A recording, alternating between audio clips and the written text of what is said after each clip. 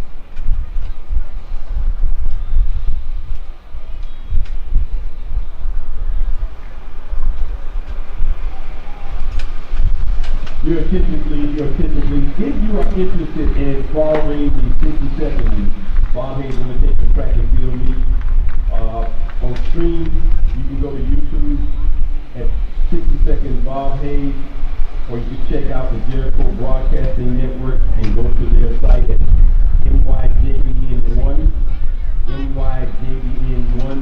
the Jericho Broadcasting Network, to check out the track meet here today. We'd like to thank Jericho Broadcasting for being a proud member and supporter of the Bob Hayes Invitational Track and Field event. Once again, the meet is being streamed on YouTube, 60 Seconds Bob Hayes, or just go to Jericho Broadcasting at MyJBN1. Thank you.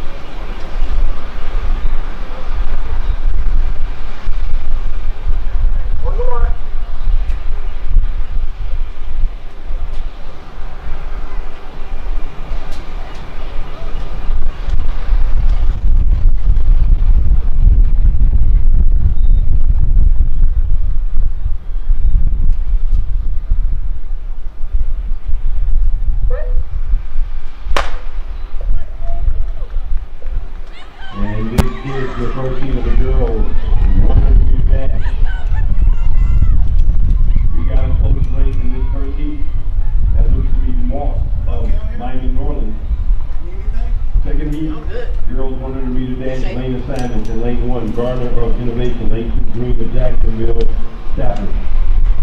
Lane 3, Hutchinson of Loudoun County, lane 4, Forsett of Auburndale, lane 5, Peters of Foundation Academy, lane 6, Hightower of Thomas County, lane 7, Greer of Terry Parker, lane 8, Wright of Rudolph, and lane 9, Mann of Westside.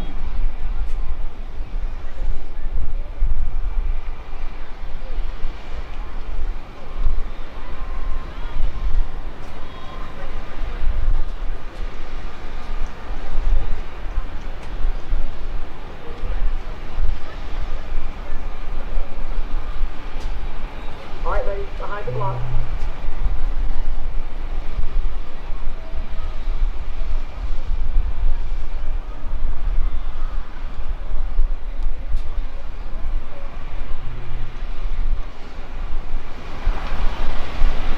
On the mark.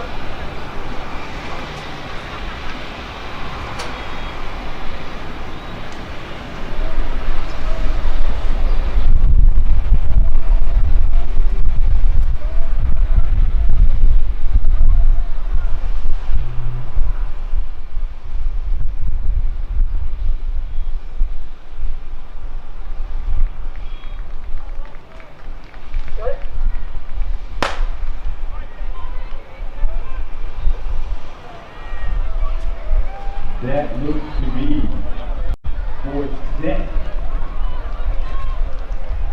Correction Peters, Foundation Academy.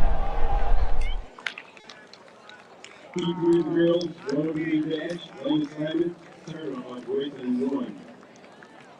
Del Sancha of 15-2, Christian of Northern 3, Stevenson of Monarch in 4. Belcher of 5, Smith of Dwyer in 6, Blackman.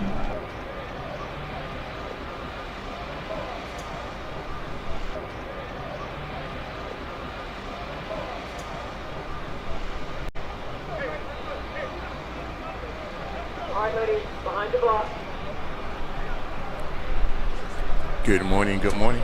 We're here at the 62nd annual Bob Hayes Invitational Track Meet. Good morning, everybody. Duval in the house.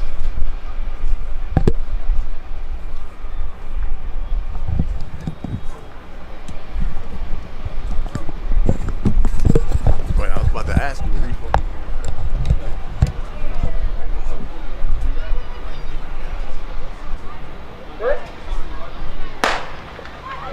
This is three of the girls. 100%. We got a great race. They're coming down the stretch.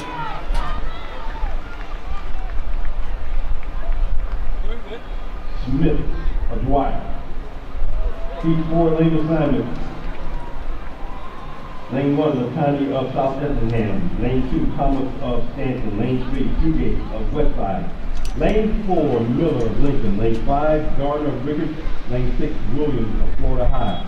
Lane 7, Pioli of Timber Creek. Lane 8, Black of Mandarin. And lane 9, Gomez, Miami Meadow.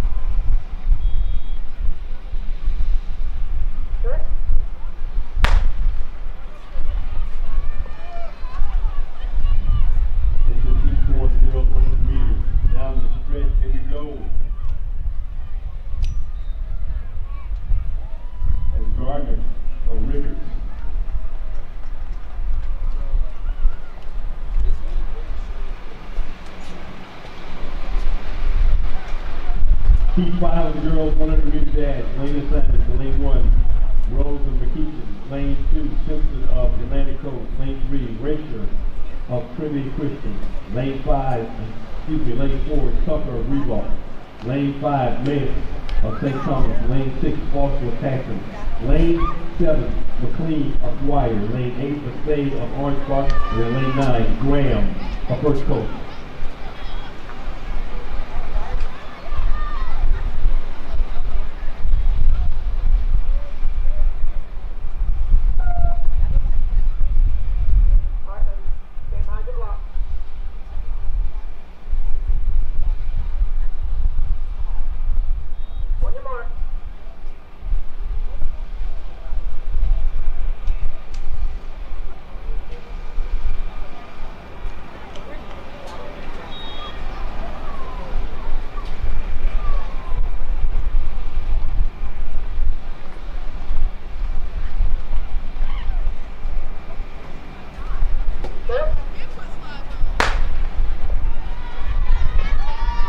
Is our next heat, number 5, and then moving down the track.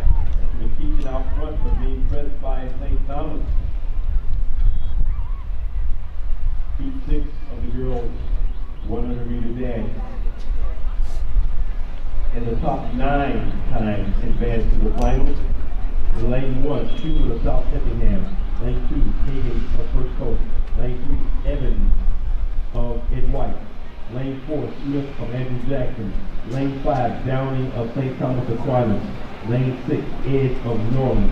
Lane 7, West of Westport. Lane 8, Bell of Rewalk. And then lane 9, that would be Lane of Terry Parker.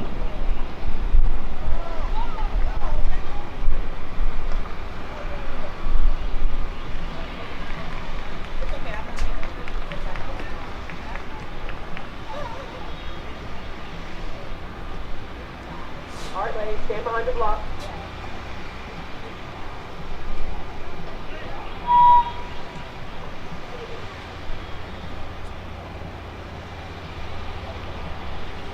your mark.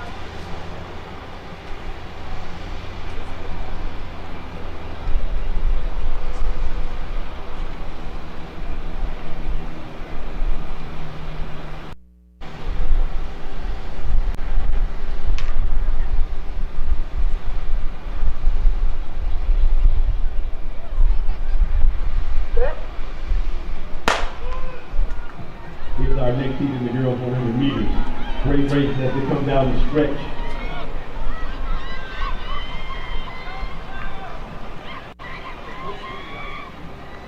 Looks to be edge of Northern. Heat 7 of the girls 100 meter dash. Lane assignment. Lane 1, Thompson of McKeachin. Lane 2, Nichols of Dwyer. Lane 3, Martinez of Bishop Kitty. Lane 4, Lansing of Father Lopez. Lane 5, Foster of Mighty Northwestern. Lane 6, Thomas of Andrew Jackson. Lane 7, Dumas of Monarch. Lane 8, Terry of Dwyer. And lane 9, Walker of Regal.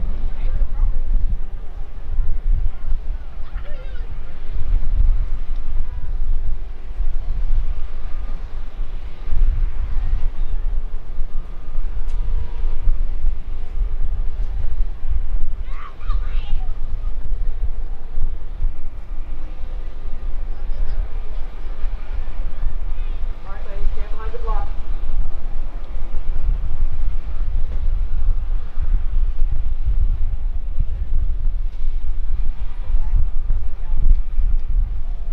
On your mark.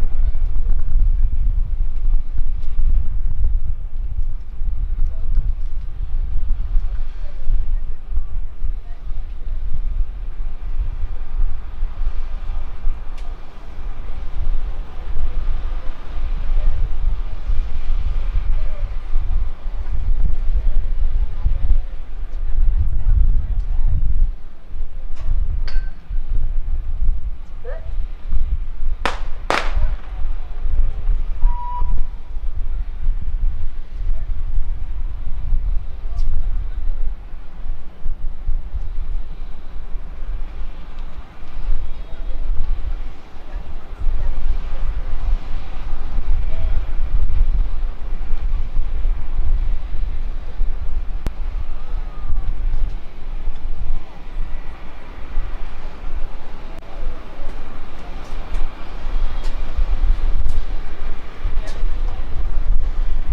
On your mark.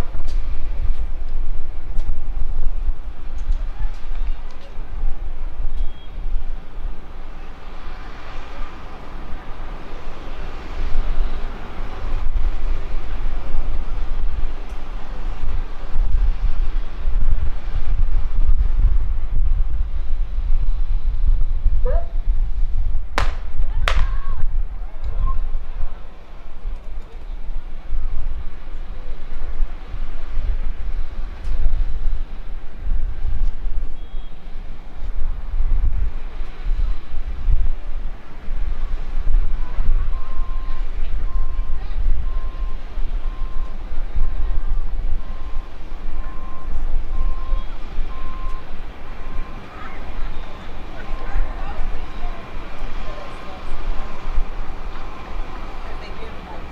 On your mark.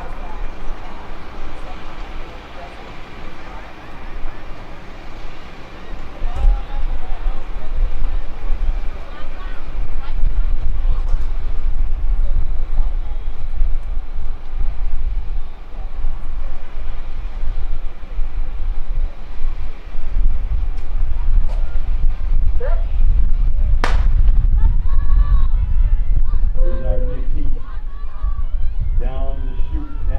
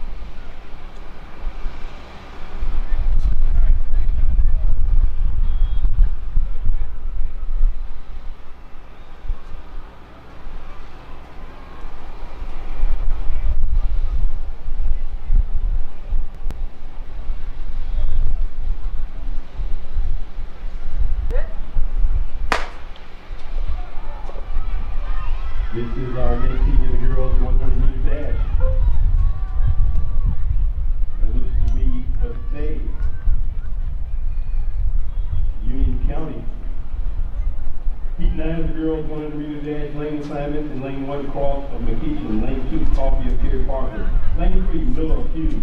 Lane 4, Hewlett of Ocoee. Lane 5, Minkin of American Heritage. Lane 6, Duncan of Monarch. Lane 7, Felicia of Creekside. And lane 8, Design of Bishop Kenny. And lane 9, George of Bishop Snyder.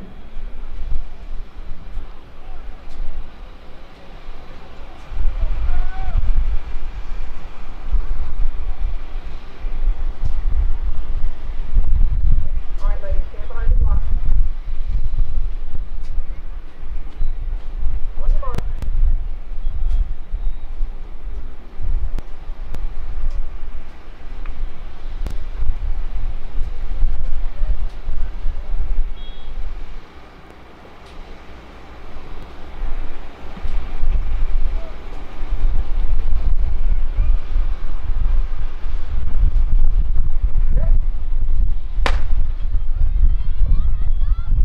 Here's our next heat, and down the stretch they come.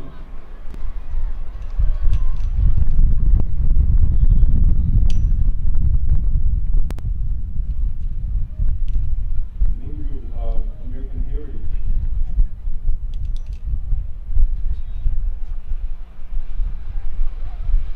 This is heat 10 of the girls 100 meter dash, lane assignment, and roll of Loudoun County in 1. Samuel of Innovation in 2, Foster of the Kiva in 3, Fields of Palaca in 4, Fletcher of Palmetto in 5, Sellers of Fletcher in 6, Lyle of Bishop Kenny in 7, Trent of Rain in 8, and Peterson of Yulee in 9. Those are your lane assignments. Heat 10 of the girls 100 meter dash, prelim, top 9 times advanced to this afternoon's final.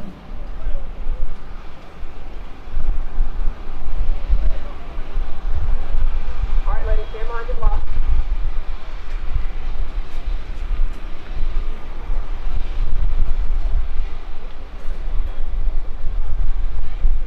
On your mark.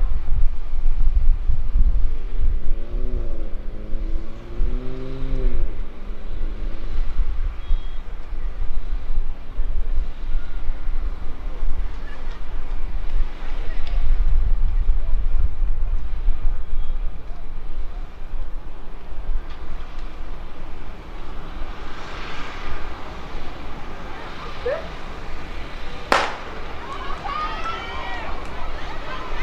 Here we go down the next heat. We got a good race at the tape. That's Celery of Fletcher. Heat 11 of the girls 100 meter dash. Lane 1, Wilson, South Effingham. Lane 2, Hammond of Atlantic Coast. Lane 3, Jones of First Coast. Lane 4, Medley of Wakiba. Lane 5, Skinner of Manly. Lane 6, Range of Lincoln. Lane 7, Jackson of Niceville.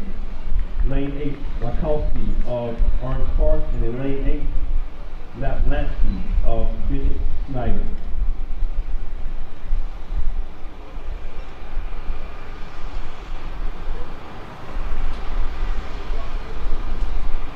All right, ladies, stand behind the block.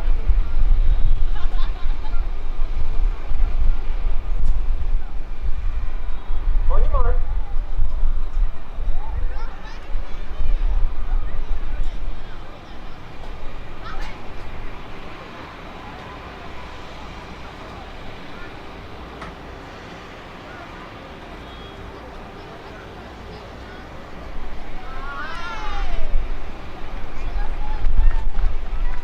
Set. This is heat 11. Down the stretch in lane 1, number 3, Wilkins. Being pressed as they come to the tape. Wilkins of South Effingham. Heat 12 girls 100 meter dash. Lane assignments in lane 1, Williams of South Effingham. Lane 2, Leah Fletcher. Lane 3, Newsom of First Coast. Lane 4, Kelly of Creekside. Lane 5, Hicks of Wakiba. Lane 6, Koyute of Auburndale. And lane 7, Hardin of Northeast. Lane 8, Davis of Trinity Christian. And in lane 9, Marquez of Bishop Kenny.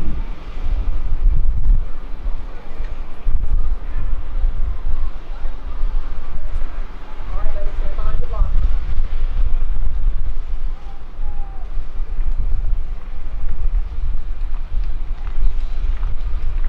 On your mark.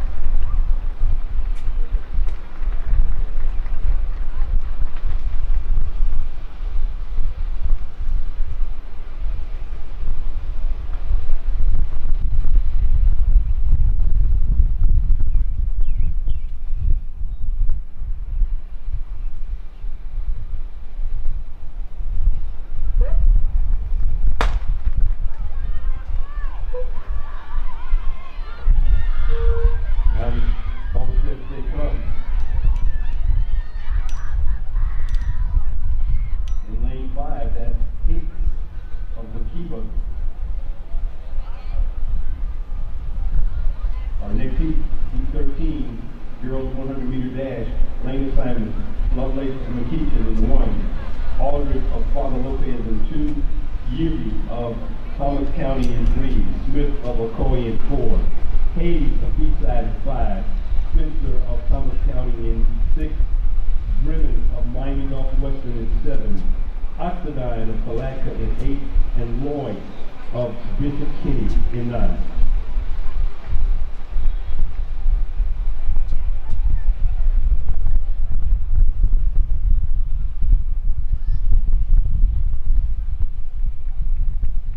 All right, ladies, behind your block.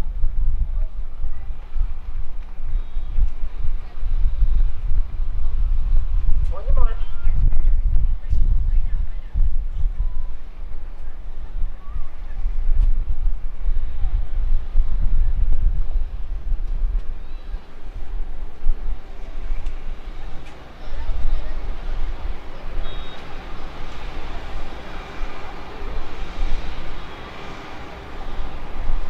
Good.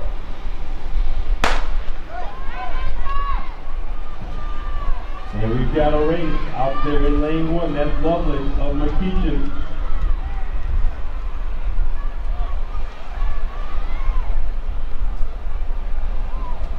Our next heat, lane assignment. Lane 1, Head of South County. Lane 2, Wells of Riverside. Lane 3, Hildreth of Paxton. And lane 4, Griffin of Westside. Lane 5, Dawkins of Terry Parker. Lane 6, Turner of Innovation. Lane 7, Walker of Thomas County. Lane 8, Fountain of Palatka. And lane 9, Wilson of Auburndale. All right, ladies, behind your block.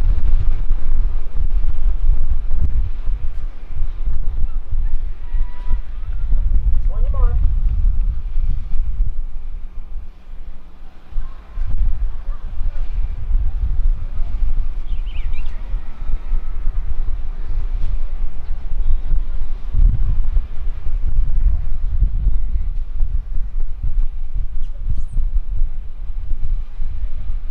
Set.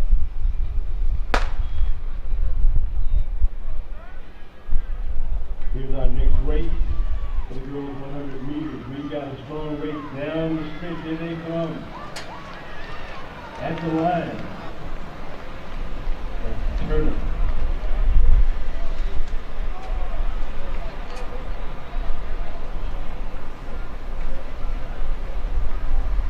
This is heat 15 of the girls 100 meter dash. Of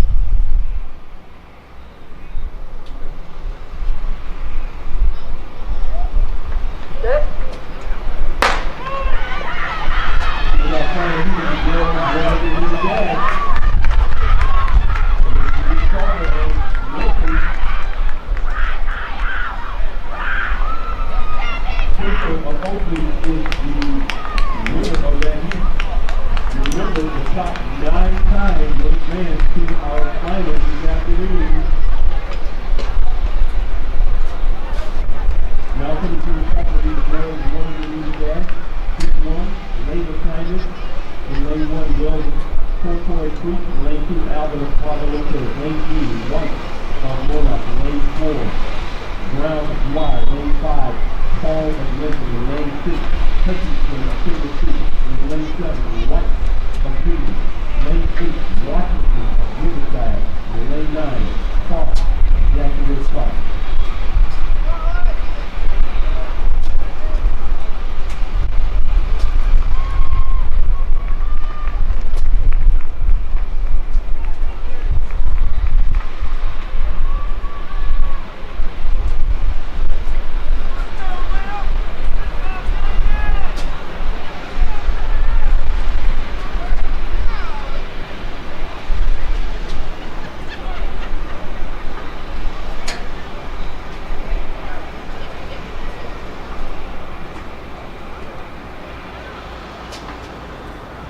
On your mark.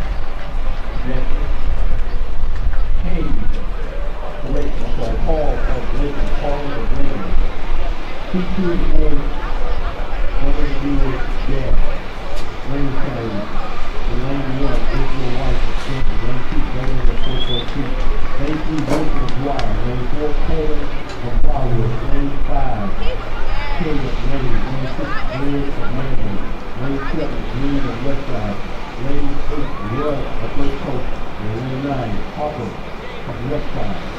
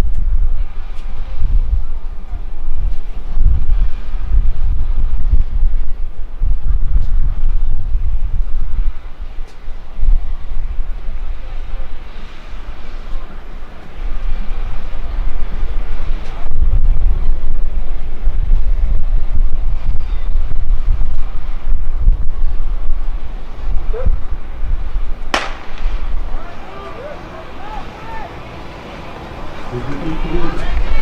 Going on the beginning. To the line.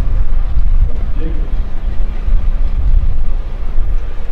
E4 Warrior. Whatever you do that. And Jacksonville started lane 1 to Flores. Matthew Jackson in the team. Lane 3 Nelson of Baldwin. Lane 4 Walker Flag of Long. Lane 5 3 is St. Thomas of Florida. Lane 6 Watkins of Thomas County. Lane 7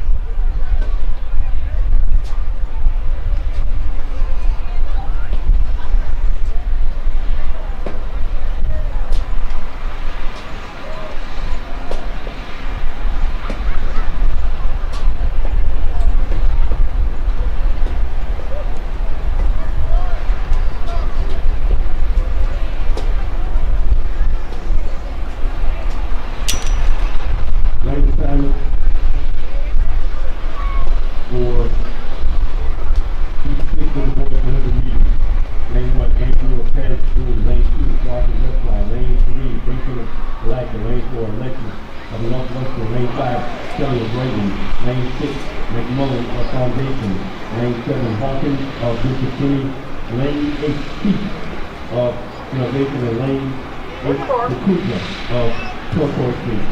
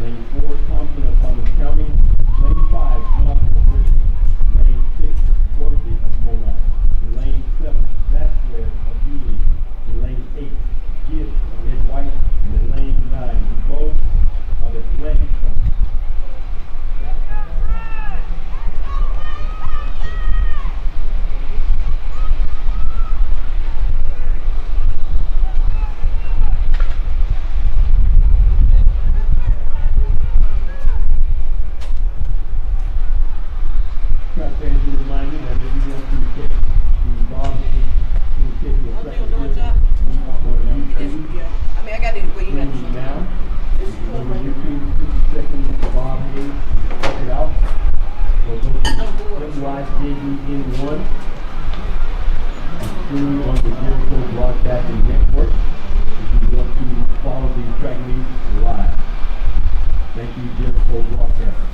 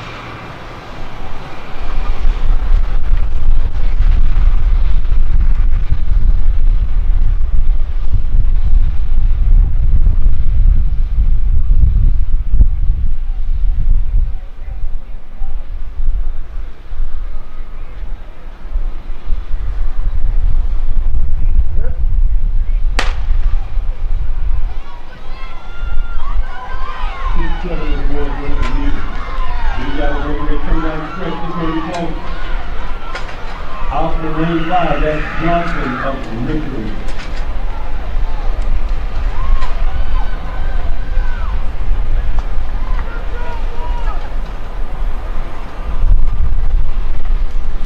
Heat 8 of the boys 100-meter dash. In lane 1, Chance of South Effingham. Lane 2, Foxburg of Dwyer. Lane 3, Billy of Jacksonville. Lane 4, White of Westport. Lane 5, White of Pulaski. Lane 6, Maslin of Oakley. Lane 7, White of Andrew Jackson. Lane 8, Mitchell of Ed White. And in lane 9, Burton of Coco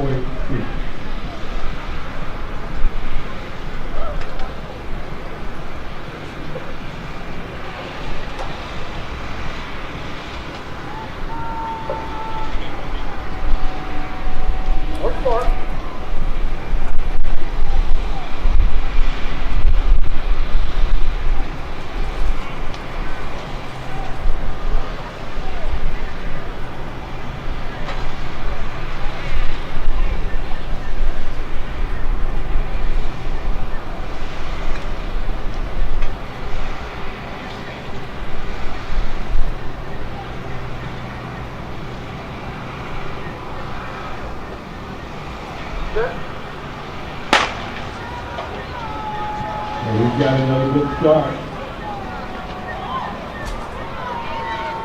Coming to the stage, it's going to be close. That's White of Alaska. Team 9 of the boys 100 meters dash. Lane 1, Moore of Barta Lopez. Lane 2, McCoy of Atlantic Coast. Lane 3, Henderson of Florida High. Lane 4, Belleville of Chiba. Lane 5, Williams of Riverside. Lane 6, Huggins of Creekside. Lane 7, Stevens of Beachside. Lane 8, Bennett of Sandalwood. And lane 9, Christian of Westside.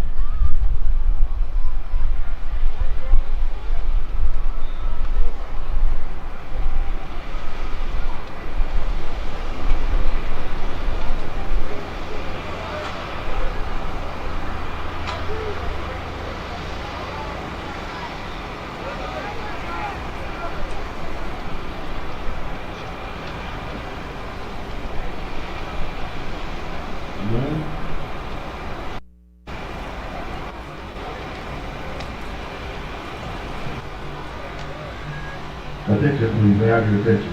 Will coach from East Side. Coach from East Side. Please make your way to the VIP tent immediately. Coach from East Side. Please make your way to the VIP tent immediately.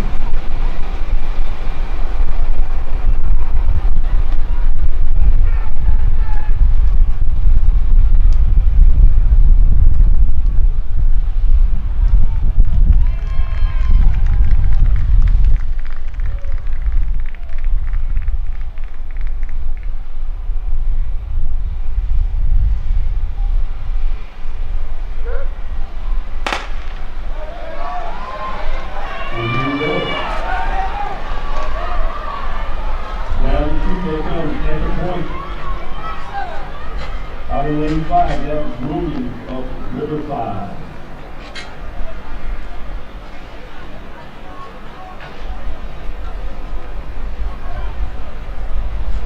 This will be number 10 for the boys 100 meter dash. Lane 1, Lloyd of South Effingham. Lane 2, Estrada of Timber Creek. Lane 3, Garner of Northeast. Lane 4, Justin of Ricketts. Lane 5, Paul of Mississippi. Lane 6, Johnson of Oakland. Lane 7, Mitchell of Terry Parker. Lane 8, Walker of Tequila. And lane 9, Edwards of Jacksonville South.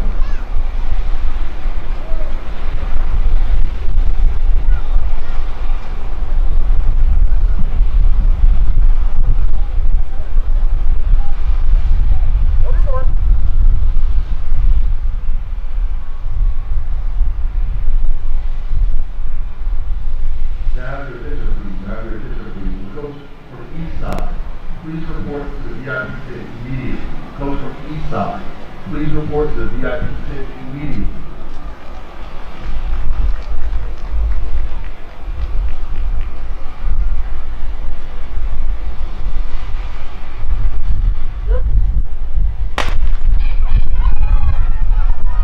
Got another third start. Down the middle of the track. That looks to be a fault of Bishop Snyder.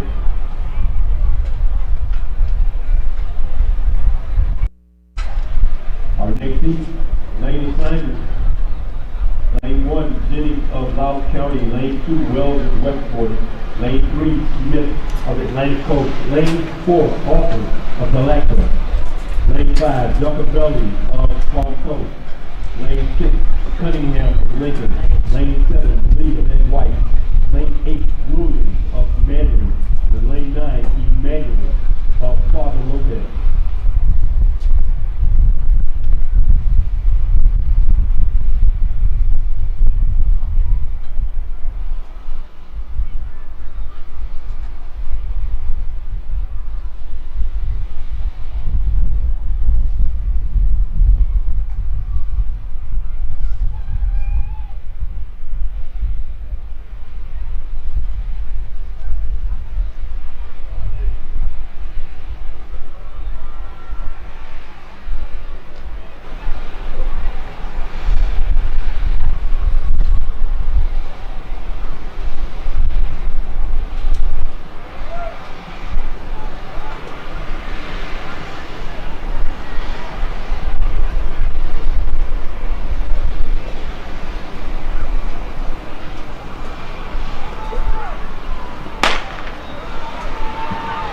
Next heat, down the middle of the track, that looks to be Shante Pellem. A flag for farm coach. Heat 12 of the boys 100 meter dash. The lane assignment, Williams of McKeeston in 1. Howard of Stanton in 2. Hare of South Effingham in 3. Fields of Orange Park in 4. Brown of Rains in 5. Hayes of Rivers in 6. Tan of Beachside in 7. Campbell of Orange Park in 8. Sophie of Reebok in 9.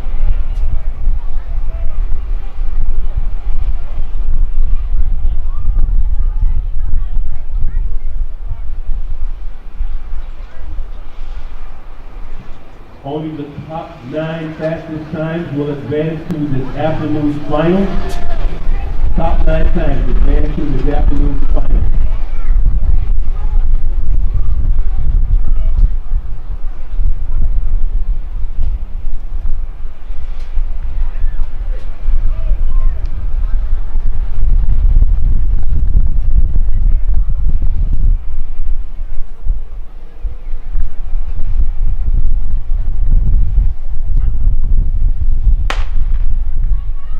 Got a good start. That's Williams of McKeeston in lane 1 to the point.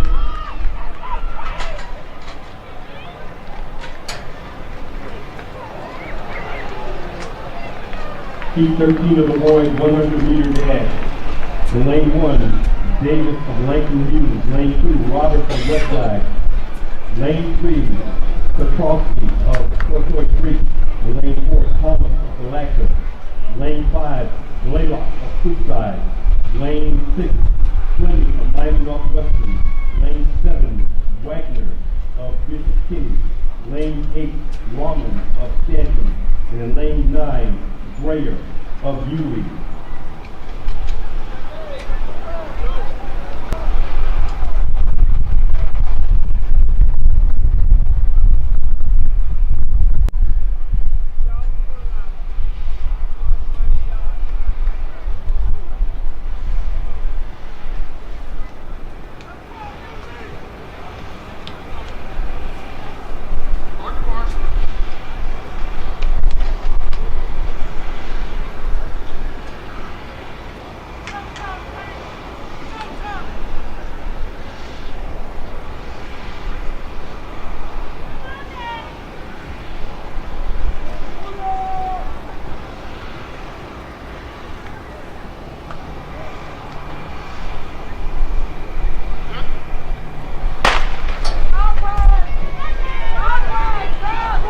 Next heat in the boys 100 meters.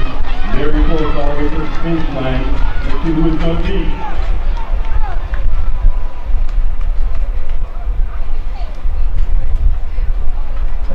Blaylock of Creekside.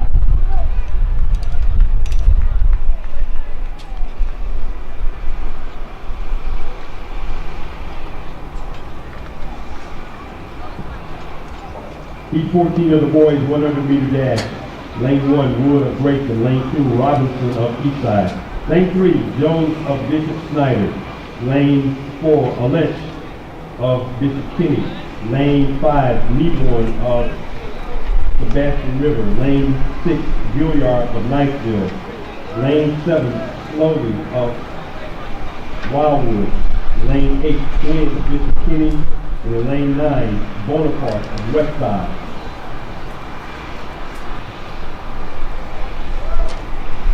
Will the student athlete they meet from Eastside please report to the registration tent to receive your bid? Luke from Eastside, I am your father. Please report to the registration tent to receive your bid.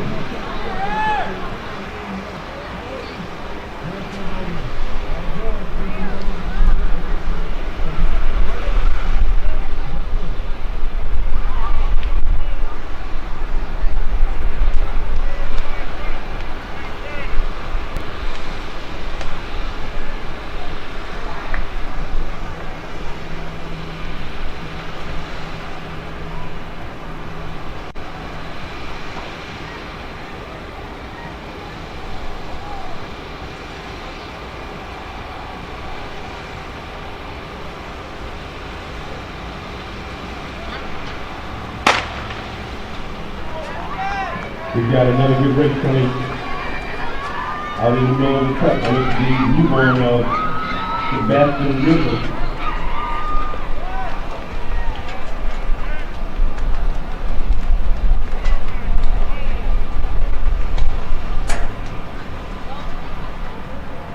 This will be heat number 15 of the boys 100-meter dash. Once again, top 9 times advance to the final. In lane 1, Woodson of Lawrenceville. Lane 2, Westchester of Episcopal. Lane 3, Pinckney of Trinity Christian. Lane 4, Bradley of Reebok. Lane 5, Kip of Madden. Lane 6, Randolph of Rivers. Lane 7, McCoy of Bishop Kitty. Lane 8, Dixon of Westside. And lane 9, Green of Jacksonville Chopper.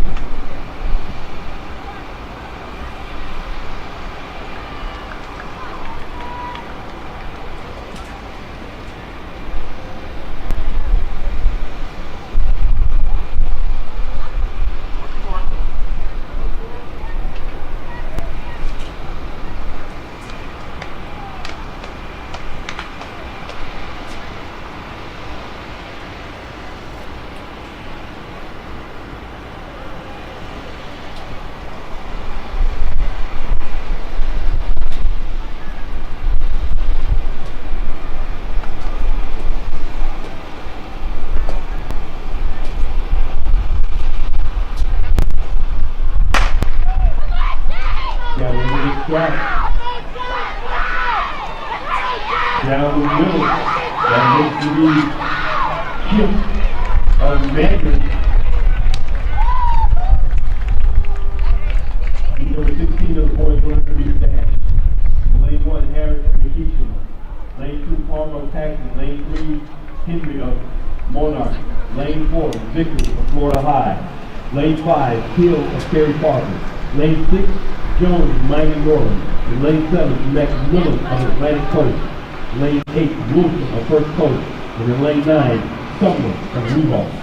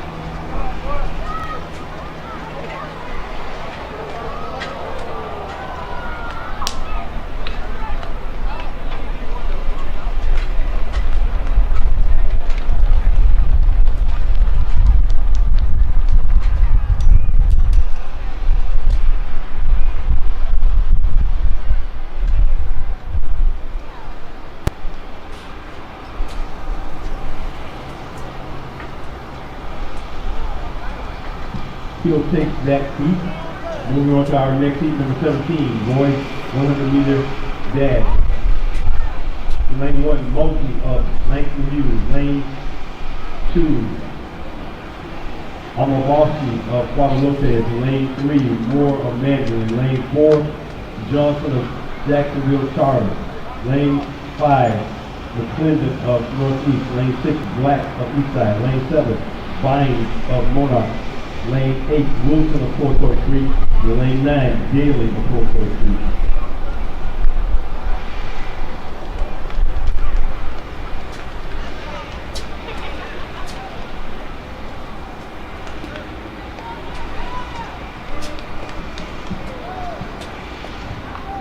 All 4 by 100-meter relay team should have checked in with the clerk of the course by now. Second call, boys and girls, 800-meter run. Second call, boys and girls, 800-meter run.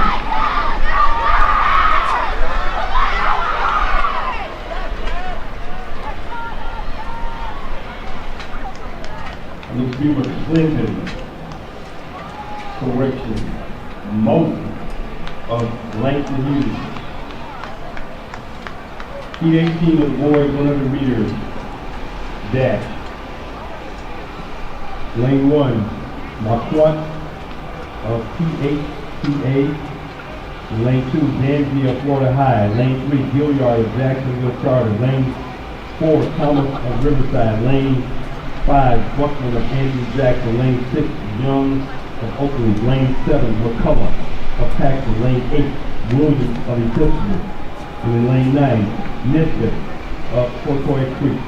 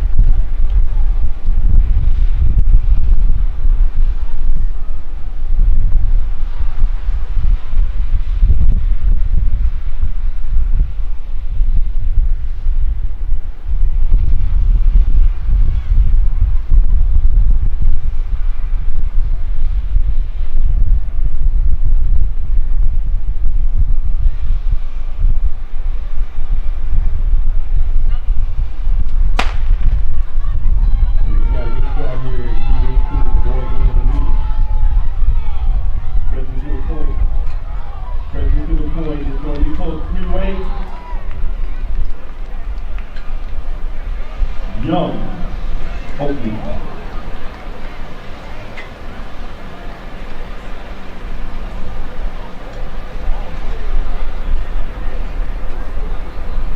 Heat 19 of the boys 100 meter dash.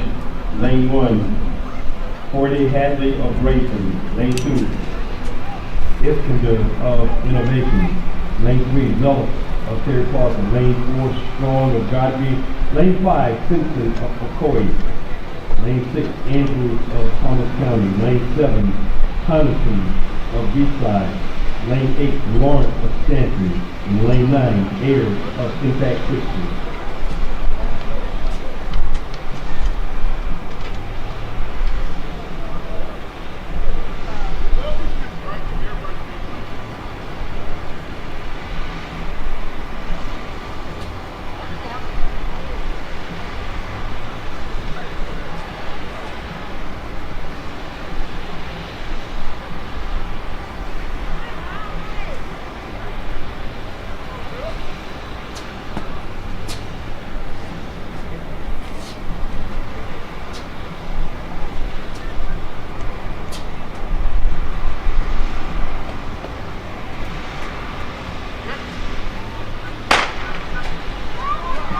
Got another good start here on the Heat 19.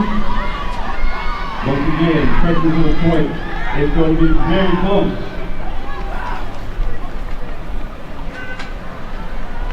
Andrews of Thomas County.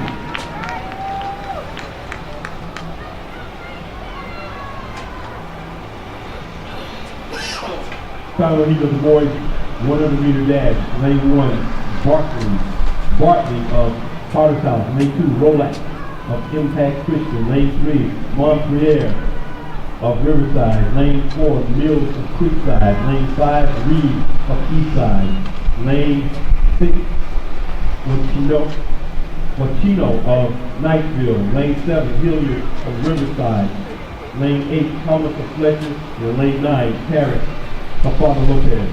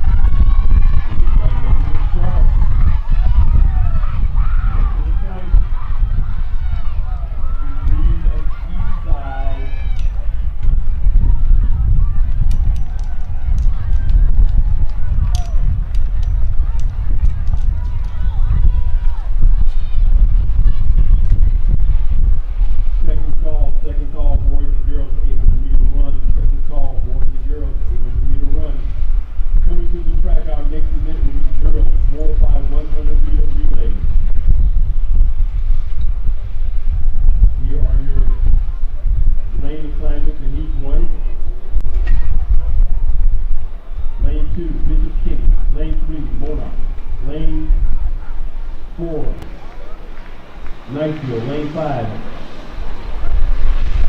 Kyler. Lane 6 is Lincoln. Lane 7 Rain. And then lane 8, Terry Parker.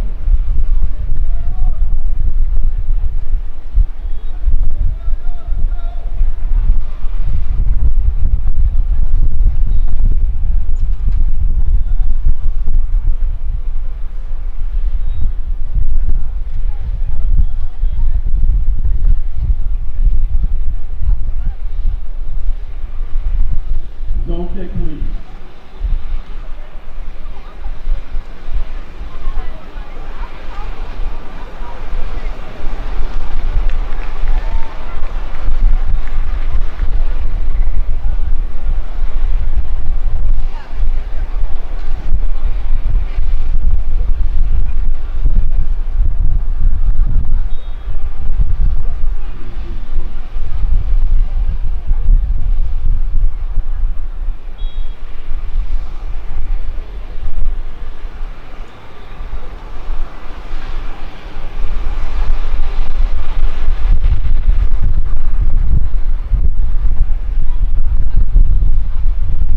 Top 9 times over.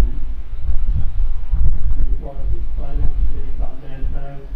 Move on to the final.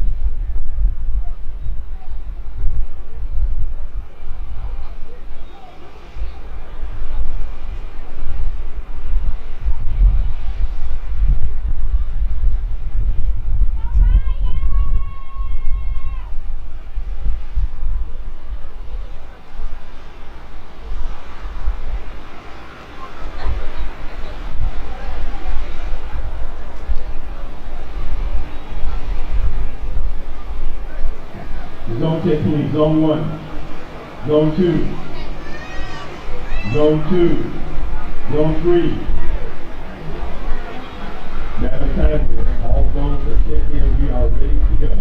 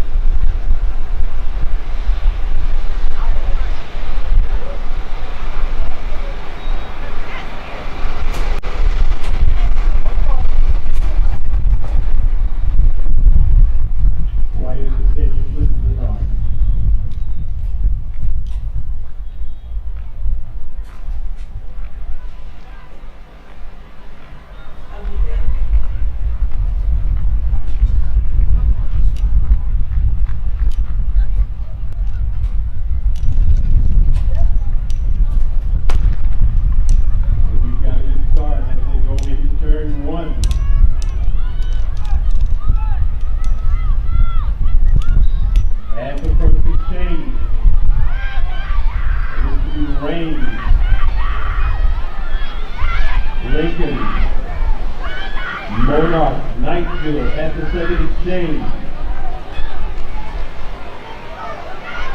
Into the turn, make your move, that looks to be Ricardo. At the final exchange. Down the home stretch they come. Lincoln. At the line is Ricardo and Lincoln.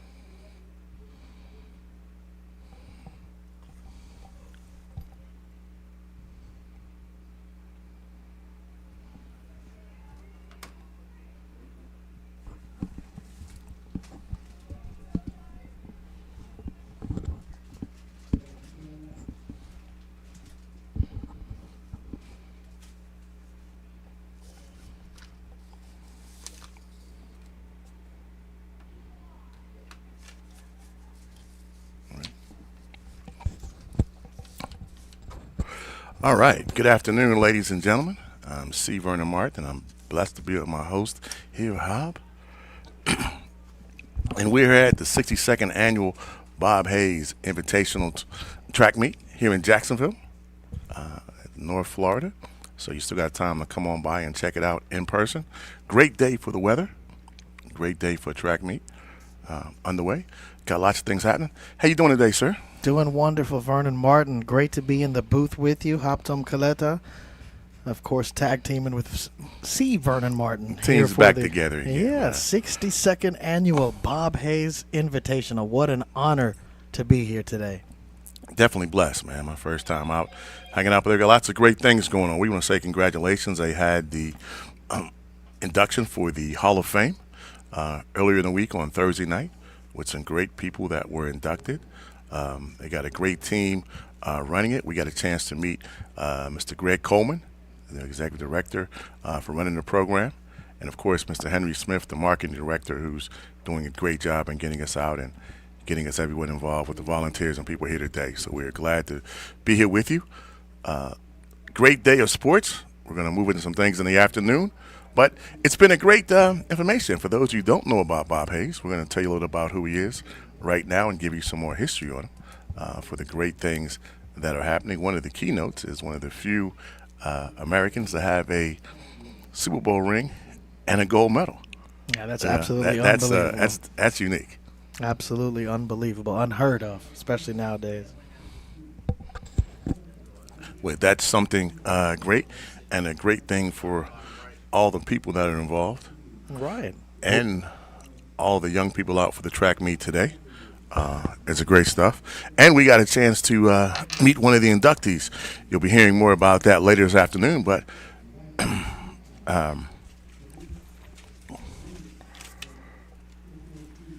Mr. Eddie Hart. Eddie Hart, Vernon Martin. What an interview that was. Hey, that was great to be in his presence. It's a great story. For those of you who don't know who Mr. Eddie Hart is, stick around, get a chance to see him a little bit later this afternoon. But Hob, you get a chance to check out the special. Where can they find it?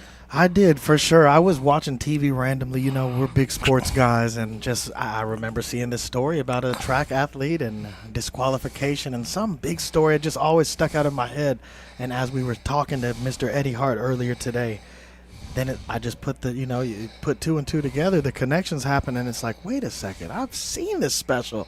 This is about you. And then you hear about it, and it's just unbelievable to see him, to hear about the story. You know, the one opportunity we were speaking earlier, comparing it to, well, you have this girl you want to go out with, you have a chance to ask her out to prom or homecoming, and you happen to miss the date. But as you mentioned, okay, there's other times you can take her out on a date. There's other times. Right. But for this young man, for Mr. Eddie Hart, the opportunity, and for those of you who don't know, of course, we'll dive in later, but basically he had a chance for the 100-meter run at the Olympics, and due to a mishap with his coach, he missed his one and only opportunity, training 10 years for that. And it's just a remarkable story. So hats off to the newest inductee to the Hall of Fame. It's great. And you know, as he said, he was in Germany. We asked where it was. It was the Munich Games in Germany. Got a chance to, he said, the next morning, seeing it everywhere with worldwide news. And he said even though he was in Germany, he couldn't read Germany. He saw his name and disqualification, so he knew the story was about him. But he got international front page, top story. And we were talking, but, you know, the question begs itself that even if you had won the gold, you would not have been front page news internationally, just one of many other medals in the Olympics. So his name probably is more well known now in some fields, and especially track and field, than he was had he won the gold. So yeah, you made that great point, of course, you know, from journalist to journalist. I was like, look at Vernon. A very good point, and probably 100% true. You know, those who follow sports, of course, even hard enough to know those who won every gold medal, but his story resonates across the world at that point as well. And as he continues to share his story, you know, he's in great spirits. Just to see him still stand on his feet. He said he wanted him more than life itself. Man, that's powerful. That's got to hurt, though. Absolutely. The one chance, and, you know. I mean, you hear him talking about it years later, and you could feel in his story, he's talking about it calmly, but you can feel And I know it had hit for you, having watched the special. I got to go check it out. I wasn't up on it, but you could feel the passion in the story as he's just telling you about it. So it's something we want to check out. We got some great stuff, but we got those kind of things here for it. We want to also shout out the board of directors for the Bob Hayes track meet. Mr. Samuel Newby, president. Waukesha Day Killett, the vice president. Sandra Sampson Smith, the second vice president. Winstein Lodge, the secretary. Andrea Johnson, the assistant secretary. And we've got one more. Don't want to leave them out. Mr. Charles King is the treasurer. So they're doing a great job of putting things together. We definitely got to give a shout out with two former Lions here to Mr. Nathaniel Washington, who helped put this together, a Florida Moore University graduate who got a chance to meet Mr. Bob Hayes after returning from the Olympics and thought that it was not a, excuse me, he wanted to do more to enhance his welcome back to Jacksonville, and talked about at the time he was head coach and athletic director for several schools in the area, and put together the initial Bob Hayes Invitational track meet, which has grown to this now 62nd years later. So that is good, and it's another great honor for being here, having walked those halls and having met Coach Washington before, a great person from Jacksonville, great Florida Memorial alumnus, the person responsible with that undefeated team in Florida Memorial football, and single-handedly responsible for leading the charge to help bring football back to Florida Memorial some 40 years later. So that's a great thing with that. So we're blessed to be here with you today. We hope to spend the afternoon with you, and hope some of you will go ahead and make it out for the afternoon finals to see those final meets in person as they're out. And we want to see where we are. Yeah, that's another big feather in the cap for Florida Memorial, back then college when he finished. But I spent 3 great years in Miami Gardens at Florida Memorial University as the sports information director, the assistant AD for communications, learning the rich history, of course. So that is another tip of the cap to Florida Memorial University down there in Miami Gardens, just trying to improve every day. But the history goes back to Coach Nate Washington, who spent time at Florida Memorial College and graduated there, as well as New York University. Right, and we got to give a shout out to them. Just celebrated Founders Day last Thursday, and to the new president, Mr. William McCormick, doing some great job back there. So shout out to all the Lions listening and all those historically black college university graduates listening all over. To shout out for the four here in Florida, of course, Florida Memorial University, Florida Agricultural Mechanical University, Edward Waters University, and Bethune-Cookman University. So shout out to all those. Shout out to all those that are coming off the spring break week and about to go in. We encourage you to please be safe. And as I remind everybody each week, if you're traveling or hanging out in Florida, please make sure you're doing so responsibly.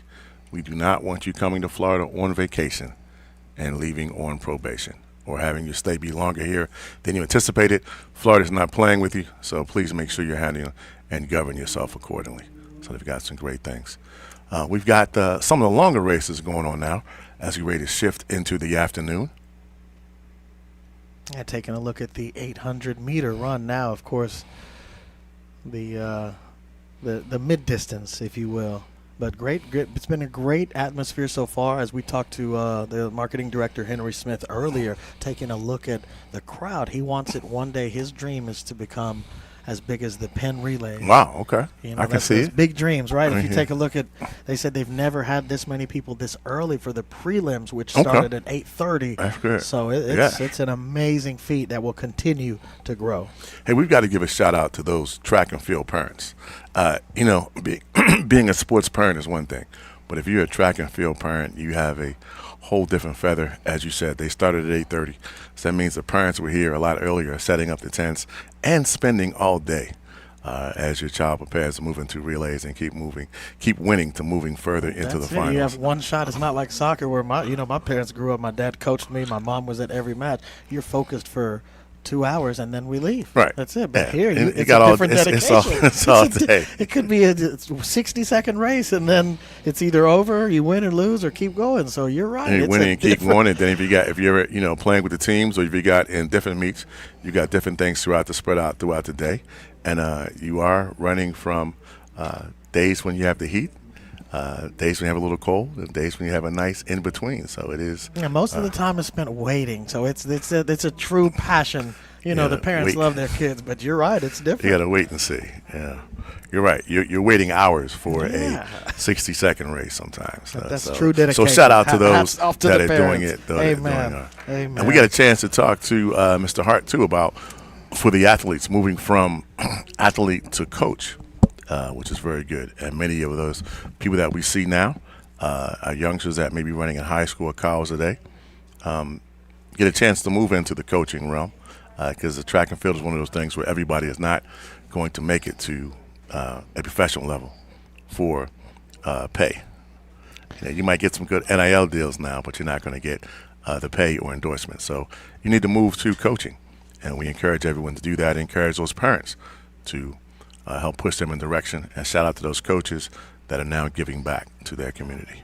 Yeah, they say the athlete dies 2 deaths, one real death, of course, and then one when their career is over. So if you still want to be a part of that, whatever you're doing, coaching is definitely, or administration, something along those lines is very important. And one thing that stood out to me, Vern, that Eddie Hart said, when he was looking at the 72 Munich games, or excuse me, the 64, when the previous team was there before, he said he was watching Bob Hayes, and when he got that gold medal, it encouraged him and motivated him years down the line for him to do the same in 72. He got one with the hurdling team, didn't have a chance with the 100-meter, but that caught my eye too. It was just unbelievable. You never know who you might inspire from the next generation. That's true.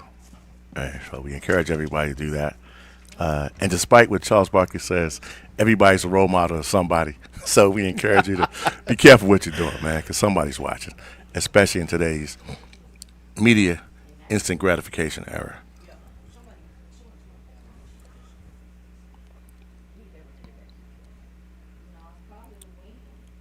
So we better get the men's. Yeah, just taking a look at early points, of course, leading the way for the team scores on the girls' side, Bishop Kenny. You've got Miami Northwestern in second, and then Okay. Niceville in third. But on the boys' side, Niceville so far is leading with 10. Okay. And then Andrew Jackson in third. And, they're just continuing to compete throughout the afternoon. We've got a long day, but what beautiful weather. Cool in Great, the morning, yes. and then the sun is shining. Of course, it's Florida, sunny Florida. So it's heating up as the meat itself is heating up. The temperature's Literally. heating up itself literally. So Absolutely. We'll look at it and see how things are going. We still got some time, so you're going to make your way to North Florida Stadium. And we want to shout out to the partners and the vendors. Lots of track apparel and information out there. So we encourage you, if you're listening in the stands or on your way, please make sure you stop by and support the vendors that are out with the track apparel and a part of the meet to help making things happen. And feel free to follow along the live timing. We've got live.halfmiletiming.com for anybody, for the track enthusiasts who love to, watch in real time. Once again, that's live.halfmiletiming.com.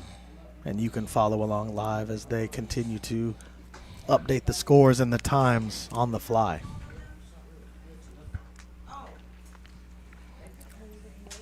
Taking a look at another 800-meter run consolation.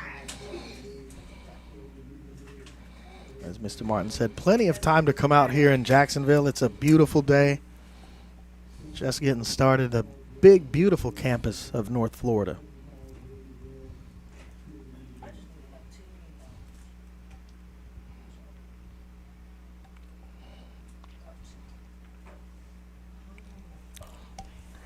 We're going to step away and let you watch as they go on along with the 800-meter constellation. We'll be back hanging out with you for the afternoon. So make sure you text, call, tell a friend to check out some great track and field on the live streaming.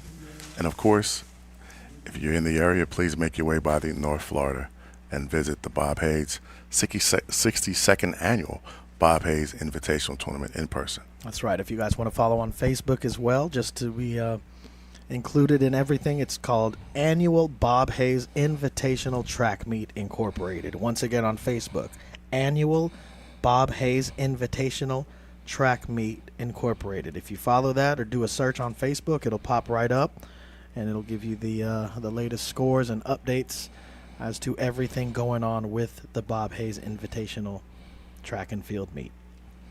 All right, so we'll be back momentarily. Stay tuned.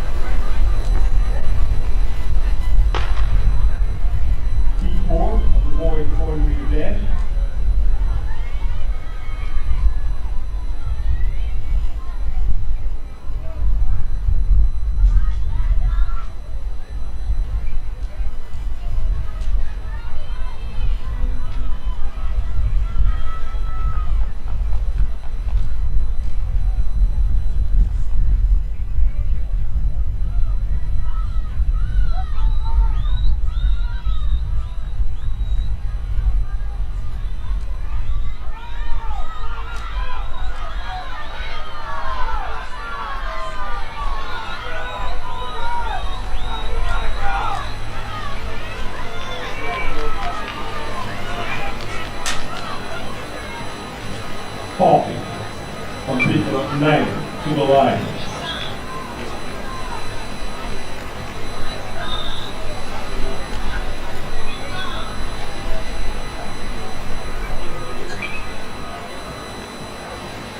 E5, boys 400 meters dash. In lane 1, Wizards of Atlantic Coast. In lane 2, middle line of Andrew Jackson. In lane 3, Webb of Andrew Jackson. In lane 4, Middleton of Rain. In lane 5, Kip of Manville. In lane 6, Boyd of Richard. In lane 7, Sullivan of Miami Norland. In lane 8, Davis of Westport.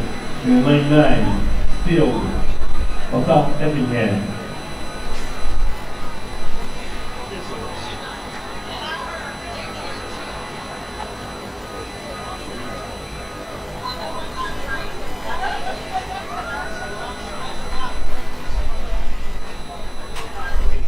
Definitely need you to follow on the floor.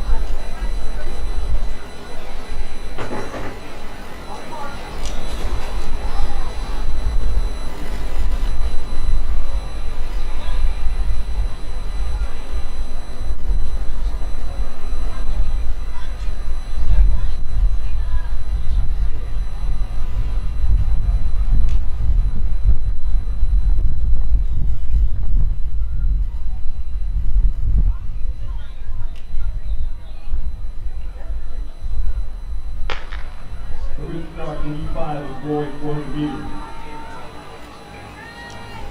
Sullivan from Miami Norland already to the point.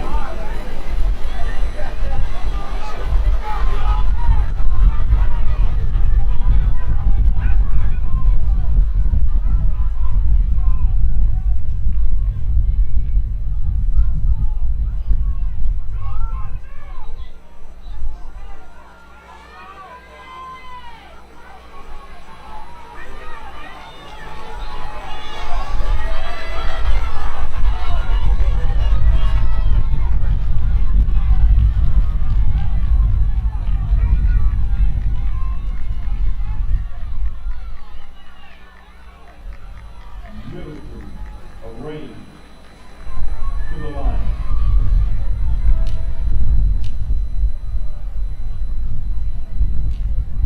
This will be hit E6 of the boys 400 meters. Lane 1, Mobile first coast, McMillan of Atlantic Coast in 2, Schick of McCoy in 3, Chapman of Riverside in 4, Rollins of Stanford in 5, Davis of Miami Northwestern in 6, Green of Westside in 7, Lewis of Mandarin in 8, and George Griffith of Lawrenceville in 9.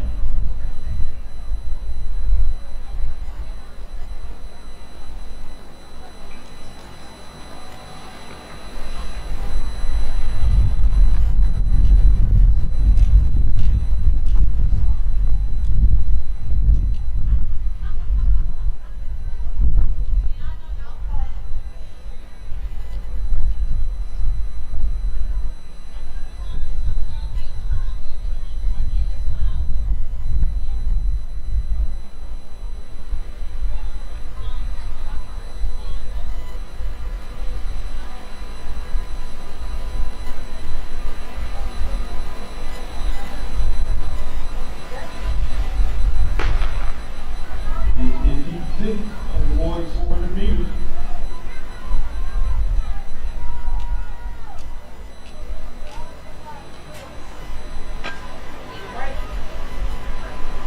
Yes. It's a dragonfly, right?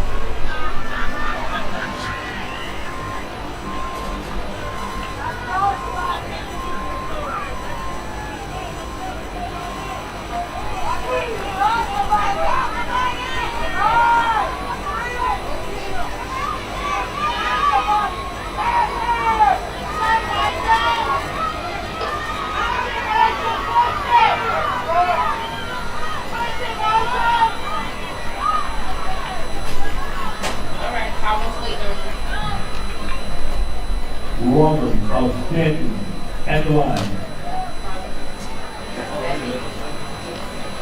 E7, boys 400 meter dash. Lane 1, Bags of Riverside. Lane 2, Carrera of Dwyer. Lane 3, Quint of Dwyer. Lane 4, Jones Large Park.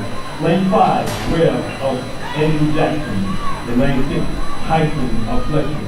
In lane 5, Nakala of Flagler Farm Coast. Lane 8, Barnes of Dewey. And in lane 9, Pruitt of Hughes.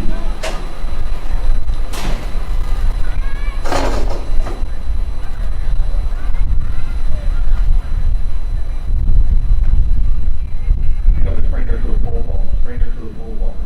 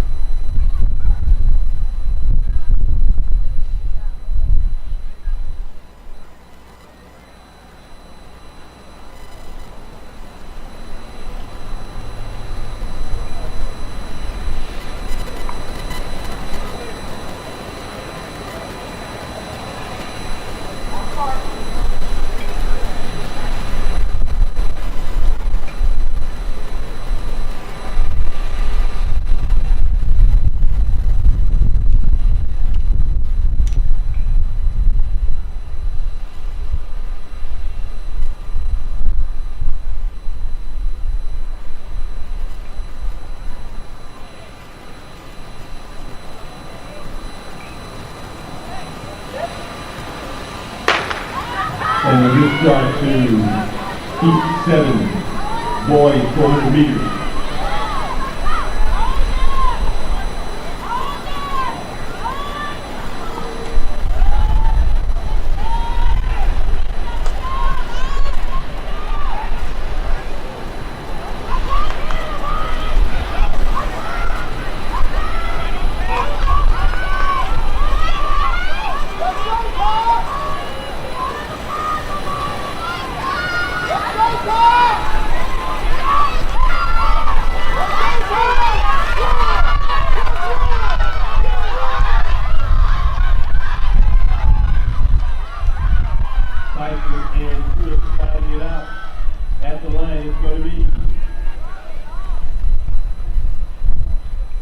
Tyson of Fletcher.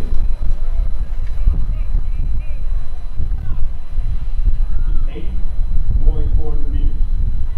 Lane 1, Townsend of Mandarin. Lane 2, Weber of Eastside.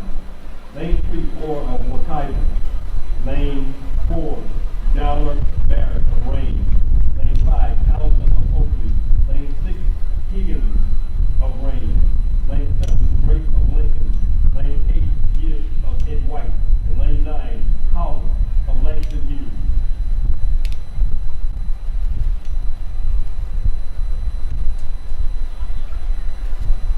All participants of the boys and girls 400 meter hurdle should have reported to the clerk of the court at this time.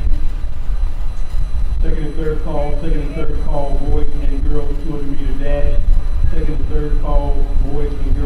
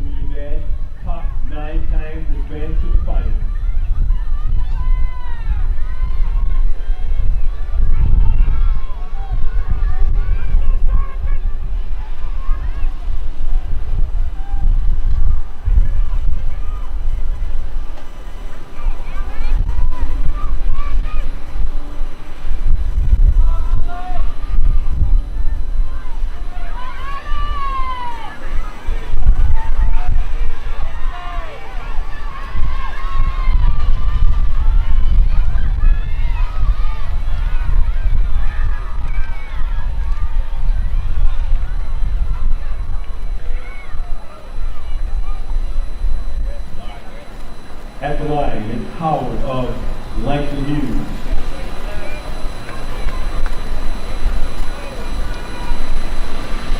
Final heat of the boys 400 meters. Lane 1, Buck of Grayson. Lane 2, Duncan of Rivers. Lane 3, Jack of Timber Creek. Lane 4, Washington of Riverside.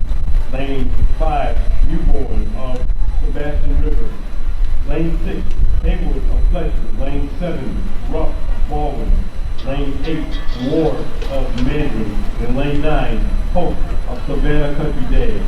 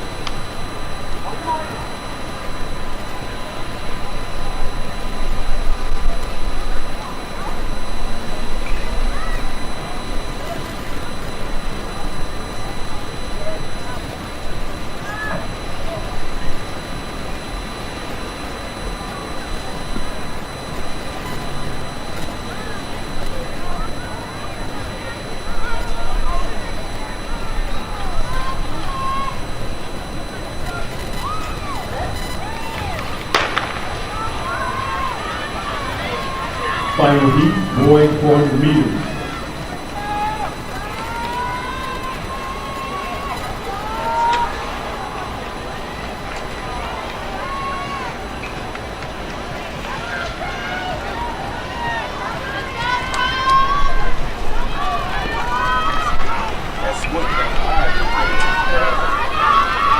And we got a race to the turn. Stop the stride, here they come.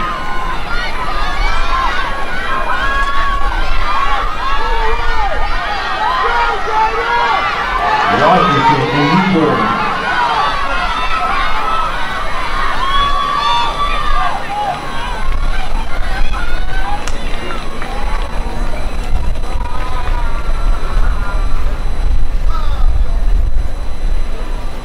Haywood of Fletcher.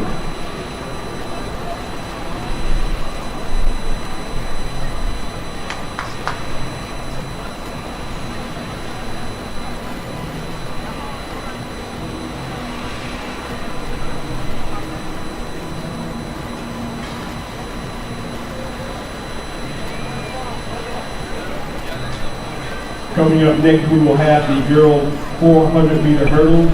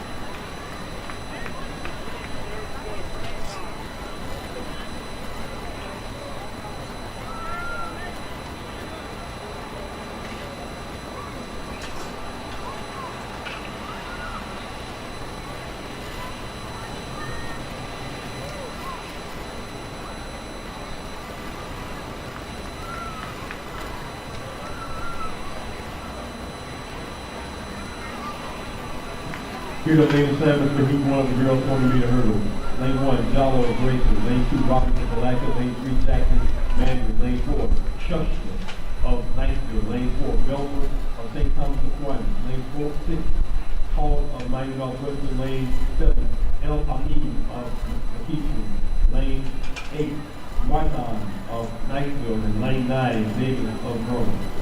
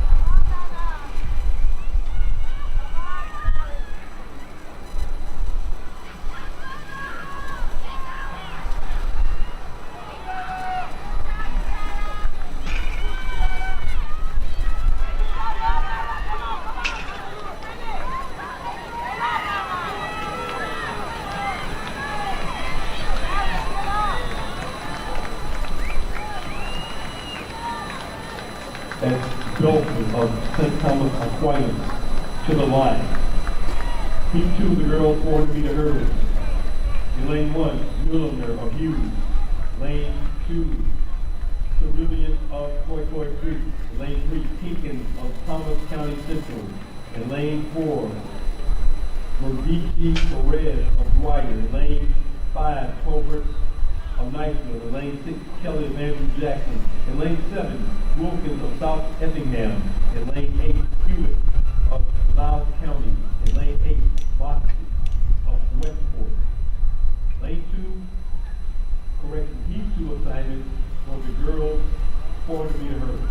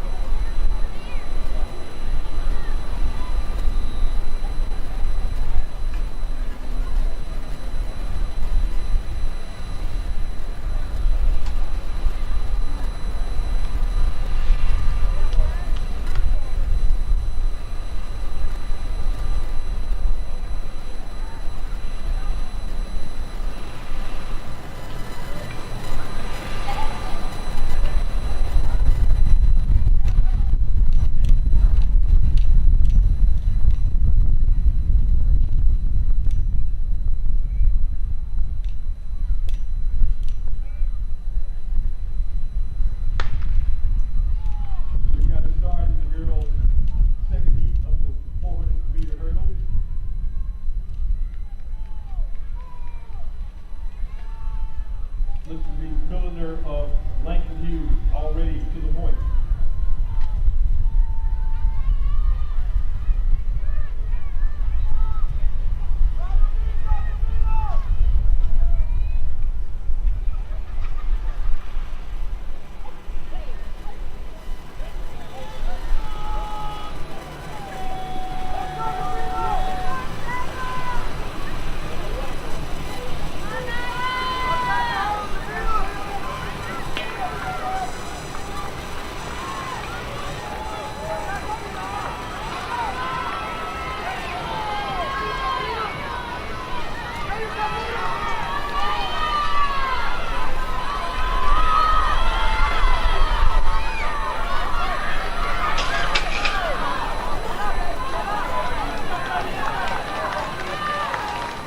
A total of 19 at the line.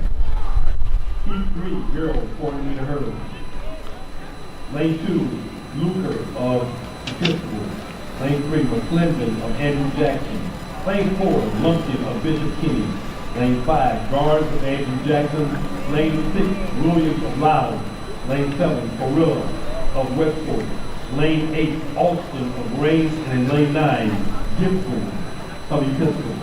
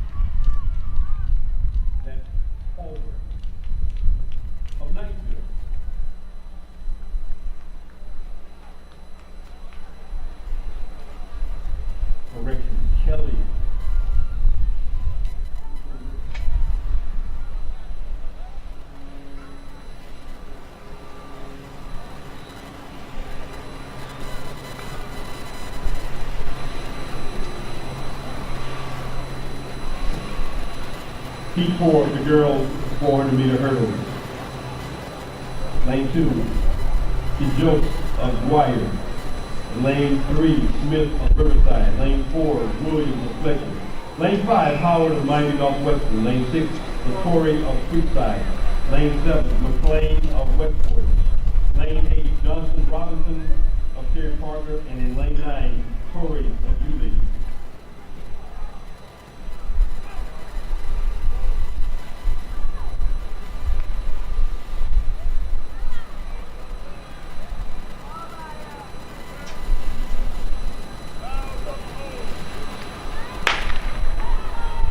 Got another start. This is the 14 of the girls 400-meter hurdles.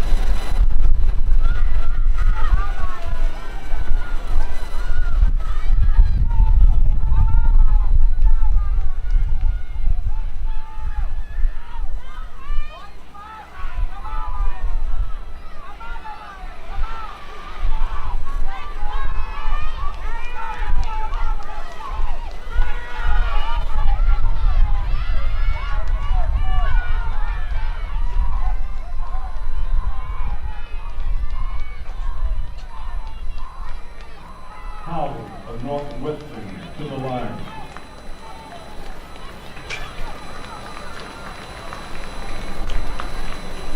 Heat 5 of the girls 400-meter hurdles. One last participant. Let's bring her home, ladies and gentlemen. These athletes out here giving it all they got today.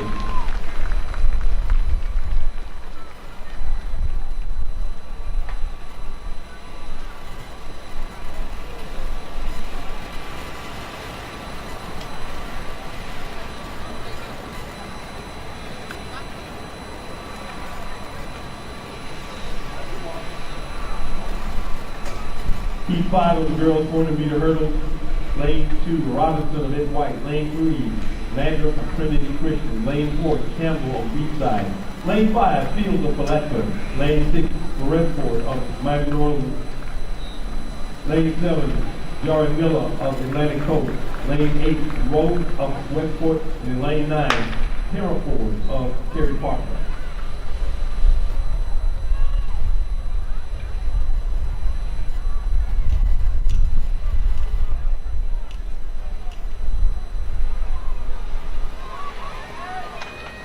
If you turn your attention to the award stand, that's Jeremiah Lysius holding the trophy for the boys high jump.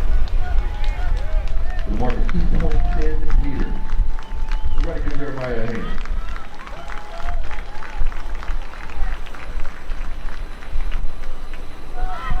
And Jeremiah, that makes you a Bob Hayes champion.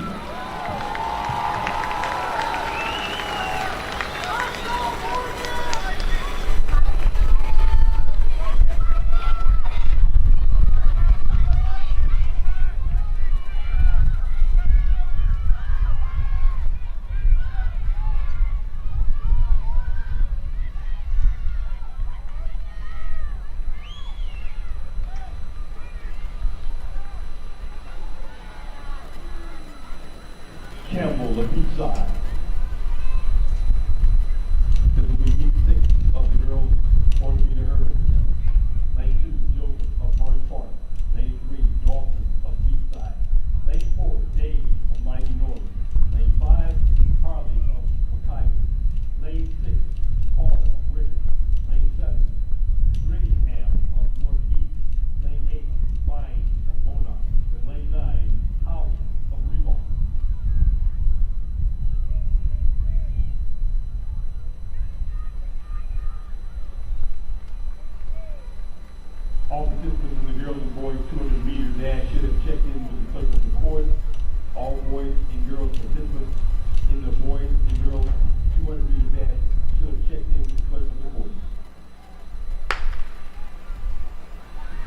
86 of the girls 400-meter hurdles. First and second call, boys and girls 1600-meter run. First and second call, boys and girls 1600-meter run.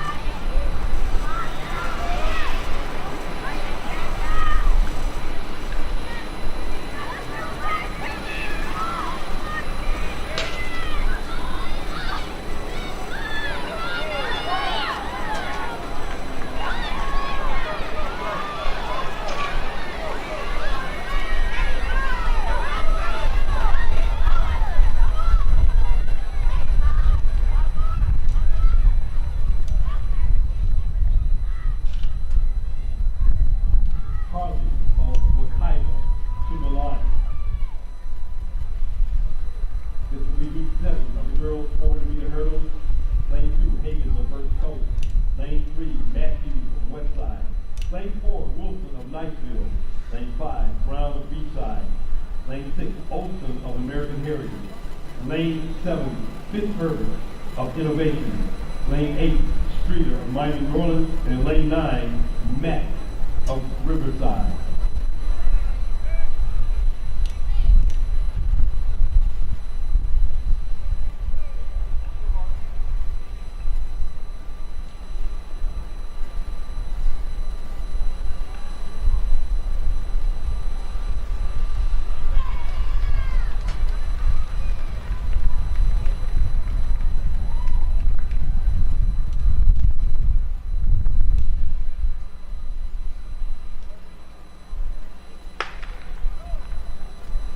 Got a clean start. Heat 7, girls, 400-meter hurdles.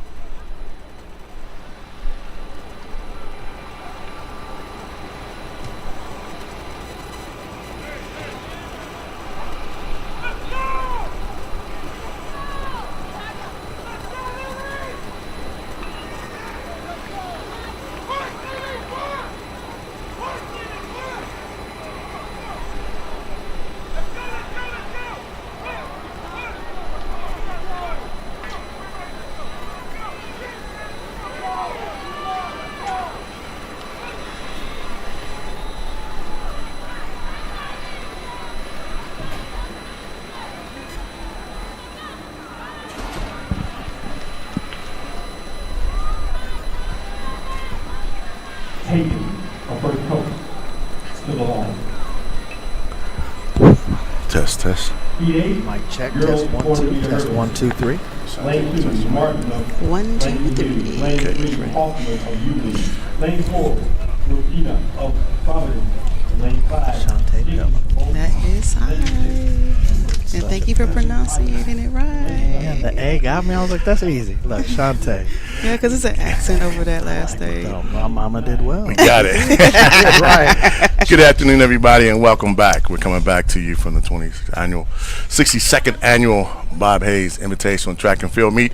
And today we're with royalty. We're with one of the newest members of the Hall of Fame induction, Miss Shante Pellem. Good afternoon. Did I get it right? Yeah, you got it right. Good afternoon. How are you today? I'm good. How you guys doing? I am blessed. Thank you for taking time in a busy schedule to talk to us. Yes, What's going yes. on. And congratulations on your Hall of Fame induction. Thank you. It's a real honor, and a surprise, to be honest. It's Surprise? yeah. Oh, it's you've earned it. Thank you. It wasn't given. You got it the old-fashioned way. You Yeah. definitely earned it. You have some great athletes. Thinking about that, what would you consider the things you've looked at that stand out the most to you? Far as what I've done. Yes, outside of the Hall of Fame induction with your other things leading up to this point.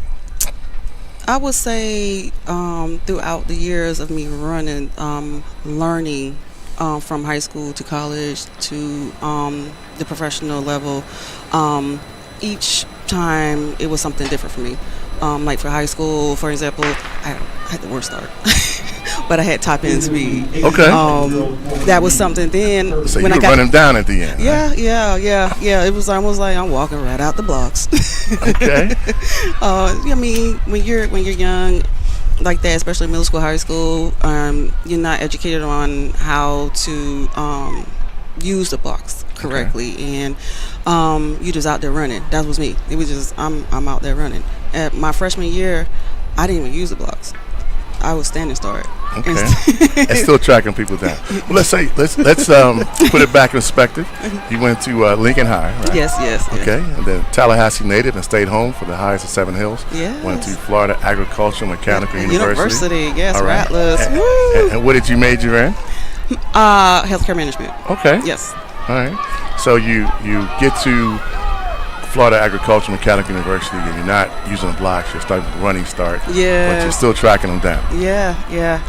I mean, eventually in high school I had to learn to do the blocks, but when I got to college, that was one thing that Coach Lane was like, we got to work on this start. Okay. So we're going to make you more comfortable, so standing up is going to make you start better for right now. We're going to do that and work on this start. Yeah, but he was like, we're not going to do this. We got to use this equipment that we placing down here. So when did you finally get comfortable with the blocks?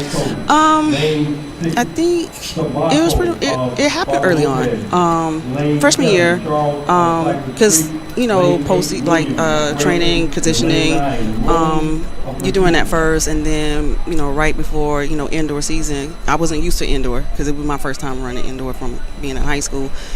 So we had to practice the blocks and the starts early on, especially with me. So I will have to take more time learning it and getting the education on staying low, not popping up, and that was also a thing because I wasn't used to them. Getting the technique down. Yeah, it's a lot of technique that goes into it that I was never aware of it. Okay. So. All right, so you finally get the technique down. Now you're doing some great things. Yeah. You accomplished a few things in college. Yeah, I did. A lot of things.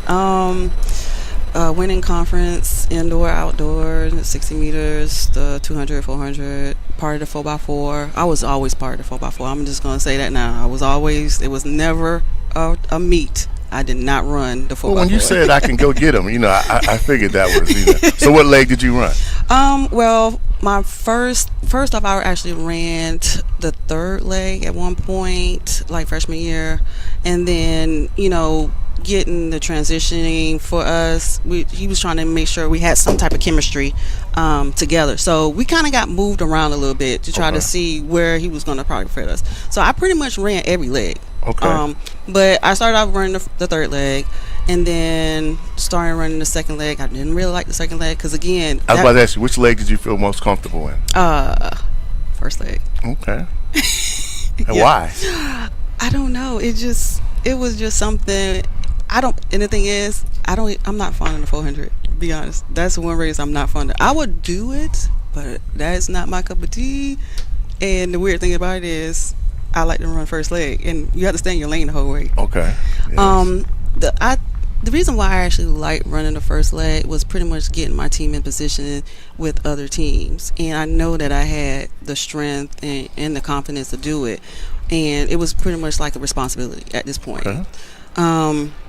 So as running the first leg, so you're going to set them up. I'm setting you up, team, when get you out there. Yeah. So you got to maintain this. I'm finna do my job to get you in this race, to be in this race, and now once I hand this off, we got to do some things. You got to keep it up, catch somebody, and I had a good team. So. It sounds like it's safe to say that most of the time you came in with a little bit of a lead, right? Yes. I would say that, yes. And I'm not boasting myself up. That is actually true. Yes. Okay. Yes. So it must have worked out. That's why they kept you there. And you liked it, so it's working well. Yeah. That's a great place to start because you don't want to start from behind, right? So, if we get your leaders some confidence to begin with, then that's great. And you're staying in your lane, so that means you're, putting some speed out there. Yeah, and take it from there. Yeah, okay. Absolutely. All right. So you get a chance to run the Penn relays. I did. It was unfortunate I didn't get a chance to go my freshman year because I actually was going to go my freshman year, but I got hurt. Well, it was not really hurt. Shin splints. I wasn't used to it because, again, I'm running practice differently than high school, so I'm putting a lot more stress and stuff on my legs, so I couldn't go. But when I had the chance to run Pima relays, I was super excited, and plus it was like my professional debut because I was running when I was a professional athlete. So yeah. Oh, okay. So you got a chance to win the 2004, right? Yes. The 4x200. The 4x200. Yes. And which leg did you run in that one? I actually ran the last leg. Oh, okay. Yep, I ran the last leg, and it was pressure. I'm not gonna lie, because it was my first time running at Penn Relays. I kind of knew what to expect, especially watching it on TV and hearing most of my college teammates talk about it that did go to Penn Relays to see how huge the meet is, because you got people all over the world coming to run at that meet. And as my first time running it, my first time being at Penn Relays. So would you say that Penn Relays race was probably the biggest crowd that you run in front of at that time? Yeah. At the time, yes. I think it was bigger than when I went to Olympic trials. Yes. Yeah. Okay. All right, but you won. Yeah. We did. Absolutely. I have a question for you, Shante. Okay. Let's go back to your MEAC days at FAMU. Okay. You won the 60, the 100, the 200. In 99, you were named the MEAC Most Outstanding Female Performer. Yeah. How many events did you do that day? Oh, gosh. Including the relays. I did the 1, the 2, the 4x1, and the 4x4 that year. So yeah. And the other ones, the 60, of course, was the indoor. Yeah, the indoor 60, the indoor 200, and the indoor 4x4. That's fantastic. Yeah. Anything they needed for speed, just put Shante out there. Yeah. You're either gonna hawk them down at the end or give your team Set them up, right? a great lead. That's it. She's got the bookends. She's either going to put you out front or have to try to chase them down. Absolutely. Okay. Now, I got to ask you, though, which one, I know you want the win, but which one felt more exciting to you, to get the lead out front, or you running the ankle leg and you got to go get them? Oh, gosh, that is that's a tough question. I mean, I like both of them. I mean, hawking somebody down is that is an awesome feeling. That's an awesome feeling. I would say hawking them down. I ain't gonna lie. Okay. Yeah. Because when you walking down, everybody in the stand is woo.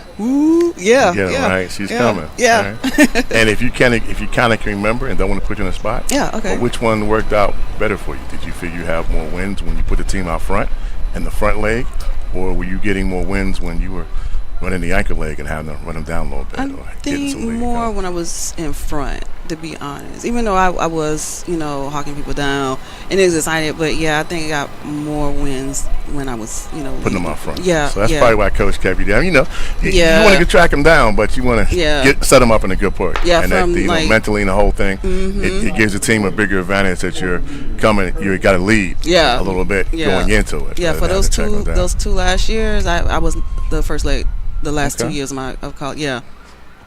I think they changed me one time. It was at conference, and I had to run the ankle leg, and we was behind. So I had a hurt back, and I just came off of a hamstring strain injury. Wow.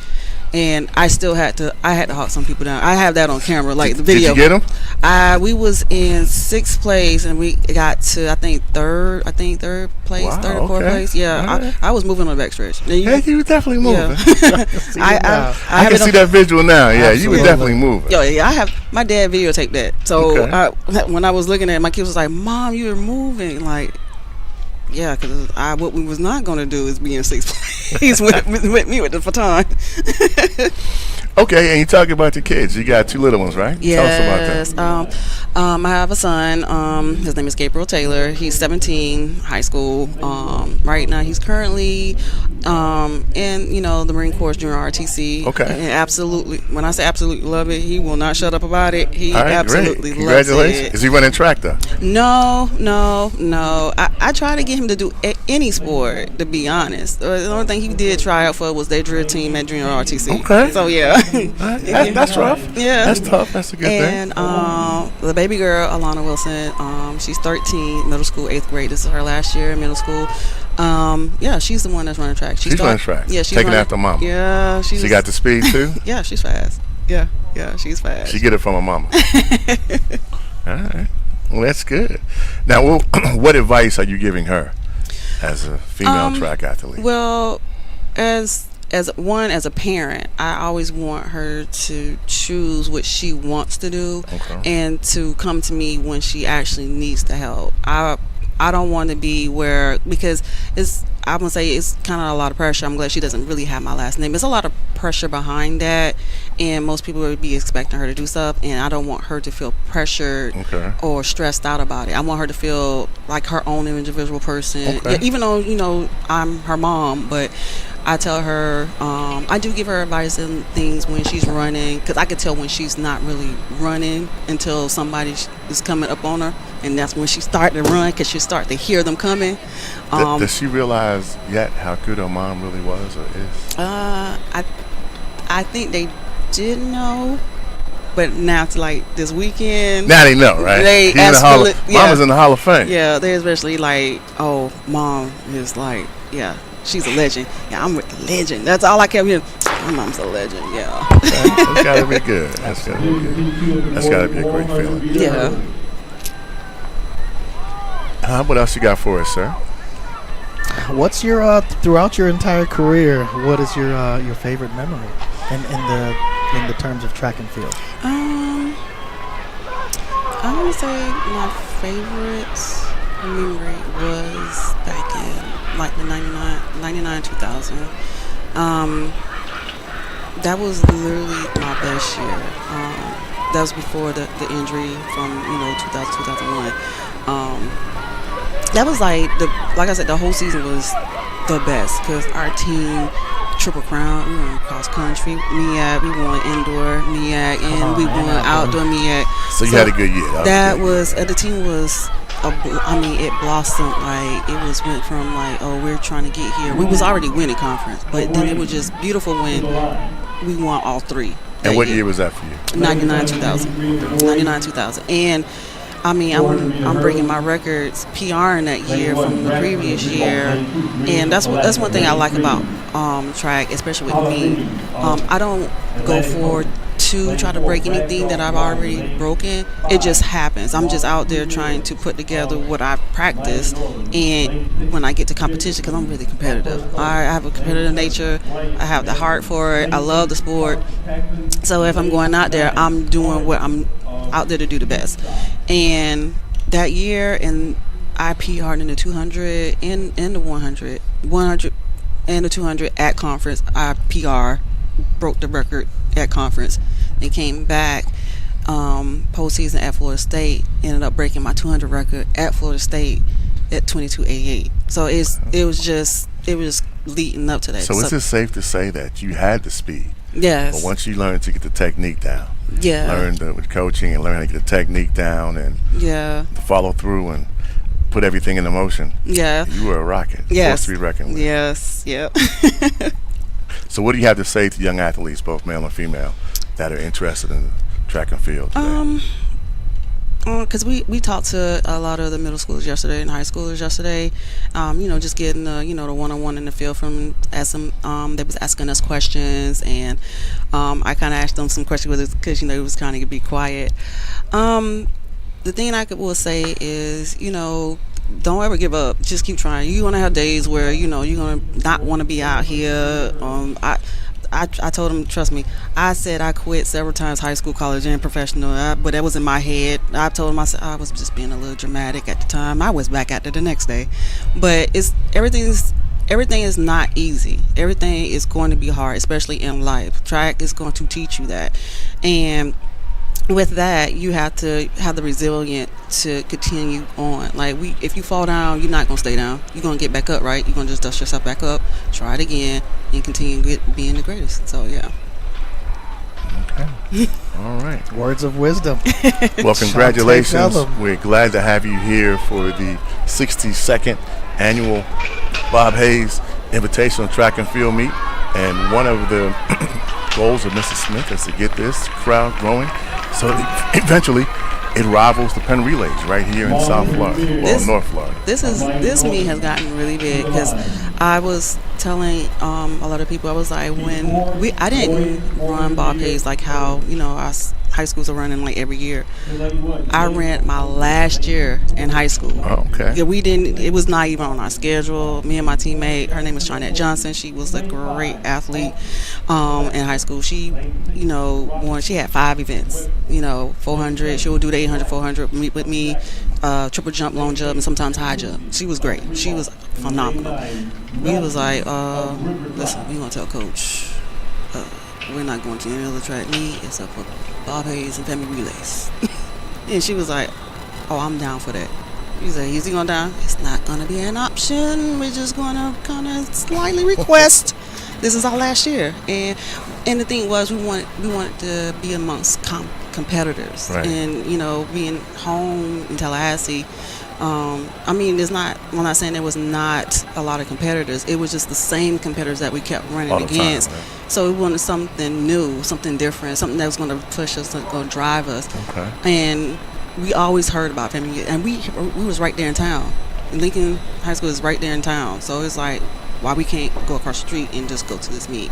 Because we knew that a lot of teams come from Texas, all over Louisiana. So we pitched it. And he was like, it was like, well, coach, we're really not asking. we just saying it nicely now. We just saying it nicely, and we came out here. He brought the whole team, and I ran the 1 and the 2, and actually got nudged. It was so close. I got nudged out by second. I got second in both. The second in both, and I ran. It was one of my PRs that time at the most before I went to state. So it was a great opportunity to actually come here and run just that one time in high school, because that's something that a lot of kids are not going to forget. Even though I did not win, it was fine because I wanted to be amongst a lot of the best athletes. Yes, in high school. Now you talked about your teammates and your friends at Florida Agricultural Mechanical University, another great HBCU. Yeah. Still in contact with them? Lifelong friends? I am in contact with just a few people. And I'm trying to figure out who I talked to. I actually talked to one of my teammates this morning because he actually lived here. His name is Bosworth Henry, and he married his wife Dara Wise, who's now Henry. All went to Florida University, and I was like, oh gosh, I forgot to tell him I was in town. And I told him this morning. I said, my apologies for the late response. But you've been a little busy. So yeah. Normally he's still in the world of track and field because he's also a timer. So he travels back and forth and stuff like that. I think that's the last person I actually talked to. I keep he was a senior when I was a freshman at the time. Now, you got a very exciting class and a very elite class going into the Hall of Fame this year. Yes. What has your interaction been with your fellow classmates this year? Great. I mean, I'm amongst a 5-time world champion. Like, listen, that is awesome.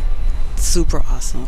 And getting to actually meet them and have a conversation with them, where they're headed at, and watching TT yesterday with the middle schoolers teaching them like the 4x1, where I was over there with her, but I had to stand off because I was just like engaged, like how she's teaching them, giving them it like raw, like literally, hey, you got to do this. No, you don't want to do this.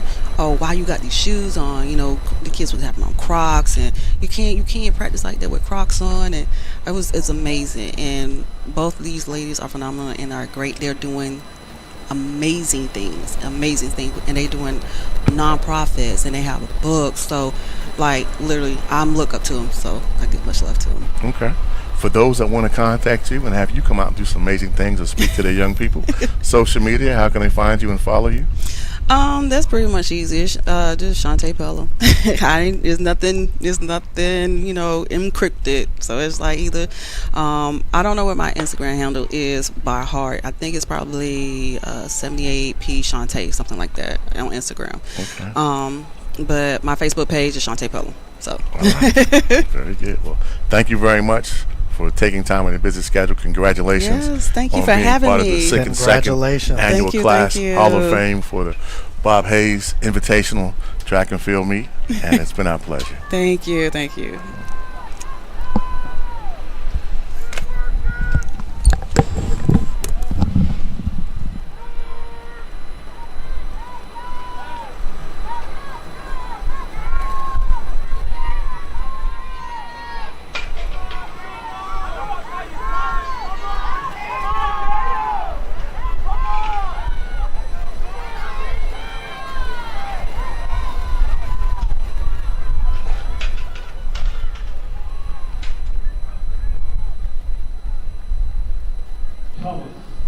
Grayson to the line.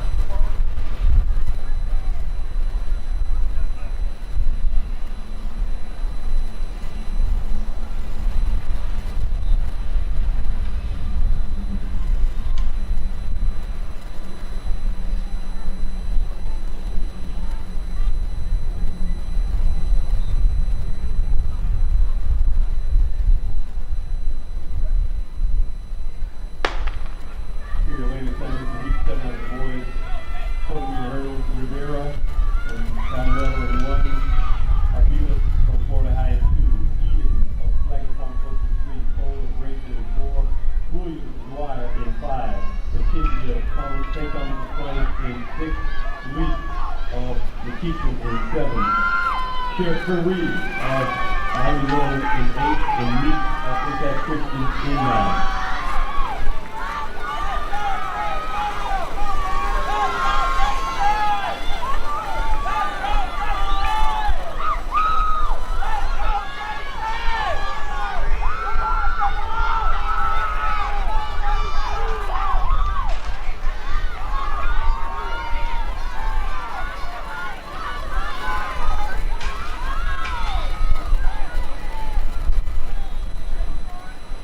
Of Grayson to the line. Heat 8 of the boys 400-meter hurdles. Your lane assignment. Lane 1, Robinson of Reebok. Lane 2, Davis of Riverside. Lane 3, Chapman of Flagler Palm Coast.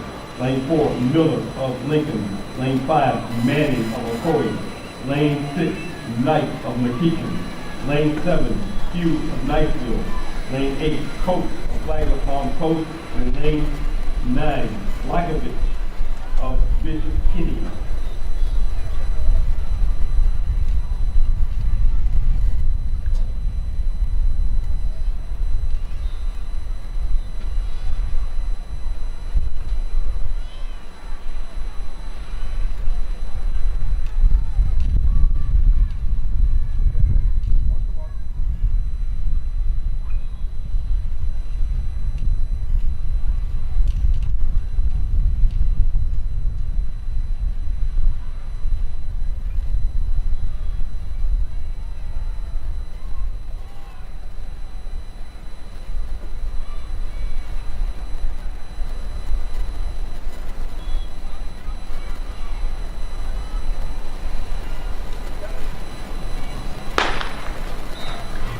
And we got a good start. Heat 8 of the boys 400-meter hurdles.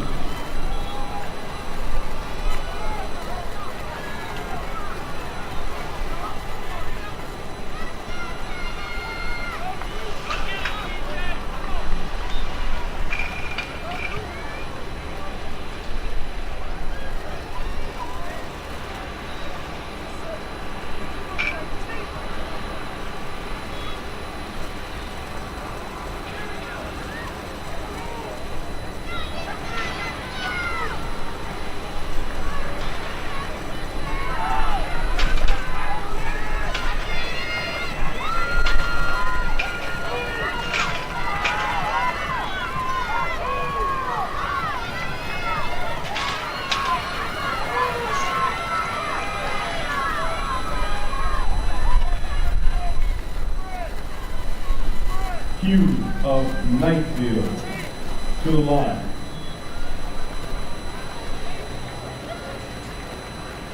Final heat of the boys 400-meter hurdles. Lane 1, Upchurch of Bishop Kinney. Lane 2, Bavelius of Trinity Christian. Lane 3, McCrae of Andrew Jackson. Lane 4, Collins of Miami Northern. Lane 5, Arnold of Baldwin. Lane 6, Prosper of Ocoee. Lane 7, Perez of Northeast.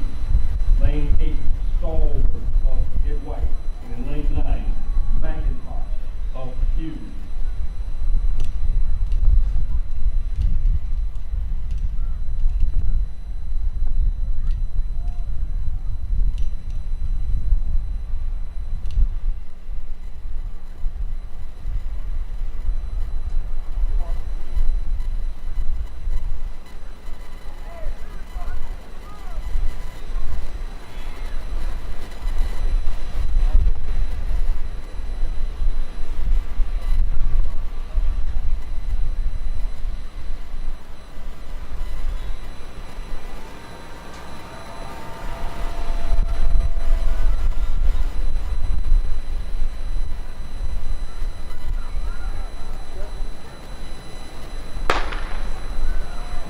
And we've got a clean start to the final heat of the boys 400-meter hurdles.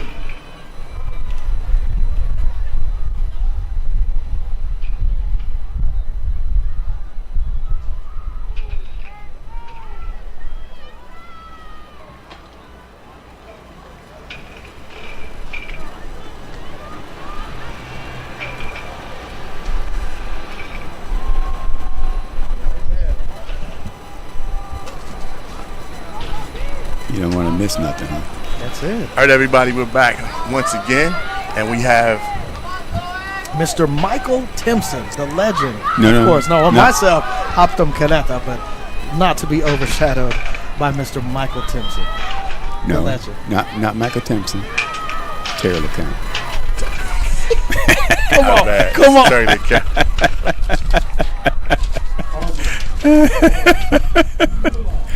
We got the same complexion. Well, Mr. LeCount, hey, thank you for taking time on your busy weekend to talk with us. Now, you're about to say you remember the first your interaction with the Bobcats. How's the weekend been for you? Tell us about it. Sir. The weekend is it's an awesome experience. We come in on Thursday. We do the gala, meet all the Hall of Famers that's inducted into the Bob Hayes. But my biggest thing is I'm the moderator for the James Day track program. Yes. And so James Day started this track program clinic for the middle school kids. And at that time, we just had local coaches and some superstars that participated in track and field. You look at it now, the middle school kids, they have Olympians that they're actually talking to. So my thing is to take them through the whole course, a real Q&A. Just don't sit here and stare at T.T. Terry. Okay. Think about it. You got Melissa, Michael Timson, the great Eddie Hart. These are world leaders in track and field. So we want you to take advantage and ask all the questions. So that's what happens on Friday. So I look forward to that part. And then on Saturday, my work is done. So now I can sit back and just kind of enjoy some track. Okay. And enjoying track, man. You know, we were just talking with Shante, and she was talking about how she learned some of always had the speed, but learned some of the techniques and formulas a little bit later. And what you were just saying, you know, working with the younger kids in high school and middle school with a chance to get some of that technique and schooling from Olympians and world champions at an early age, that's fantastic. That is good. When did you first get involved in track and field, sir? Well, to be honest, I didn't do track until I was in high school. Okay. I did what they call park and rec. As Shante was talking about, you go there one day, you run a race, and that's it. You don't do it anymore. So you're a young kid, so you don't know a whole lot about track. James Day, my track coach, and the guy that's the director, used to be the director of this awesome event. I was a quarterback in high school. Okay. And I'll never forget, my first day of spring practice, and I'm sprinting out, and he comes to me after I walk back to the huddle. He says, "You don't run track, you'll never play football." So even though he was the offensive coordinator, he forgot about football. He was looking at his track program. And so I started running track in 10th grade. Okay. And I was a 200-yard dash guy in 10th grade. And then my junior and senior year, I got moved from the 200 to the 400. And I talked to people, you know, different sports writers about it, what it was like at that time. Because most of the time it was always 100. You know, the fastest human, the Bob Hayes, and the quarter mile was a quarter mile. But I think what has happened, that people in Jacksonville that really knows me, is because not that I created the 400, I ran the 400. All right. And when I say I ran it, they never saw anybody do it like that in the 40 plus something seconds. And so I was pretty much like a quarter horse. I enjoyed it. You talk to most people that run the 400, they do not like it. Right. It's rare you find somebody that say it like that. They do not like it. But you say you enjoy it. No, more than enjoyed it. Okay. Sometimes I get teary-eyed when I think about my coach. My junior year, ran high 48s, which was unbelievable at the time in the 70s, and got into the region and ran the 48. And then I get this phone call to kind of let me know where I'm going to be stationed for the state. And it's about 10:13 that night, and he says, Black Magic, because that was my nickname. And he says, Black Magic, you got lane 6. He says 4 people ran faster than you. And you always hear about what coaches say that motivate you. He says 4 people have ran faster than you. And his next word was, but they haven't ran against you yet. So I went into the state my junior year hearing that, no fear. So I go out, and I was the guy when I explained to people how they try to run the. So how you do the 400 and what you do? It was just all run from the start. No hesitation, no pacing. Let me save something. It was all gas, no brakes. Huh? I was gonna make you quit. Wow. Soon as the gun went off, you was gonna go like, he is gone. Should I go after him? And if you tried to, you had to go all the way. So that was my thing. And so I became state champ as a junior. Congratulations. Yeah, and then my senior year, something really happened. I can go on the track and I can see the fear in everybody. The fear was, this guy's not playing. He is destroying. There's nobody close. The old joke is in Jacksonville, back in the days, when it was in, because you know they bet on track. They'd be in the stands and they would bet. They would bet how far I was going to lead somebody. Oh wow! Not that I was going to win. Back in the win, but how far that I was going to lead somebody. So my senior year, I just had this type of confidence, and I was talking to Eddie Hart, and we brought up Larry Black, and Larry Black was the state champion record holder, 46.9, and I was running 46.5s, 46.3s. And my senior was the only time that I even thought about breaking it. Because other than that, I was just running. Okay. And you guys haven't heard this part, but I get into the state meet, and I'm in the starting block. And I'm kind of reminiscing what Eddie Hart did, but he did an Olympic where he got disqualified because they didn't make the time slot. In my situation, I'm thinking, I'm going to get this record today. And the gun goes off, and I come out the starting block, and the starting block comes out the hole. Wow. Technically, they're supposed to stop the race because the starting block is not in, but they don't stop the race. Okay. Then I try to get up because I'm on my flat face. Oh, so you actually fell? I fell. You actually went down. Okay. I went down. I'm trying to get up for the second time, and I fall again. Then the thought of, you're not a quitter, just go ahead and finish the race. Okay. Then I get up, then I start to run. And then I can hear the crowd. The crowd at this point, right? The Here crowd's we like go. they're behind you. Here we go. I can hear the crowd. So I run everybody down. Oh, man. Run everybody down, run a 49.2. Me and the guy we ran in Winter Park. It was a photo finish. They gave it to him because he's, technically, let's be honest, he's in Winter Park. And we had the same time, so they gave it to him. But the time was at 45 something, 8, 9 when I got up. So wait. I just gotta, I'm getting goosebumps and teary eyes hearing this, but you're talking about you went from starting and winding up being flat on your face twice to getting up and running them down. Yeah.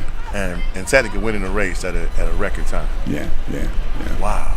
So I think about that, like Eddie talks about, you can't blame the coaches, can't blame the coaches, da-da-da. And I never blame coaches, but I think about not getting that state record. But the most rewarding part is in the state of Florida, anybody that knows anything about track, they go, you that guy that fell down. Wow. You that guy that ran everybody down. Wow. So they talk about that. You that guy that ran everybody down. And like I said, 100 is at the 100. But in the early 70s, I made the 400. Made the 400 that everybody comes to. You look at races now when they come to, they like the 4x100 relay. Everybody likes that. But guess what's at the end? The mile relay. And everybody like the mile relay. They like the mile relay for one simple reason. You're never out of the race. In the 4x100, you make a mistake, you're done. You're done. It's done. In the mile relay, anybody can win it. So the 400 was just something that, and when I say loved it, I mean loved it. Loved it. That's why I ran it the way I ran it. So what do you have to say to young men and women that are thinking about track and field and right now don't like the 400, but they're in it, and how to turn that into a love for the race? Well, one thing about was coaching, and trust me, I don't want to coach in this time where the kids are. It's different breed of kids. But if I was coaching, I'd get my team together from the beginning, and I would explain to them, I need 7 to 8 400 meters. We will win if we have 400-meter people running. So let me explain to you what I mean by that. You can run the 100, you can run the 200, but if I can get you to run the 400, we're going to be successful on the track because you can put them in all the races. That's how I would talk to my track team if I had a track team. And I did that. Matter of fact, I did that when I was in Mill Valley. Had a nice little track team there. Had them in middle school. When I went to the high school, they came with me. Okay. And we had a track team. And the best part about that was these was all white kids. And they knew what I went through, but I taught them how to run. So to see them be able to compete, and when I say white kids, I'm talking about white kids that has never ran before. You know, nobody taught them. We didn't have a track, and I taught them how to run just in the park until we got to high school. But then we had 50 to 60 kids on the track team.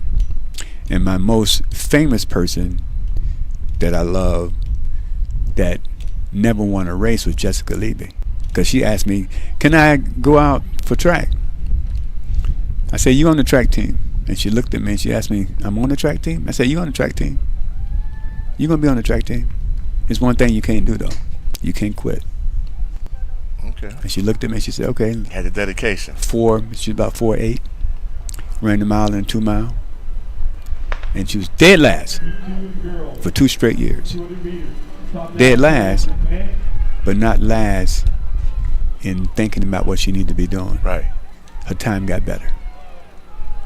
Her time got better. So she was my biggest reward, because it wasn't about track for her. It's about when you leave track, you're going to have to pay rent, you're going to pay mortgage, you're going to have a family. Are you going to quit? Are you going to give up? What you going to do? So and it's all about life. Once again, you're acting like and talking like more coaches, you know, and you're dealing with whatever the sport is with the X's and O's in hand, but you are ultimately teaching them life lessons that people can learn far beyond whatever the sport is, and we commend you for that, sir. I appreciate it. The thing is, when I'm talking to the kids, I go straight to them about what I had. I had Negro League coaches. Okay. So I grew up in the late 60s, early 70s, and all my coaches that coached me was Negro League coaches. Okay. Meaning I had one guy that played in Major League Baseball.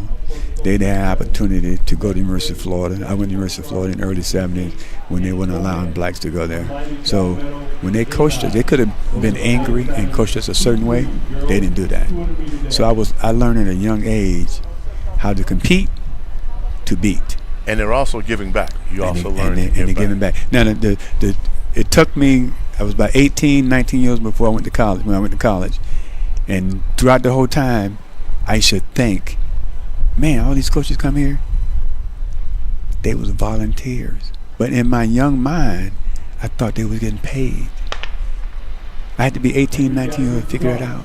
I didn't realize they was giving it all back and not giving 1 red cent. That was real special. I talk about it all the time. Me and Greg, we played on the Astrogens men's club, which had the Negro League people that was in charge, and we learned from a young age. I was 7, Greg was 9, and we won the championship in the black neighborhood. Congratulations! And the goal, thank you. And the goal was, when we win the championship, we'd be able to play in the Gator Bowl. we weren't allowed to play in the Gator Bowl because we was black. And me and Greg still remember that. And we got the picture. It's about 33 of us. 7 of us made it in NFL. And so we look at that all the time. We could have just gave up, but that was our driving force. And you look back, Greg is our very first black punter out of Scott Park. Rains High School had people like Kenny Burroughs and Harold Carmichael and Lito Shepard and Dawkins. We all come from the same high school. That's some names. That's some great names. Oh, there's plenty more than that. And same coaches, you know. The great Ken Riley was a substitute teacher for us. You know, so we just had it. And then Bob Hayes was Bob Hayes. He was the guy, our first guy that we ever saw on TV. Okay. Local guy on the east side of town. And he was our motivation. Anybody that played football, if you was the coaches did this. If you wore number 22, you better be able to run. If they gave you number 22, you better be able to run, because they didn't give 22 to nobody unless they was able to run. You know, so I'm a product of the late '60s. I know the history of football and baseball. You know, my baseball, when I was talking about the Negro League, my coach was a professional baseball. I'm a Pittsburgh Pirates. Okay. We grew up playing baseball. So Roberto Clemente. Yes. Not football, not track and field. It's Roberto Clemente. Well, that is one of my mantras for my personal show, is that we try and talk baseball year round. Yeah. Trying to get more people of color. Yeah. And more African Americans into baseball. Yeah. You know. Did you watch it? Did you watch the World Games? The World Game? Yes. First thing, I'm tell you what I did. I'm watching it. I'm looking at it. I'm looking at Venezuela, and a part of me says, "Go Venezuela." Part of me. Okay. I'm gonna tell you why. Because then I look at the USA, and I look in the dugout, and I don't see none of us. Yep. I don't see none of us. I'm just being honest. Yeah, I mean, you gotta look at it. Yeah. And now a lot of people that I talked to when I went to the gym that morning, all my senior citizens that we were working out, they didn't see that. But I'm always seeing race. You look at it, but if you think about it, when you talk about young athletes, and with baseball, mostly male athletes, but you know, baseball is usually the last sport. Everybody wants to play football. They want to play basketball. I would even say track and field comes before baseball. And you find very young African American kids that want to play baseball. It's a hard sport, though. Right. Most people don't realize that. I always say that baseball is a team sport that has a lot of individual opportunities. Yeah. Because when you're at the plate, it's you and the pitcher one-on-one. Yeah. When you hit the ball, it's now you and the fielder one-on-one. Right. When you are out in the field, it's you and the ball one-on-one. So even though it's a team sport, you get a chance for individual success or mishaps. Yeah. But, you know, you've got to work together as a team to make that win. Right. Yeah, baseball is something. Yeah, it's something else. You know, all the technique from the hip flexors to how you're going to swing and how you're going to hit the ball to right field. And it's amazing, I think, that a lot of the younger kids don't realize what so many people went through in the Negro Leagues, to have the Negro Leagues, to play that. And hopefully it's going to turn around, that we can get more with the RBI program, we'll get more African-American kids to start at a younger age to play baseball. Well, they're doing some things now. They're building some things in Atlanta. They got a lot of Hank Aaron baseball fields that they refurbish, and they're really nice. They're really nice. So they got that funding going. But again, it's hard, especially if young African American kids come out for baseball when they're in high school. It's a little bit too late. My brother used to coach, and he would get kids that never played baseball. They're in 10th grade, 11th grade, and they want to play. He didn't cut them, but boy, he's behind the 8 ball. Yeah, because at 10th grade, they don't know nothing. You know, you got to play when you're the fundamentals. Yeah, you got to play at 7, 8 years old. You know, to really understand how you play the game of baseball. And Bob and I can both tell you that I would say partially because of the lack of interest from African Americans, we have a number of historically black college universities where the baseball teams, even in the HBCU, may have very few, 1 or 2, and sometimes no, even African American kids.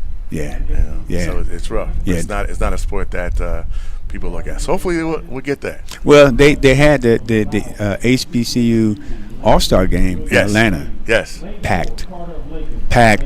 Everybody was there. The place was filled up. I mean, I met one of the guys that was an umpire, that's the president of the HBCU. So that's how I was able to get there. But that was nice to see. Really nice to see. Well, we would definitely want to thank you for taking time out of your busy weekend with the great things that you've been doing. We encourage you to keep up the great work and to keep giving back to inspire the next generation of track and field athletes, sir. I appreciate it. Thank you for having me. Terry, such a pleasure to have you on. Thank you very much. God bless you. Oh, you're welcome.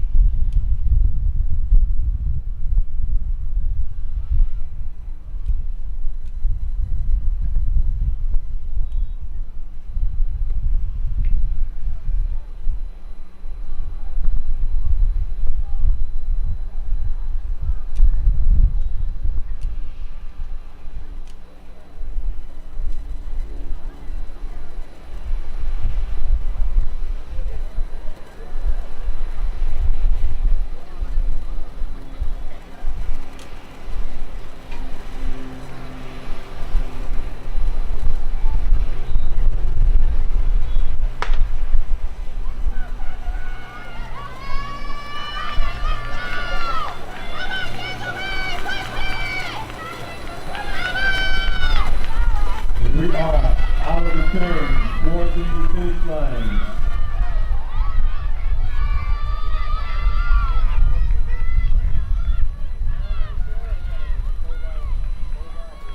Domingo of American Heritage at the line.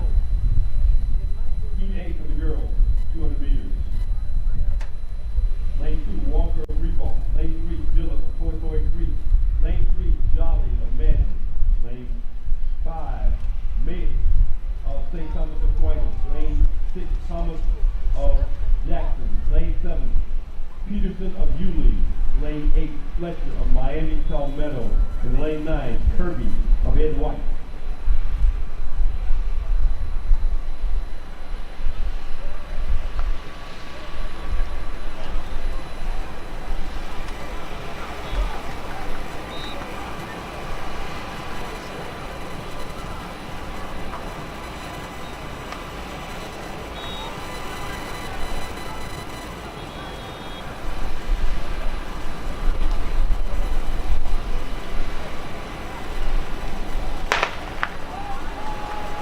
And we've got a good start. Heat 8.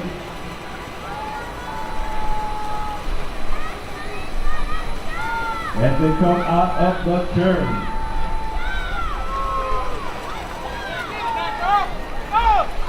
Looks to be made of St. Thomas Aquinas.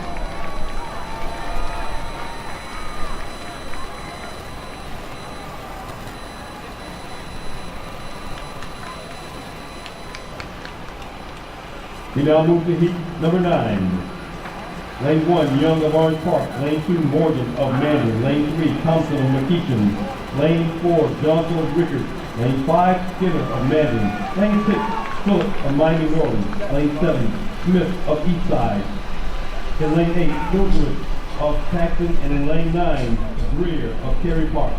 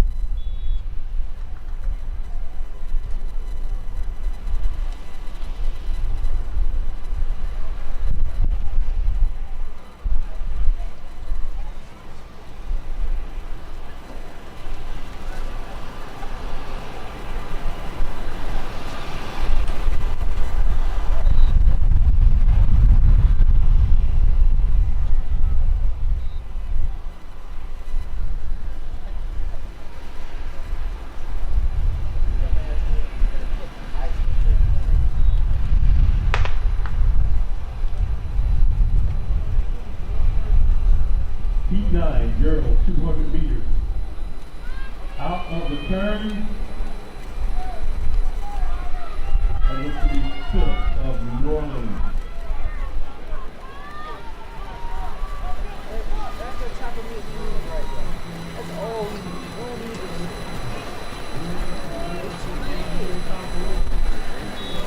Phillips at the strike. Yeah, that's on the stack.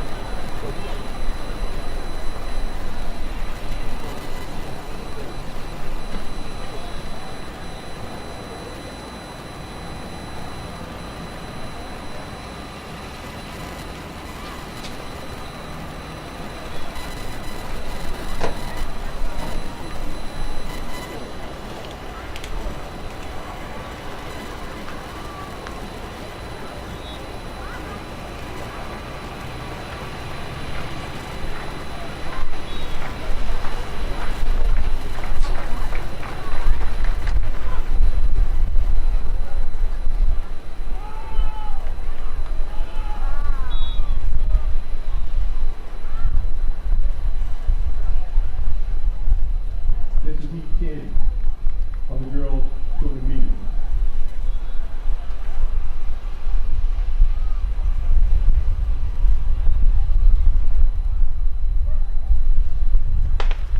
Aldrin of Lopez in 1, Dean of Dwyer in 2, Williams of Rain in 3, Lovelace of the Keaton in 4, Dawkins of Clear Park in 5, Toyoki of Auburndale in 6, Wells of Riverside in 7, Hodge of Madras in 8, and Mayer of Westside in 9, and to the line it's going to be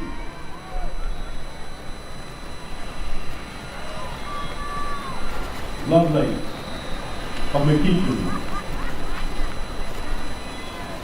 Heat 11 of the girls 200 meters. Lane 1, Wilkins of South Effingham. In 2, Samuel of Innovation. In 3, Williams of Fletcher. In 4, Tucker of Reebok. In 5, Hicks of Waikago.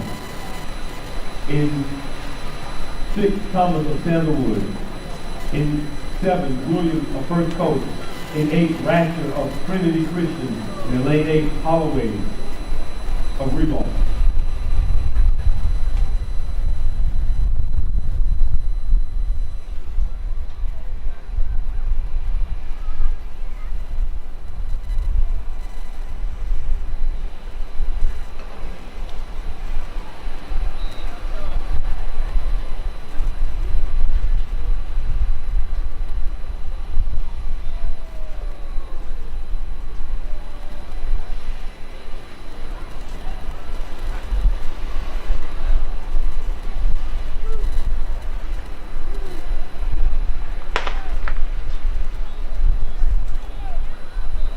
And we got a good start. Heat 11.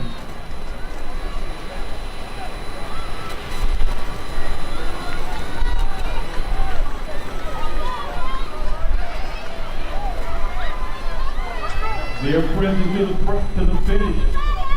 Who will it be at the line?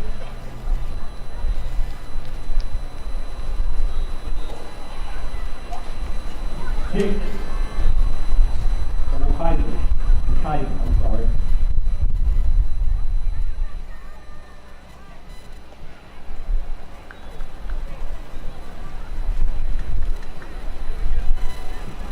Heat 12 girls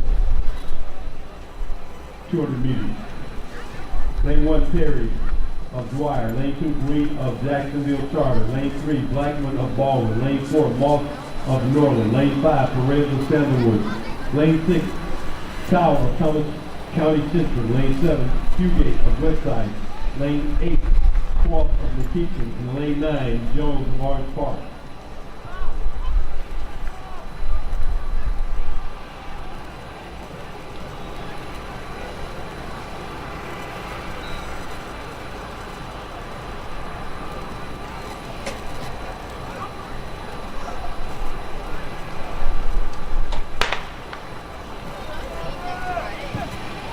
And we're off.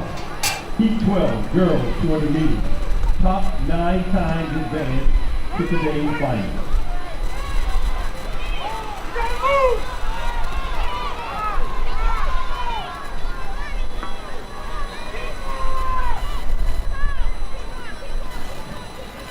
finish.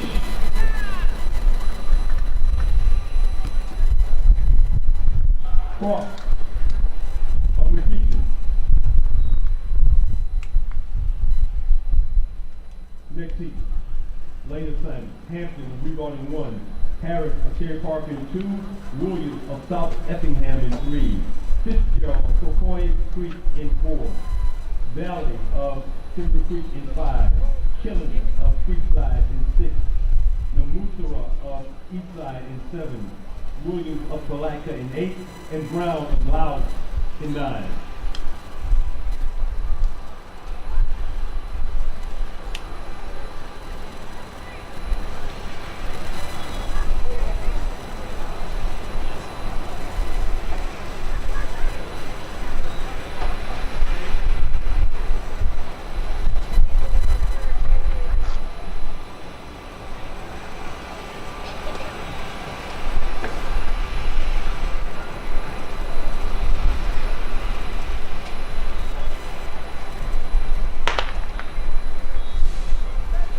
We got a good start. Heat 13, Jericho, 200 meters.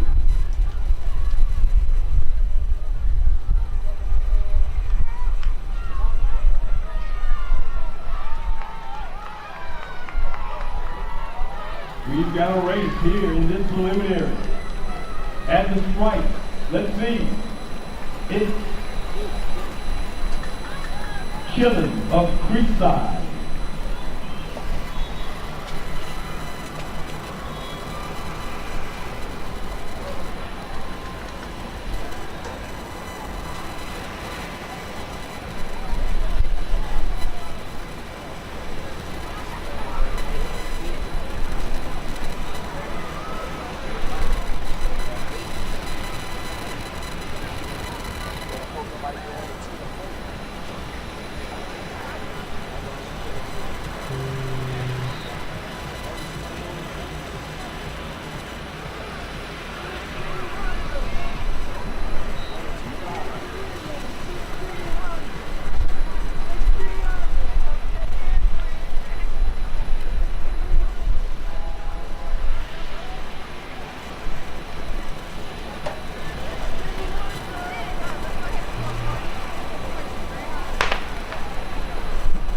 This is heat 14.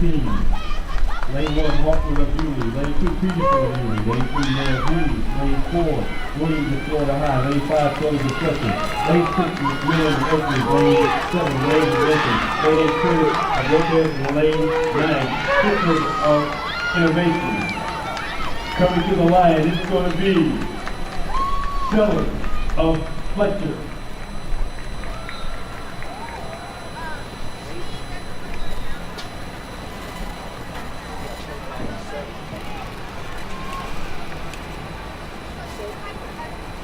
Heat 15 of the girls 200 meters.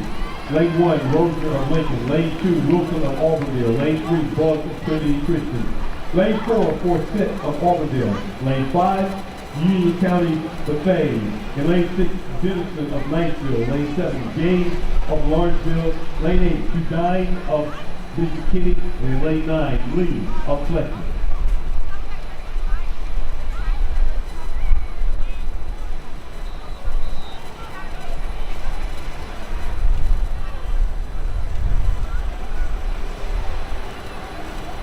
Here are your winners for the girls pole vault. In 8, from Principal, Isabel Morgan. In 7, from Niceville, Taylor Firth. In 6, from Niceville, Lily Dish. In 5th, from American Heritage, Sophia Aaron. In 4th, from Fleming Islands, Hannah Forte. In 3rd, from Niceville, Loxley Sheldon. In 2nd, from Niceville, Caitlin McGraw. And in 1st, we mark 3.5 meters for Creekside, Camille Andrews, the winner of the girls pole vault.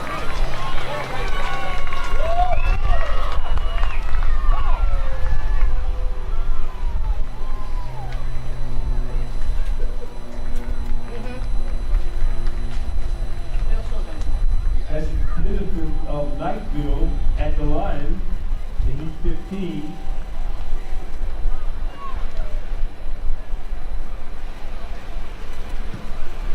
Lane assignments for each 16 of the girls 200. Phelps from Trinity Christian at 2. Buffet of Orange Park at 3. King of Miami Norland at 4. Thomas of Fletcher at 5. Medley of Wing Kaiba at 6. Davis of Westport at 7. Green of Father Lopez at 8. And Weaver of Bishop Snyder in 9.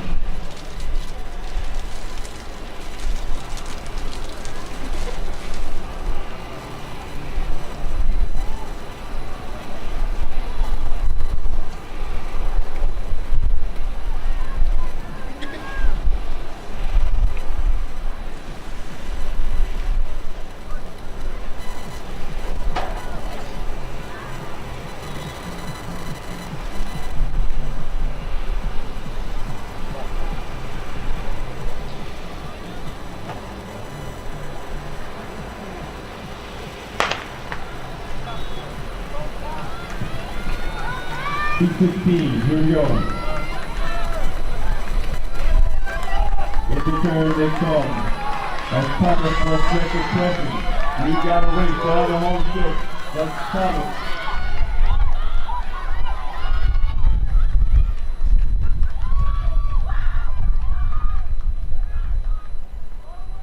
Thomas of Fletcher at the line.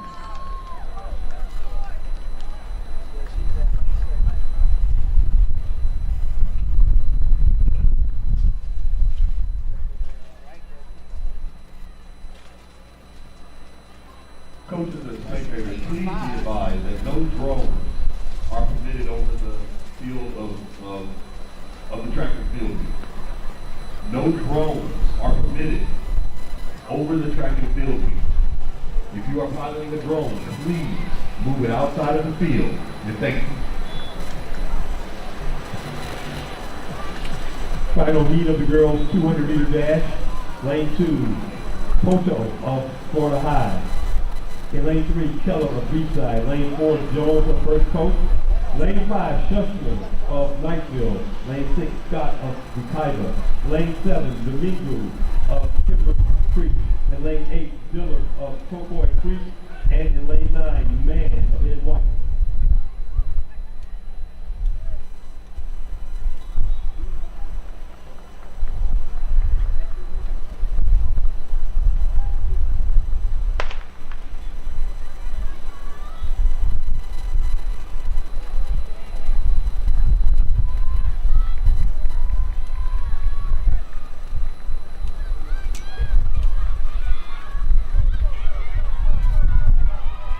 Slide to the line here in the final heat of girls 200 meters. Who will it be?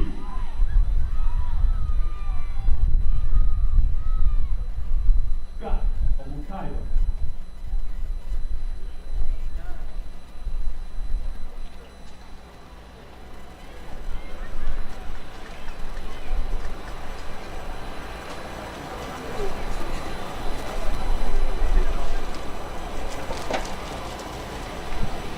Our next event coming to the track will be the boys 200 meter dash. Heat 1, lane assignment, and 1, Bates of Orange Park. Lane 2, Chance of South Effingham. Lane 3, Glenn Emanuel. Lane 4, White of Andrew Jackson. Lane 5, Cummins of Rickard. Lane 6, Chaplin of Riverside. Lane 7, Gibbs of Ed White. Lane 8, Joyner of Grayson. And lane 9, Mathis of Orange Park.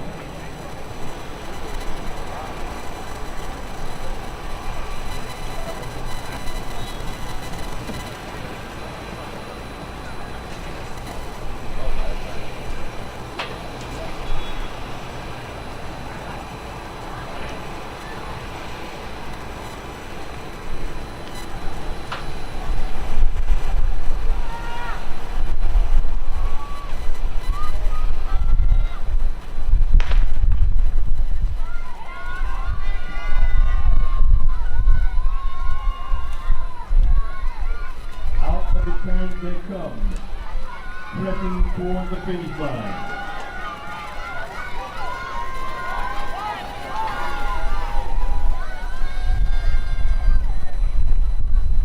Rumity of Rickard at the line.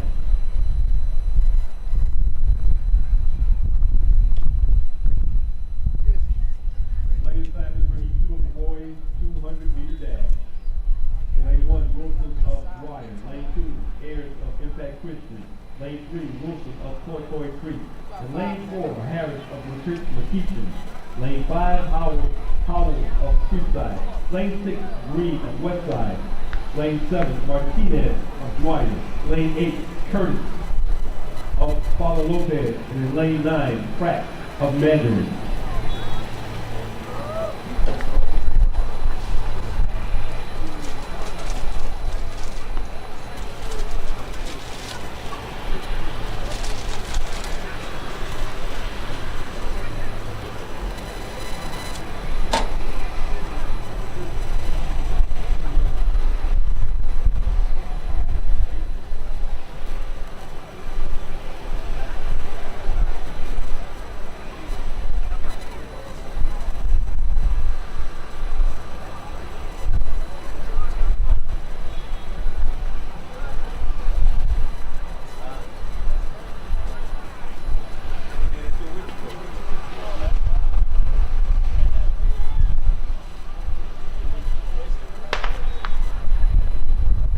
Got a good start. Heat 2, boys, 200-meter dash. Out to the point.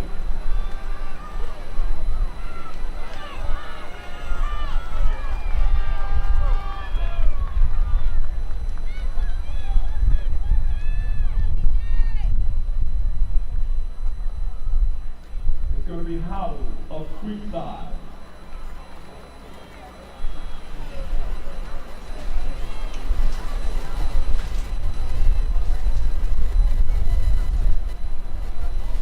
P3 of the boys 200 meters. Lane 1, Johnson of Jacksonville Charlie.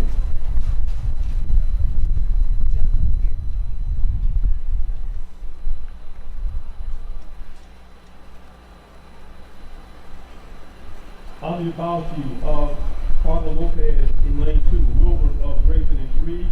Downer Barrett of Range in 4. Kay of Range in 5. White of Westport in 6. Jacob of Baldwin in 7, Quinn of Bishop in 8, and Sumner of Rebo in 9.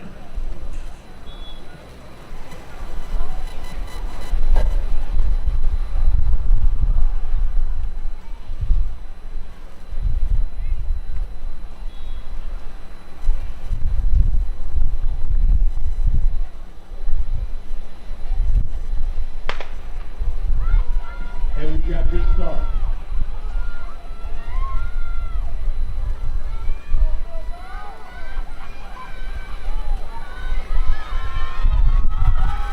King of Rain to the point.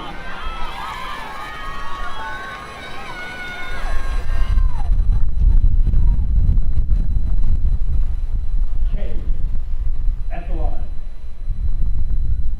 Heat 4, boys, 200 meters. Lane 1, Smith of Godfrey. Lane 2, Green of Jacksonville Charter. Lane 3, Baggs of Riverside. Lane 4, Washington of Riverside. In lane 5, Paul of Lincoln. Lane 6, Owen of Miami Northern. Lane 7, Huffman of Yulee. In lane 8, Lee of White. And in lane 9, Bartley of the Potter House.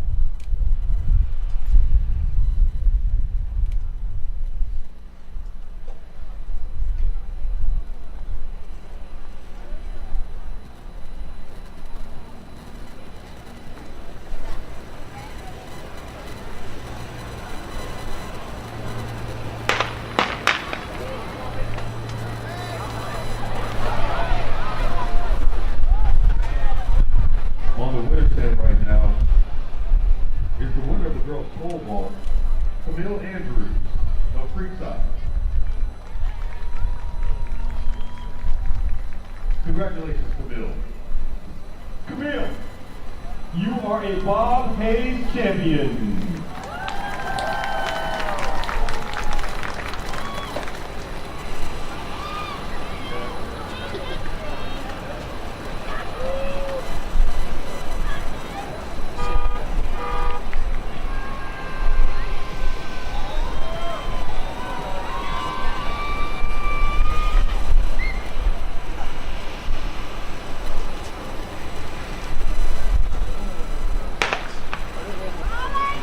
And we've got another great start here in the boys preliminaries. Out of the turn they come, pressing toward the finish line. It's tight. It's very tight.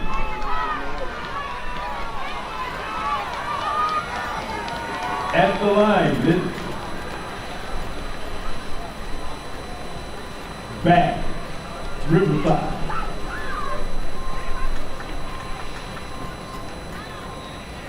Will the recipients of the Bob Hayes Scholarship please report to the award stand in the center of the field.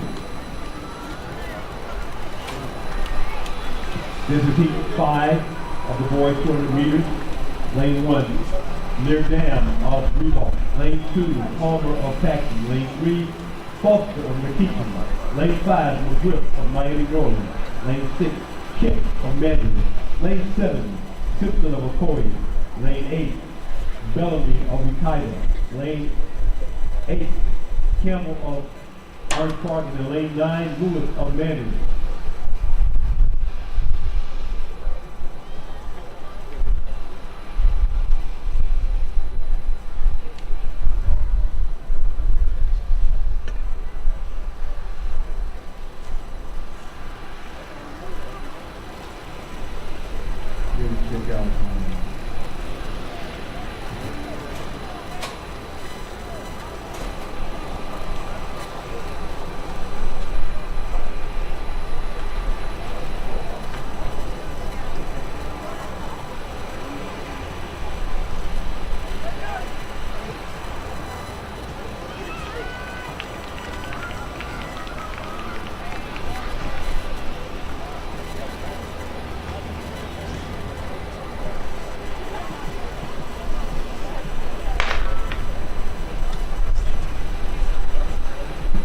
Here we go. Heat 5, boys, 200 meters. Top 9 times will advance.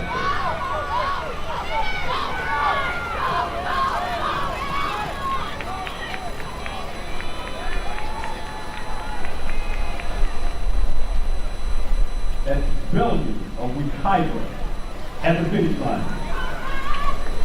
Heat 6 of the boys 200 meters. Lane 1, 40, Hadley of Grayson. Lane 2, Wells of Westport. Lane 3, Moore of Madden. Lane 4, McNair of Andrew Jackson. Lane 5, Scott of Wekiva. Lane 6, Hill of Terry Parker. Lane 7, Barnes of Yulee. Lane 8, Gibson of McKeeston. And then lane 9, Ingram of Godby.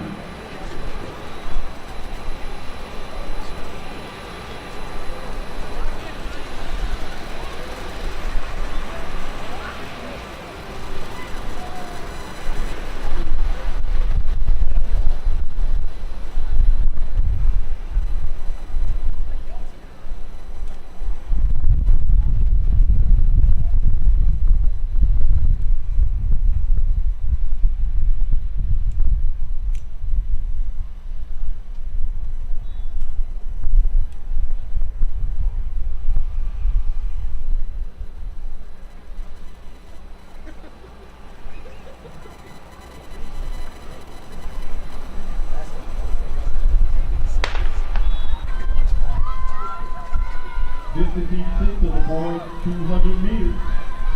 We're taking the top 9 times to the finals. Will it be one of these races?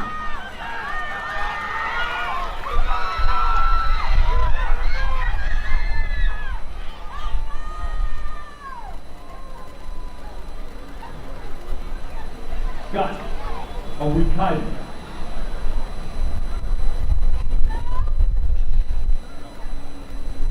Heat 7, boys 200 meters. In lane 1 is Paris of Father Lopez. Lane 2, Jones of Grayson. Lane 3, Zealous of Terry Parker. Lane 4, Junction of Rickard. Lane 5, Johnson of Oakley. From Monarch, that's Worthy in 6. Hawkins of Bishop Kenny in 7. Jones of Grayson in 8. And Wright of Reebok in 9.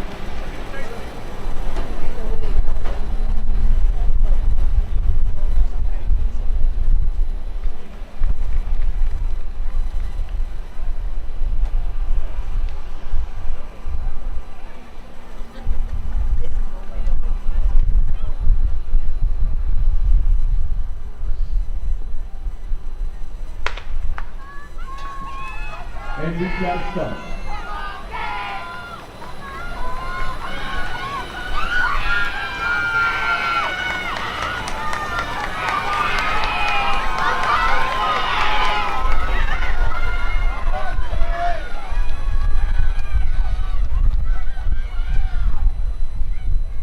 At the line, that's going to be Johnson of Oakley. The 8th heat of the boys 200 meters. In lane 1, Jim Fleming from Westside. Lane 2, Rolax of Impact Christian. Lane 3, Denson of Westside. Lane 4, Jack of Timber Creek. Lane 5, Newborn of Sebastian River. Lane 6, Hutchinson of Timber Creek. Lane 7, Andrew of Perry School.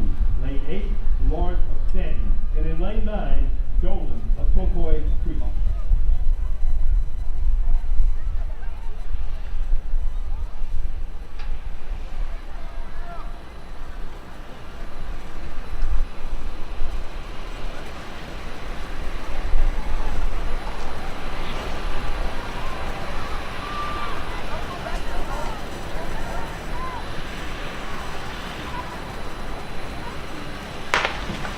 And we've got to start.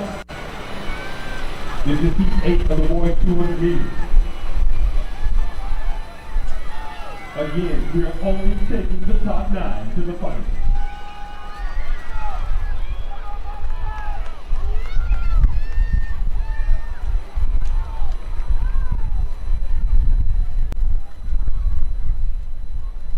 That's Andrew of Perry School at the line. For heat 9, here are your assignments in the lane.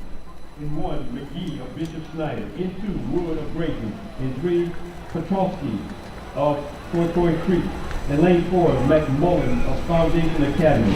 In lane 5, Reed of St. Thomas Aquinas. In lane 6, Williams of Riverside.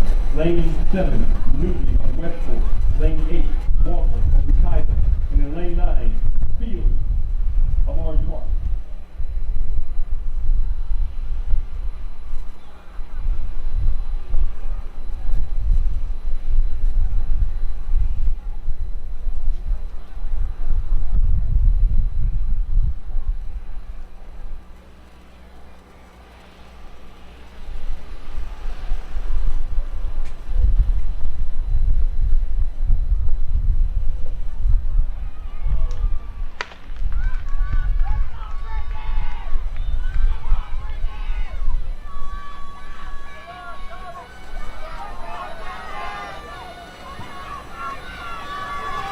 This is heat 9.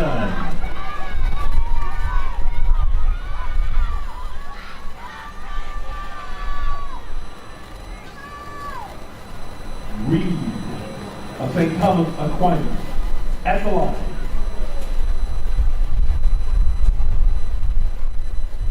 Moving on to heat 10 of the boys 200 meters. Lane 1, Brinson of Palatka. Lane 2, Moore of Father Lopez. Lane 3, Kendrick of Hughes. Lane 4, Buckman of Andrew Jackson. Lane 5, the Horns of Mighty Northwestern. Lane 6, Cunningham of Lincoln. Lane 7, Williams of Manton. Lane 8, Matthews of Andrew Jackson. And in lane 9, George of Jacksonville Charter.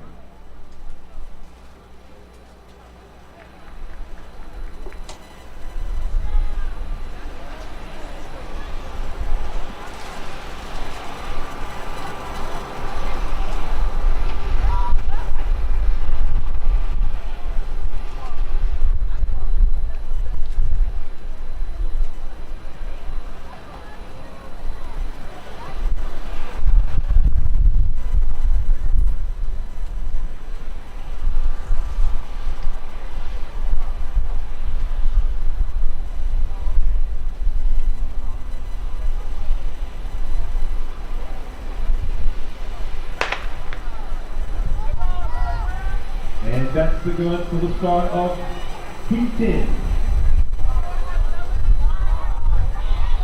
Our return, it's a three-way press. Down the stretch.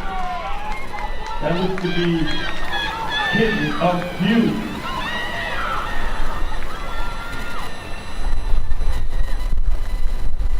Kendrick of Langston Hughes High at that line. Heat 11, boys 200 meters. Lane 1, Williams of Bishop Snyder. Lane 2, Harris of Langston Hughes. Lane 3, Brown of Wyatt. Lane 4, Goins of Flagler Palm Coast. Lane 5, Briggs of Miami Northwestern. Lane 6, Hayes of Ricketts. Lane 7, McCullough of Paxton. Lane 8, Strong of Godby. And then lane 9, Jackson of Miami Palmetto.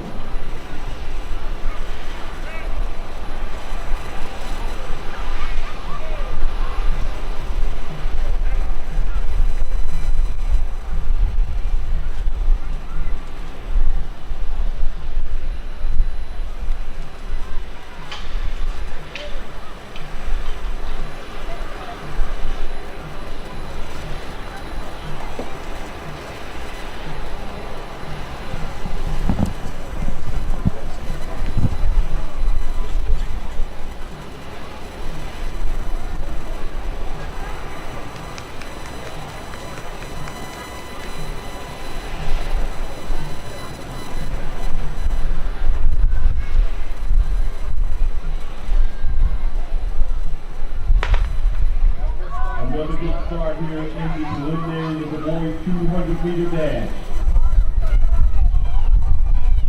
Out of the turn, here they come. Harris and Briggs and Harris at the line. It's going to be Harris of Langston Hughes.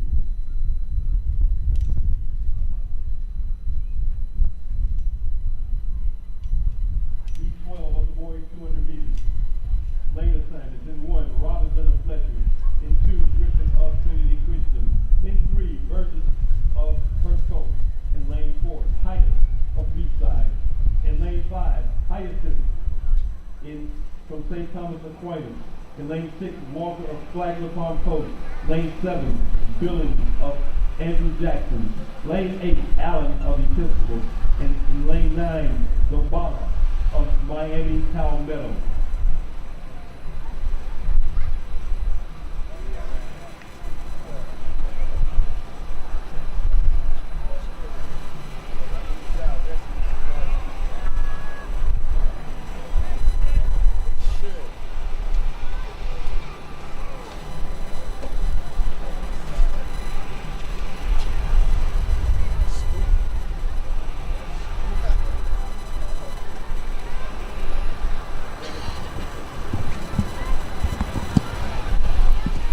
Test. Good afternoon. Mic check, 1, 2, testing. Testing 1, 2, 3.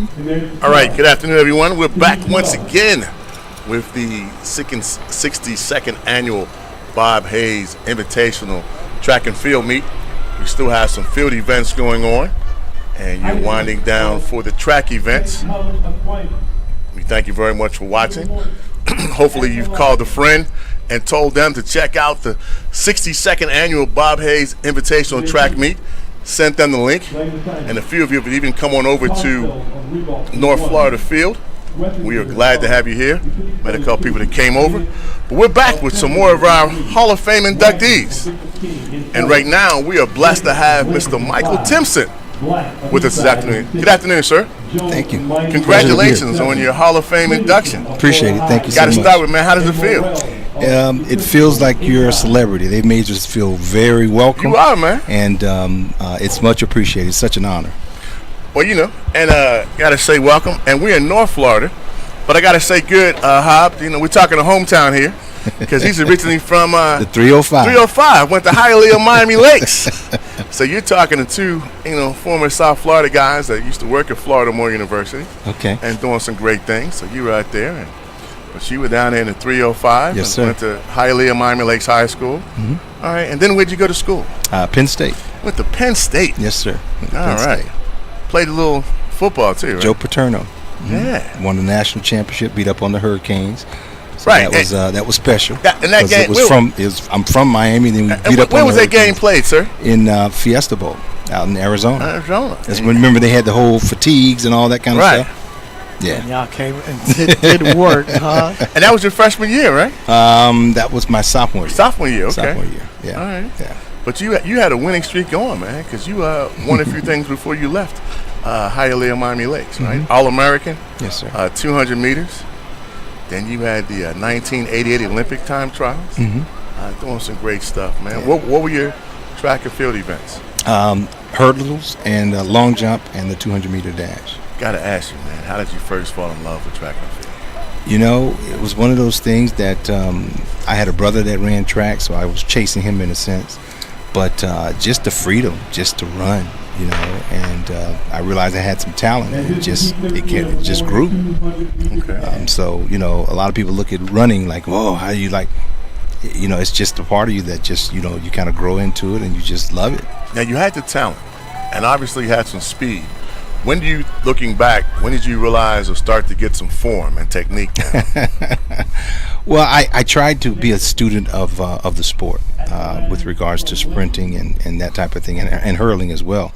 Watched a lot of Ronaldo Nehemiah. Okay. Edwin Moses Skeets. trying to learn it, and ironically, you know, he was one of the ones that obviously dipped into football, and so track was real big for me, and I saw that it was an opportunity for me to play football and bring that speed to the football field. So things just kind of happened. I was just enjoying myself, being a young kid, and just you know, just enjoying playing sports. We had a chance to talk to Mr. Terry LeCount earlier today, and we talked about, you know, he played football and ran track too. How do you feel about now a lot of coaches in schools are he's laughing already, he knows where I'm going, right? A lot of coaches in schools, man, are pigeonholed and specializing. They're playing one or the other. The days of the 2 or 3 sport athlete are gone. How do you feel about that? I don't like it. Because they're shortchanging the athlete. You know, when you're that young, you don't know where you're gonna, you know, your best thing is. And I tell kids, I say, hey, do it all. Yeah. You know. But you know, these kids, the coaches get so specialized and want to hold on to them that they don't want to share. But you know, and particularly if you get a sport like track that complements all the other sports. You know, it's best to do it. It's going to keep you in shape, if nothing else. Yeah, you know, particularly because when you're doing one sport all year round, it's burnout. Right. You get bored, you're tired, and all that kind of stuff. If you're an athlete, you look at it, and we've had that conversation, or been blessed to have that conversation with a couple of parents of younger kids that allow them to, you know, change up and switch, especially at that point, so they find what they like. And, you know, here in Florida, we're in North Florida, but you've got people like Charlie Ward who played a little football, played a little basketball too. And, you know, the thing about that is when I went to college and I was being recruited, I told schools that I would not go to their school if they were not going to allow me to play football and run track. All right. It was no deal, and everybody acquiesced and says, "Okay, sure, you can do it." And so that was, you know, and as a matter of fact, we had it written in my scholarship. In case something happened to Joe Paterno, we don't want no new person coming in. You got it right. Yeah. So every spring, I was on the track, you know, so I never went to spring practice because I was running track, you know, and so that was the deal. It was that the deal or no deal. Well, when you're that type of caliber athlete, clearly Joe Paterno and the rest of the Penn State folks, you know, they lucked up picking you. Of course, the other schools missed out, but it goes to show you guys won the national championship your second year, and then you were excelling in track. I think they made the right decision. It was, you know, I felt comfortable, you know, going from Miami, going up to Penn State. I just felt comfortable with Joe Paterno. And as a matter of fact, after I signed, he actually came to the state track meet. And it was the wildest thing because he was very identifiable. And so as he walks up, I was doing the long jump at the time. As he walked up the stands, it was like they were parting the Red Sea. Everybody was like this because they, you know, he's obviously with the glasses and everything. It was a real interesting moment. Okay. You win the championship your sophomore year. You go on. You get drafted, wide receiver. Chicago Bears first. No, New England. Patriots. New England. Yes, I'm sorry, picked by New England. Right. Yes, I'm sorry. 100. Mr. 100. Mr. 100. That's right. Yes, sir. 1989 with New England first. Yeah. All right. Cold weather. Yeah. How'd you like that? You know, I played at Penn State, so the cold weather. Cold weather didn't. and not only that, when they're paying you, got to go where they're paying you. So you don't have much of a choice to say, "Hey, I ain't going there; it's too cold." Right. You know, it was an opportunity. I didn't care whether I went as a free agent or what have you. When I was at Penn State, we didn't throw the ball. I mean, I led the team like with 25 receptions. That's unheard of now. And I just wanted an opportunity to play football in the NFL, and I got that. I was fortunate to be drafted in the 4th round. But had I gone as a free agent, I just wanted the opportunity. I just felt that I could, do my thing, and I would be able to stick on the team. So I just wanted an opportunity. Okay. So New England and then Chicago Bears, right? So spent about a year, 2 years there. 2 years in Chicago. I went there as a free agent. Obviously, they paid me a little bit more money than New England was going to pay me, so I left as a free agent and went there. And the best thing, we were not very good at Chicago those 2 years, but the best thing there was, Chicago's a beautiful city. Beautiful city. In spite of the cold, great food, diverse city. It was just a nice place. It was just a nice place. I enjoyed Chicago. Got to ask you, man. So you're in Chicago, you're playing with the Bears. Did you chance to meet? Yes, I did. Well, I didn't meet him. Okay. I didn't meet him, but I went to plenty of games when the Bulls was making that run. Okay. That was exciting to go there, and to have them turn off the lights, and then they put that little theme music on. That was one of the coolest experiences going to the Chicago Bulls game. Okay. Yeah. You're right. What about with the Bears? You chance to meet Walter Payton? Yes, he came down on the sideline all the time, and the great thing about him was he acted as though he had known you for years. That's how personable he was. So every game he showed up on the sideline, giving guys high fives, hugging them, and you're like, you're in awe. You're like, man, that's Walter Payton. That's Walter Payton. But he was so down to earth, which was real cool. That's great.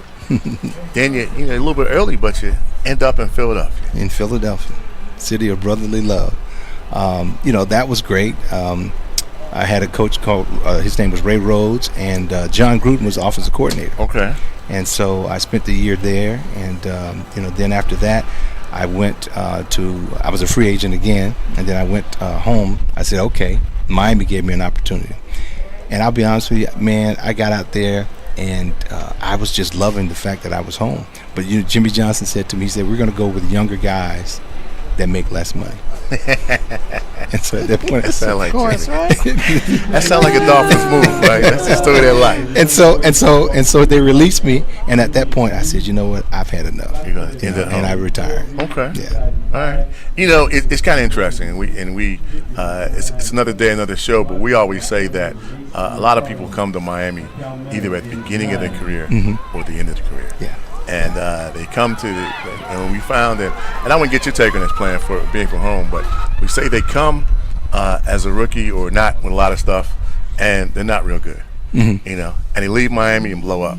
They're doing a lot of things, and we always say there's so many other things happening in Miami. That's why it's football. Yeah. And we talk to you talk about New England. So if you got to play in Miami or New England, it's two different lifestyles. Right? Oh yeah. It's two different types of weather, different things. But you adjust. You adjust. As a professional athlete, you adjust. I mean, you ask anybody that goes from city to city, place to place. Right. You make the adjustment. I mean, they expect that as you, and then, as a professional. At the same time, you have a lot of professionals that have been other places and they come back to Miami and they do well. Yeah. It's like they're ending their career, Yeah. but they're a lot mature. Yeah. They're able to handle the warm weather and the sights year round. So they have a different perspective on it. You got to manage South Beach. But as a rookie, as a young athlete, that's a tough place to be. I think you're looking at it, man, because you got to work. Absolutely. Well, you got to keep it in perspective because the last thing you want is South Beach, the lights of Miami to do you in, and the next thing you know, you don't have a job. That's what I'm saying. So you got to be mature. I still remember. We put it out there. I can't remember exactly who it was, but one Super Bowl weekend, you had one of the Fellowship of Christian Athletes awardees come on missing. Yeah. Because South Florida, Miami, will tell you in, man. If you're not used to it, especially on a Super Bowl or big game weekend, there's a lot of things happening. A lot of things happening. A lot of parties. A lot of stuff going on. So when you figure, if you look at it, Hob, you got Miami, where it's warm year round. You're outside before and after games. Or New England or Minnesota, where you're going to the game or practice and going home and you're not trying to go out. There's nowhere to go. You're going to excel in those places, right? Because you're getting your rest. You should be anyway. Locked in. Right, Absolutely, you should be. You don't have a lot of distractions. That's true. Absolutely. So it's different, man. Looking back on it, man, when you talk about your football and your track and field career, what would you say are some of your biggest and best memories? I was just blessed with the opportunity. There was a couple of games that come to mind. Obviously, the national championship. There's a couple of games that came to mind. It was overtime. I caught the winning touchdown. Things like that. Meeting people like you mentioned. Walter Payton. So I have been more than blessed. Super appreciative, obviously, for God blessing me with the talent and those experiences. So I have no regrets at all. I got to back this up, Hop, because he just put it out there, man. It just rolled it off real easily. So the championship game went to overtime. No, not the championship game. I'm saying there were games. Oh, there were games that there you were games. Okay, games. There were two games. Because I can remember that. Two games that they were overtime, and we needed to win them, and I caught the winning touchdown. As a wide receiver, man, that's the kind of things you practice as a little kid, right? Yeah. I know in basketball, you're counting down for 3 seconds and shot. Football, you're catching the winning thing. So that was great. I got to ask you though, man. You came back and you were talking, playing for the Dolphins, but was Miami in the a possibility, or you thought about it when you did they make an offer or consider going there? No. I went to training camp and everything, and then Jimmy Johnson called me in the office and said we're going to go with younger guys and make. No, I'm sorry, the Hurricanes. Oh no. So when I was being recruited, the interesting part about that is they were going from Howard Schnellenberger to Jimmy Johnson. Right. So that influx, I didn't know what that was going to be. And then here's the thing that you'll love: they didn't have a track team. So in addition to the coach change, they had no shot because they didn't have a track team. Do both, right? Exactly. Okay. They didn't have a track team. A lot of people don't realize that. And they didn't have a track team. And, when I came out, as a matter of fact, Sammy Smith came out at the same time. He was a big track guy. So we were crossing them out because they didn't have a track team.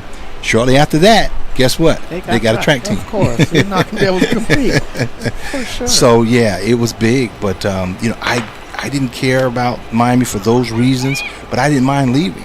And I had some I brought it down to 5 schools.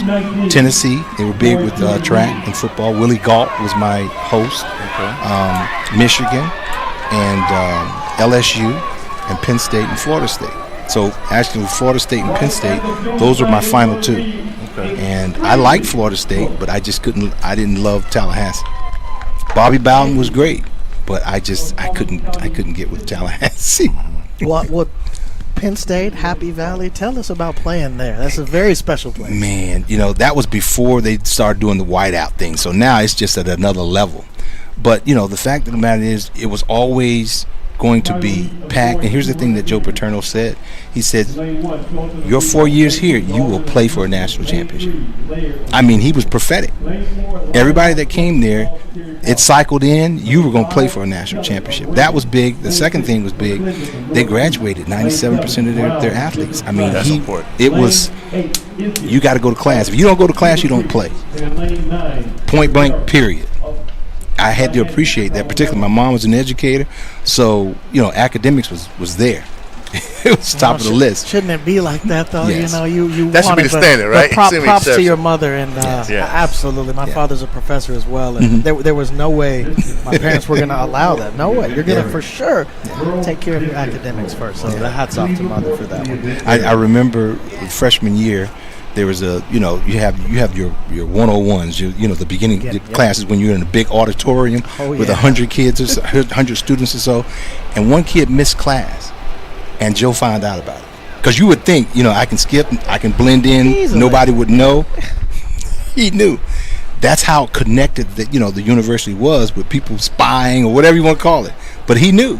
And so that was the kind of accountability that was there at Penn State up under Joe Paterno. What was your major, man? Communications. Okay. That's why it's so smooth, right? That's it. He's sitting right here. We're the same, right? No wonder you're such a natural. Okay. I wanted to do the whole communication thing. I'm thinking ESPN, the whole 9 yards. And just life didn't have it that way. Because the unfortunate part, when you're playing, people like yourselves are making their way up that ladder. And so when you get done playing, there's a lot of people that have already, paid the dues. And so unless you're one of those elite athletes that come out, you're not going to get a spot. Well, let me ask you this too. You're talking about that, but having someone that experienced it and worked on both sides, how do you feel about some of the athletes, especially on the football side, that are trying to take their future back and being their own agents or having part of their family be agents and work with their contracts? Keep it all in the family. if you think about the billionaires, they keep it in the family. So why not? I look at Jaden Daniels, quarterback from the Commanders. His mom's his agent, and a lot of people, have a problem with that. I don't. Go just a few 50 miles north with Baltimore, my Ravens. Lamar, a South Florida guy. Yes, he has his own agent, and I really contend that the reason they gave him such a hard time with his contract, didn't want to make it too easy because they don't want a lot of people following that path. If we're going to make, put some obstacles up, they're sitting out, we put some obstacles out there to look at it, and you think, well, you know what, I need this contract. I'm not as good as Lamar and the rest of them. If I hold out, they might say, okay, fine, bye. But you take and for whatever's worth, you got the Good Old Boy Network. Yeah. And you're taking money out of their mouths. Yeah. Because they're getting a large percent of people that are not doing go. practices. They're not taking no hits. There you go. They have to do no recovery. There you go. But they get their money first. So hats off to Lamar that he can do that. Unfortunately, there's not a lot of people that can do that. But he's making it work. Or you have the quarterback for the Eagles, who has an all African American team, a largely female team also, from agents to marketing to managers and people. So they're taking it back and having people look like them. Well, they want to. You can relate. Right. It's more of a relatable thing that they understand where I'm coming from, what I'm doing, that type of thing. Now, And, the one part I do get and can agree with is they had a couple people that did make a compelling argument for a couple people that have in contract negotiations. Well, like you're an athlete, so you take care of the physical on the field stuff, and let us worry about the negotiation. That's what they sell you on. That's what they're saying, and you look at it like, but if your son can do that, or his family, if it's your mom or your wife or your brother, they should understand what you want too, right? So you should really make that same agreement. And when you think about that, though, that is not always in your best interest, right? Because when you talk about the Good Old Boy Network, they are really trying to get the best of what's happening. They're trying to get, and it's real subtle. And they're trying to get you more money because that means they get more money. But they're looking at the best, but also get it at the least for But in Jaden Daniels' cases and cases like that, from a generational standpoint where that money's going, particularly with his mom overseeing, and that's a good thing. And what I love about her, she's watchful of everybody. Any girl that goes by, she's screening them. So it's interesting to see. They're playing that manager role. They're taking, and it's on both sides. They have that trust on each other side. Because I remember Kobe, when he got all the money, I remember his parents were trying to sue him. They had, or it was backwards, one or the other, where I just did not know that. I read his book and I did not know that, amongst family, I made all this money and then the parents want some of it. It's just you have to have that understanding, like your parents raised you or whatever the situation. It's different for everybody, but to see that with Jaden Daniels and his mother is very impressive. Right. It's good. Mr. Michael, what do you have to say to young athletes, man, be they track or field or football, that are out there today? Well, we had a chance to talk to a lot of the young kids in middle school and the kids yesterday at the clinic. I told them, love what you do. Love what you do. Don't begrudge the fact, I gotta run. You ain't got nothing else to do. You ain't got no job. That is your job. That's your job. So just enjoy and make sure, obviously, the academics is real. And I told them, I said, you're going to have to make sure that you're willing to commit to something. And that means you have to sacrifice something. Whether it be your cell phone, going out, you're going to have to sacrifice something if you're going to reach the goals that you've seen some of the people that are here this weekend obtain. We all gave up something. I had mentioned to them one of the instances where when I set the national record in the high hurdles, I was out in California. Me and my coach, we flew on a plane out there. I didn't go to the prom. And my wife, she was my girlfriend at the time, I said, you're on your own piece. I'm going to California to track meet. But I'm saying, I told them, I said, I'm not advocating, hey, don't go tell your parents, he said don't go to the prom.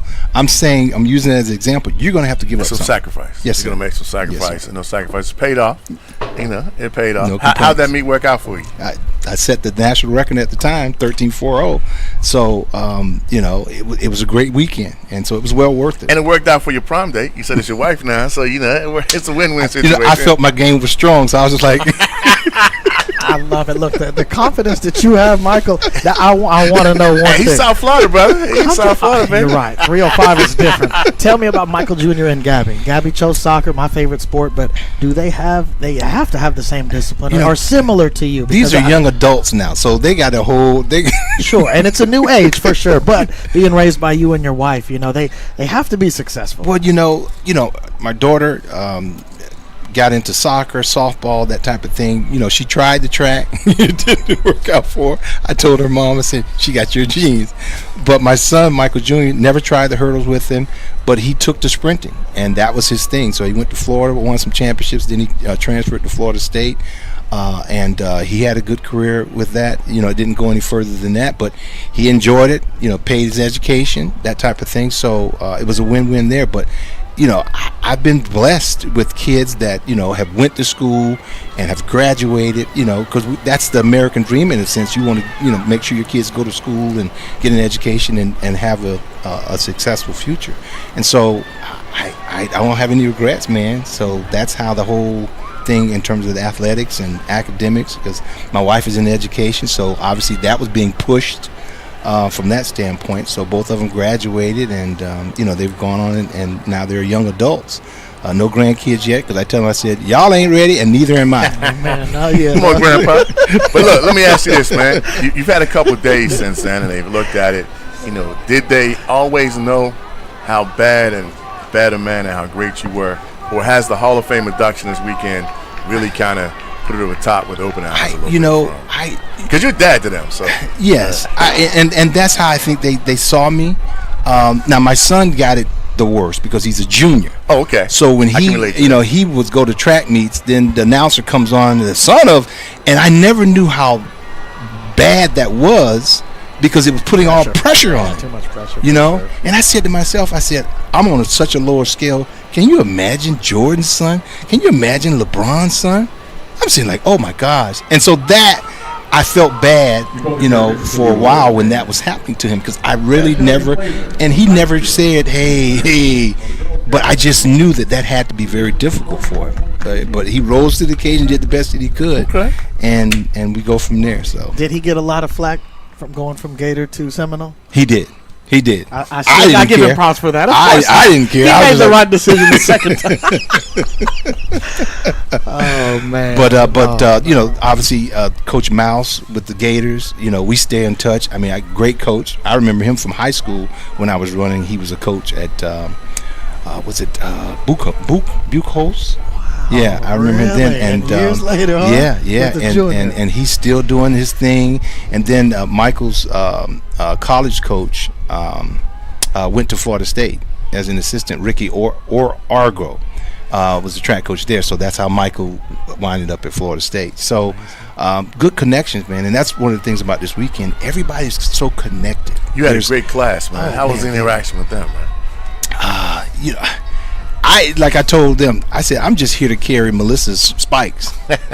I mean, I'm just a big fan of these Olympians that I happen to be next to. They got the gold medal. I didn't get the gold medal. And I asked her, I said, did you bring your gold medal? I said, no. I said, what?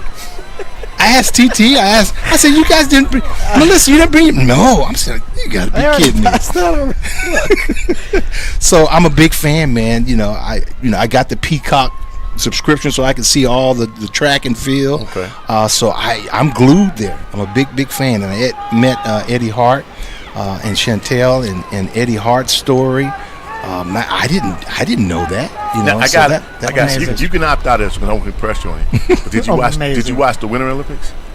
Yes. Okay. Now I'll tell you which one I watch. I watch when they jump up and do flips off the ice, and then I watch the bobsled because we've had some people go track bobsled kind of thing. Yeah. So I've watched that, but outside of that, nothing else to see. But you're getting ready for LA, getting ready soon, right? Yeah. I know Eddie talked about it. Of course, he's out there in California. But it's going to be exciting in a couple of years. And they're adding, flag football, so that element comes. I'm just like, man, I missed out. I missed out on NIL. I mean, I missed out a lot, man. Speaking of NIL, I got a question for you. You got a question. Okay, so it's back then or now, flip either way. Mm-hmm. NIL is available when you're in school. who would you want? What type of representation would you have, or what agent would you have wanted? I mean, I hadn't thought about that. Agents, companies, anything whatever stood you out. want. I hadn't thought of it because or if you were playing today's world, what who would you want? Either side. Have you thought about it? no. Will you say NIL as in because high school? They got deals in high school. So Florida's not as big. Either deal, either way. But I would say, Let's say on your way to Penn State. Right. I would say mom. I would because what do you know? Right. What? You trust mom. Yeah, you trust mom. Absolutely. That's right. You keep it in the family. You got high school kids now. They got agents negotiating NILs, and you got a reversal because before it was people leaving college early to go to the pros. They staying in college. Now you got people saying I'm staying in college because I'm making more than the minimum. It's the guarantee. Why not? My NIL is making more than the guarantee. I'm staying in here. Have a better shot at that than the pros. I mean, the numbers. So I mean, it's kind of crazy. Just like, man, and you're at a time where we can't even buy you nothing. I can't even get you a ride nowhere. I can't. It's rough. And I'm saying like, man, I did 2 sports. I could have made some money here in track and made some money. Michael, you would have retired early. Believe me. You'd have been. Believe So me, it's just I'm happy for it. We knew it was coming at some point. They were going to pay college athletes, and now it's trickled down to high school. I ain't mad at them. I mean, there was one story I read. Some kid coming out, he had a $4 million deal waiting on him. $4 million deal waiting on him. It's like, gotta be kidding me.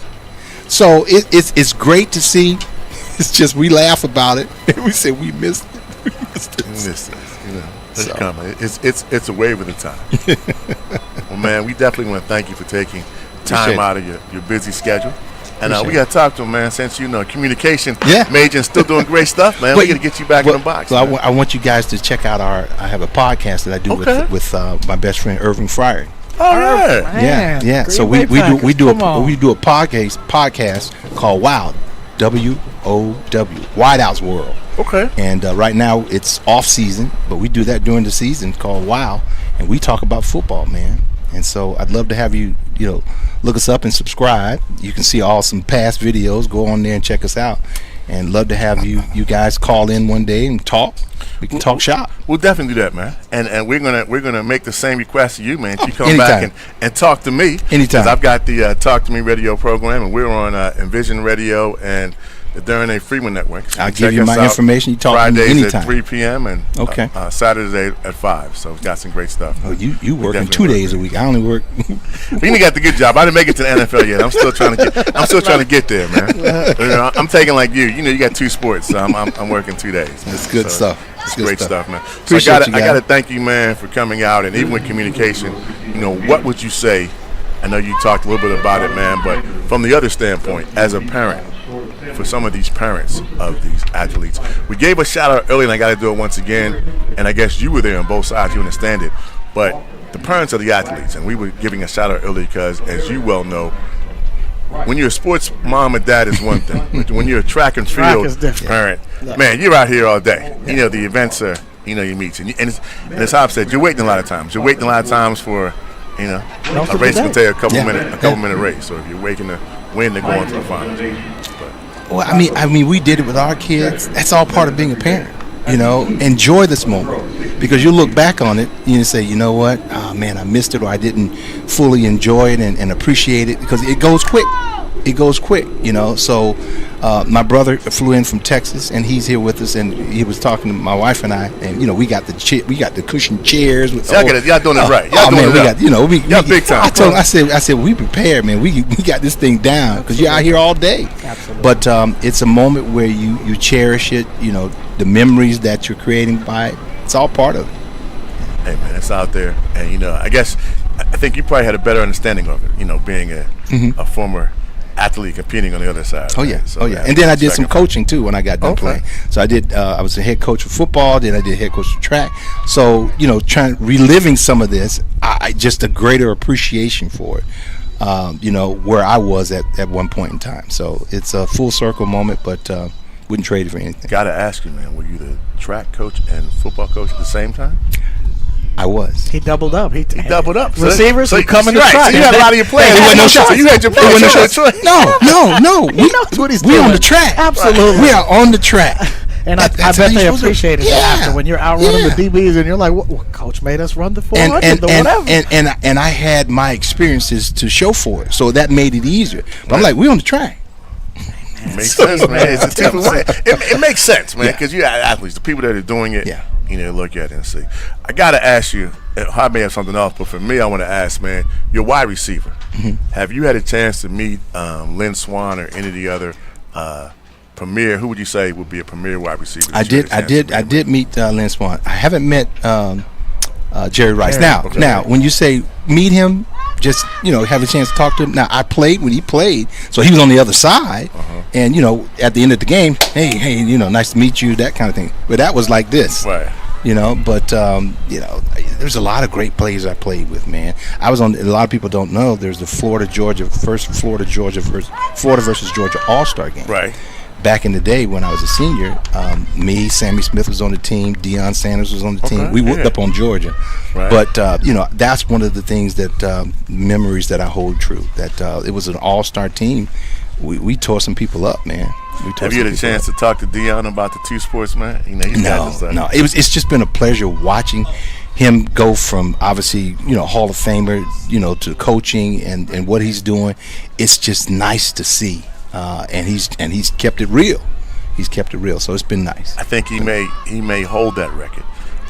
With as we talked about the singularity, I think you're not gonna have anybody that's gonna be able to play in a World Series, game, and football game on the same day. Come on, man. Because they're not letting them play two sports anyway either. But you're at the best of both worlds at the same time. Well, I mean, in a sense, he at that era he was the Bob Hayes in a sense, that he was able to do both and be successful with it. But it's just a great story that he's written, and he's doing it with integrity. Right. And being a man of God, you can't help but root for him.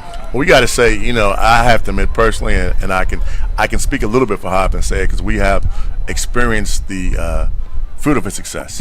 Because when he went to Jackson as a historically black college, it opened the eyes of a lot of people and put us in conversations that were never there before. That's good. And it was a great person to look at, so it kind of lifted all boats. Were we a little disappointed when he left? Yes, but he had to move on because those opportunities only open. It's a window of time, so you can't wait to see what's going on. He's doing some great stuff. We were thrilled at Grambling when he left. I was there when he got his first victory against in his entire NCAA. We fumbled on the goal line. They dropped down. No, they fumbled on the goal line. We drove down to win the game, down by 6. We fumbled, and their first victory. It was unreal. I will never forget it. Hey, you got a momentary. You're a part of history, man. Absolutely. But you were saying we're selfish as humans, maybe because we wanted him to stay. We want him to stay, and that's natural. But there's opportunities for bigger and better things, and he came and gave his time. And that's what I'm like. He came and gave his time. I know a couple. Some people. They were hot. I know a couple people that were Central State alums. Yeah. And President Alumni Association. All those people were okay with it. I think it's a lot of the outside people looking in. It's like I look at it from a distance. Like we talked about the Northeast, and you mentioned the Commanders, a diehard old Redskins fan. Yeah. Back with John Riggins, and the No Name Hogs. Yes. And then of course we got your famous Grambling quarterback with Doug. Oh yeah. So we wanted to keep the Redskin name. But it seemed like you hear more about that the further you go away from D.C. So I think that, we were looking at it from a distance. A lot of people were like Central State, where he should have, stayed or he didn't leave. But the people that were there, were okay with it. And he still was supporting. He was still, giving back, supporting stuff. So you got to move on and doing some great things. And if you ever ask those people what would they have done, man, they'd be out of there in a minute. 100%. Come on, man. The thing is, he gave his time to those schools. Some people just omitted it, but we're still big fans of those. But we're going to knock him for doing that? Well, I got to, Hobbs, not only that, he didn't give his time, but he also gave a lot of his personal money. His money, to make some things. I mean, I still remember the fact that as an athlete, you're saying that, Mom and them in the stands, and they want to see their son's name on the back of the jersey. Why are we going to have names in the jersey? Okay, I'm going to pay for names. I went to Penn State, so we didn't have names of that. So all the way. But we can spot you, though. Your parents can spot you out there. You didn't have too many in the field at that time. We can see you. Well, we gave Coach Franklin at the time when he first came. He slapped people's name on the back, and boy, he got so many letters from us. It's like, hey, boy, hey. He took them off. It's like, wow. So the love said, go back to dishing, right? Dude, no, dude, don't do that. Don't do that. Yeah, he come in there and do something new. No. I got to ask you a question though. As an athlete, does Does it make a difference? I mean, as an athlete, you're playing. You know, you're looking at it. You got your number, but as far as the name, is there a psyche? Is there a? Not at Penn State. Okay. Because that's part of the tradition. So you're individuals, a team. So that went out the door when you signed that paper. You knew what you were buying into. That's it. Buying into it. That's the key phrase. So that was part of it. So you when you went into that culture, and that's the what you bought into in terms of the tradition and that was your expectation. So you saw anything different in that, you're like, wait, you messing up the tradition. So that's how strong that tradition is. So no, the guys that go to that school, they're not thinking about what's on the back. Okay. They're thinking about what's on the front. Absolutely. He told you you're going to compete for a national championship. That's what you guys were focused on, and that's what happened. They weren't worried about the name. Yeah. Hey, man, it's been a pleasure, and we look forward to talking. We're going to have more of these conversations, sir. Appreciate you. Thank you so much. Michael Timson, hey, blessings, once sir. again, Michael Timson, class of the 62nd Bob Hayes Invitational Track and Field meet with a lot of people. So you want to check out. Still got some time to make it out and check out some of the finals. Coming out here with North Florida Stadium, and tell some friends to turn on and watch it from the comfort of their home, wherever you're watching with. We've got some great conversations and talk with more athletes. We'll be talking more about the awards programs coming up. C. Vernon Martin here with Mr. Michael Timson and Mr. Hopton doing some great stuff. And we thank you all for taking time and watching. Stay tuned. We got some more great interviews coming up just a little bit later.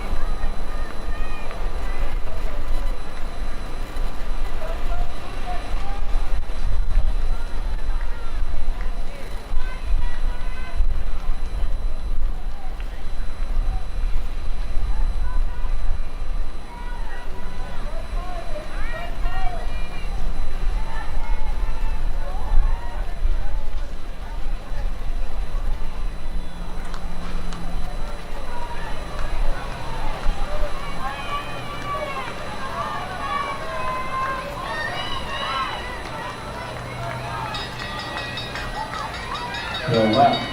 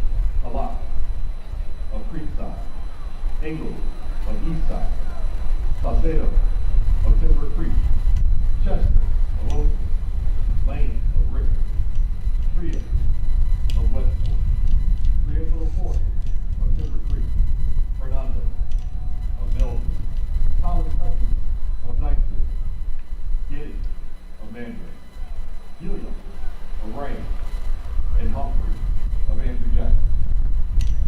That's each one of the board.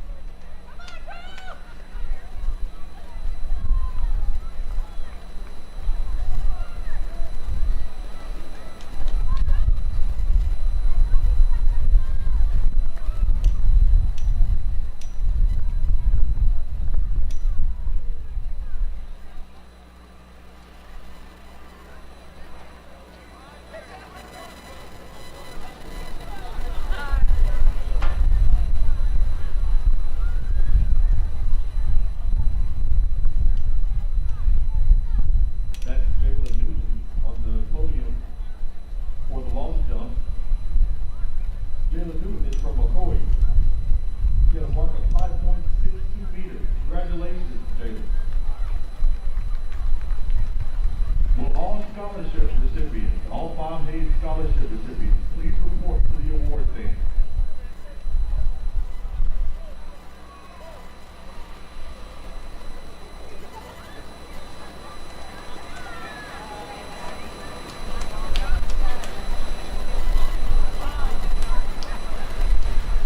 Sorry, scholarship recipients, please report to the VIP tent at the stadium entrance. The VIP tent at the stadium entrance.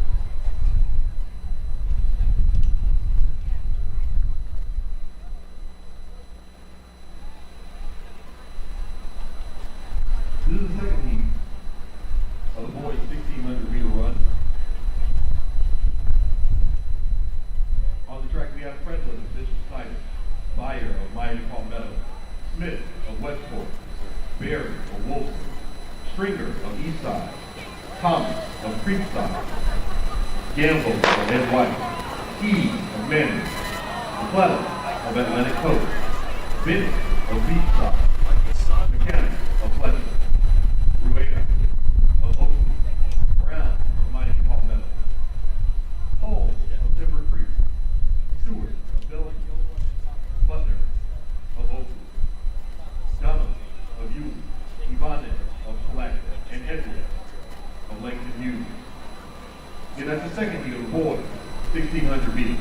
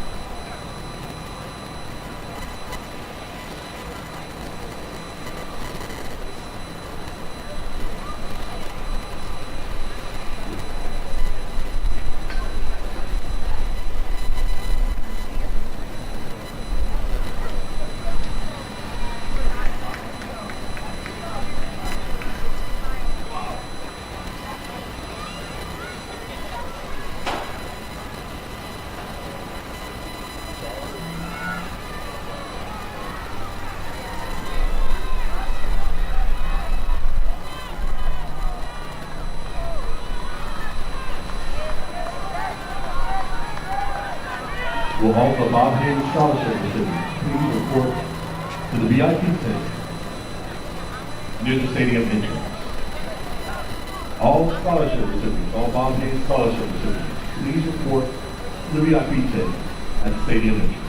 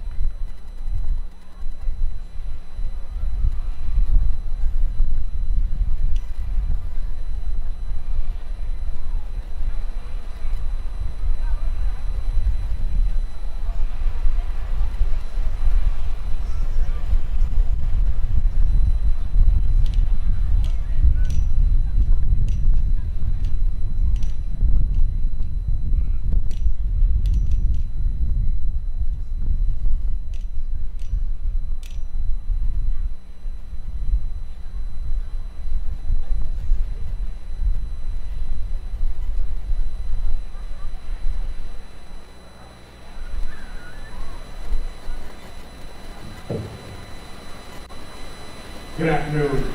Welcome to the 2026 rendition of the Bob Hayes Invitational Track Meet. We thank each and every one of you for coming out. My name is Greg Coleman, the executive director of this amazing organization. We got a very brief program for you. I'd like to thank you for your patience. Thank you for your commitment. Thank you for your time. Those of you who are supporting our student athletes, we thank you. Those who have come from near and far. I'd like to introduce a group of amazing people who support this event on the straight and narrow. First, our community officials, Joyce Morgan, property appraiser, former city council president, Sam Newby. Give them a round of applause. And our amazing partners. And we don't call them sponsors, we call them partners, because a sponsor is somebody who can write a check and walk away. First of all, Pepsi, Community First Credit Union. We say thank you to you. Next, our board members. Please give them a round of applause.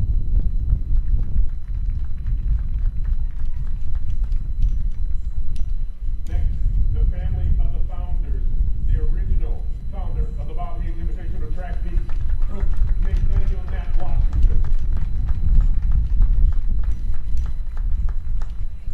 Next, the family of who this track meet is named after. The Bob Hayes family, his daughter, Westine, and her son, Bob's grandson, Andrew Lodge. Let's give them a great big round of applause. Now, former Hall of Fame members of Bob Hayes Hall of Fame. Ray Robinson, Terry LeCount, Al Chester. Let's give them all a great big round of applause. And now for the 2026 Hall of Fame class of the Bob Hayes Invitational Track Meet. From my left, your right, Michael Timson, Hall of Famer. And I might add that Michael Timson ran in the Bob Hayes Track Meet and is a Bob Hayes champion for life. Shante Pellem, Florida A&M, NCAA, Olympic crowd sprinter. Give her a round of applause. And this next young lady really doesn't need a whole lot of introduction, but I'm gonna do it anyway. She is the #1 female athlete, track and field in the entire world. 2024 Olympic gold. 2025 three-time world champion. The winner of the Jackie Jordan Kersey Award. Ladies and gentlemen, put your hands together for Melissa Jefferson. Winner.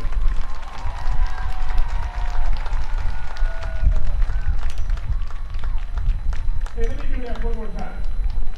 I said Miss Melissa Jefferson, winner. Give her a Bob Hayes. Congratulations.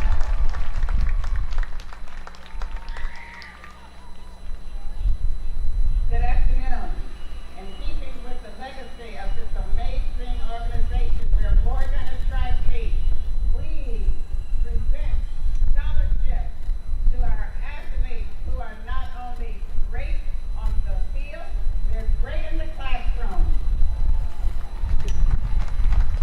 Each of these students will receive a $2,500 scholarship. Raise your hand as I call your name. Tanya Foster, Tyson School of Advanced Studies. Gabriella Leon, Woodside High School. Bryson Lewis, William M. Raines High School. Julia Elizabeth Marquez, Bishop Kennedy High School. Mario Butler Jr., Mr. Raines, Williams High School. Abigail Blomengun, Liza Compost High School. Olivia Lupton, Bishop Kennedy Catholic High School. Justin Denau, McEachern High School. Cooper Thornton, Bishop Kennedy High School.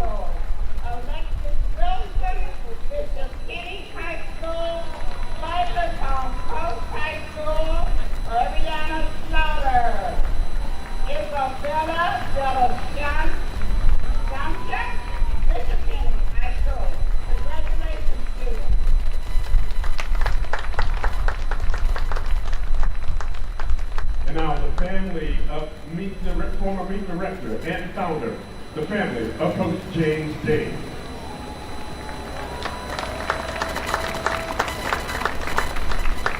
Now I'm going to ask Bishop Von McLaughlin, my co-chair, to please come and open this final festivity 2026.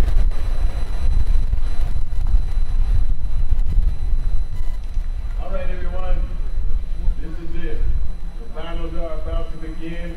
Let's pray and ask God's blessing on these athletes to be injury-free and everyone would have a great time. Father, we thank you for this day, the beautiful day that you made.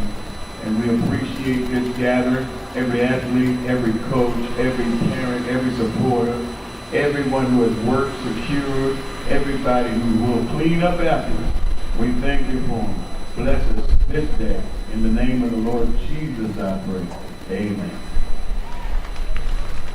Thank you for your indulgence. Official track time is 4:32. The first running event will start at 4:45. So first call, girls and boys, 100-meter hurdles. Girls and boys, 100-meter hurdles. Girls and boys. First call, girls and boys, 100 meters. Coaches, we are on a rolling start. So please have your athletes check in with the clerk of the course.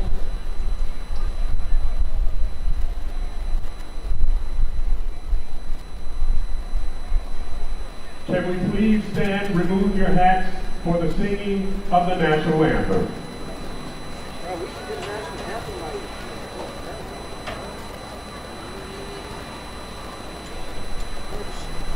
All things can you see by the dawn's early light? What so proudly we hailed as the twilight's last gleaming, who brought strife and bright time through the perilous fight, o'er the ramparts we watched, were so gallantly streaming, and the rockets spread glare, the bombs bursting in air, gave proof through the night that our flag was still there. Oh, say does that star-spangled banner yet wave o'er the land of the free and the home of God great?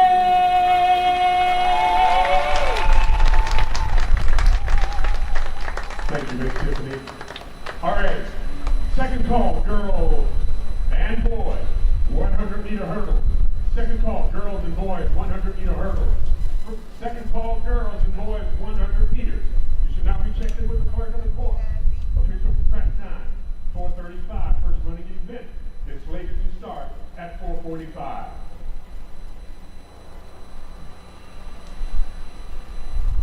Hurdle crew, take your position.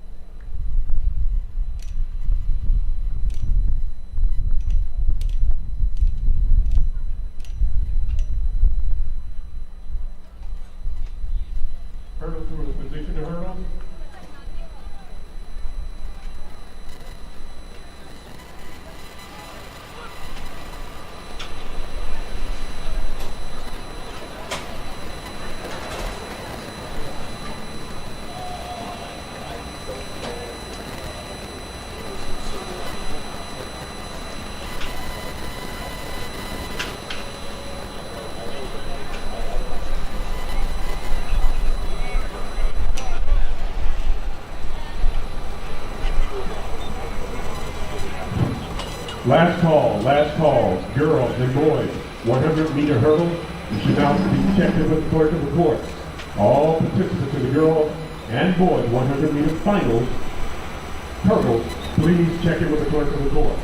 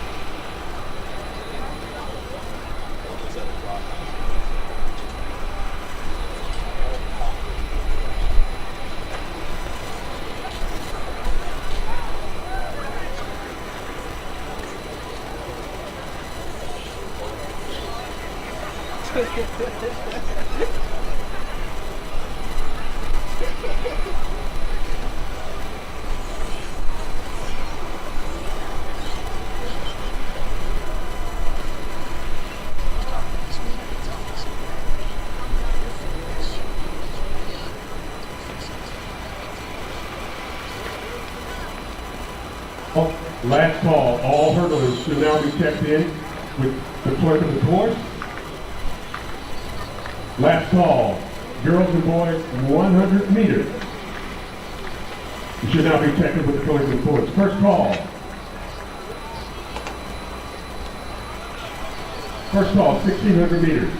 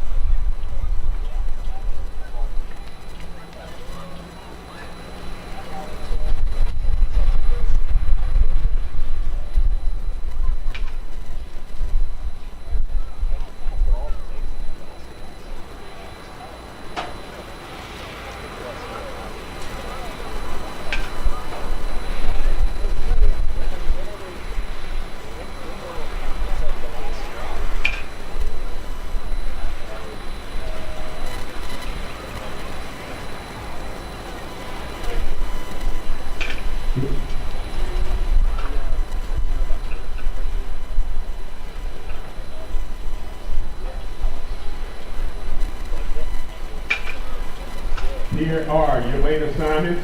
In lane 1, Mark of Niceville. Lane 2,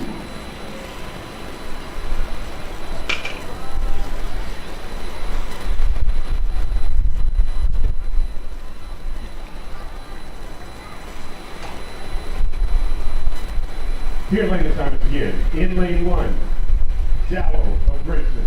In lane 2, Marchand of Niceville. Lane 3, Harley of Waukegan. Lane 4, Tolbert of Niceville. Lane 5, Rodriguez of Cypress Creek. Lane 6, Brown of Beachside. Lane 7, Jones of Miami Northwestern. Lane 8, Martin of Langston Hughes.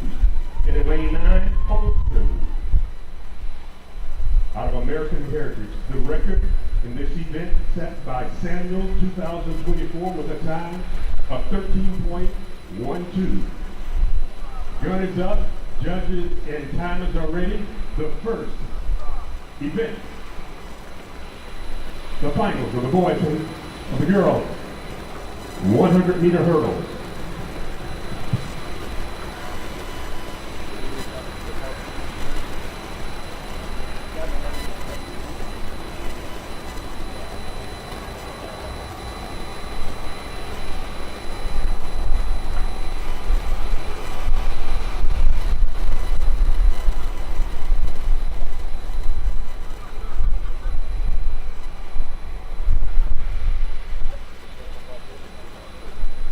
Call, second call, 1,600 meters, girls and boys. Second call, girls and boys, 1,600 meters.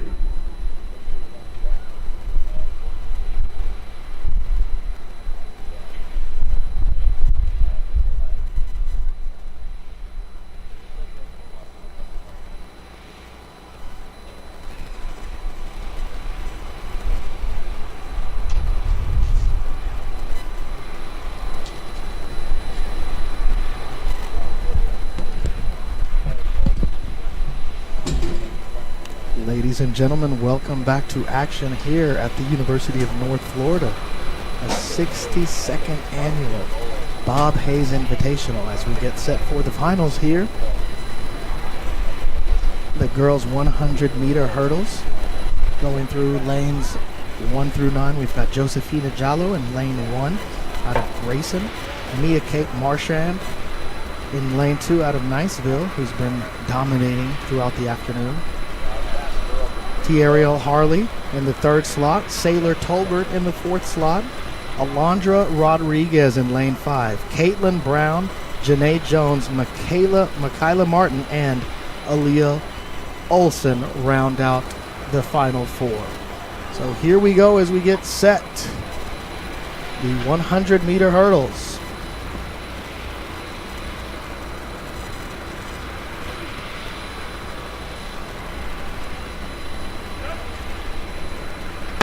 They are off.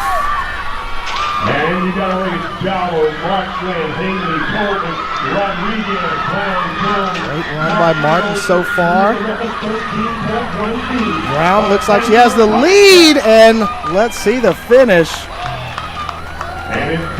Great run by Caitlin Brown. She gets the first place finish with an official time of 13:94 as you take a look at the replay right here. Woo! What a great finish by Caitlin Brown out of Beachside. Excellent finish. 13:94 is her time. Here's another replay once again, led by our great folks of the Jericho Broadcast Network. And once again, the first place finish. Caitlin Brown with a fantastic job pushing through towards the end of the end of the finals run, the women's 100-meter hurdle. The winner of the girls 100-meter hurdle to the award stand.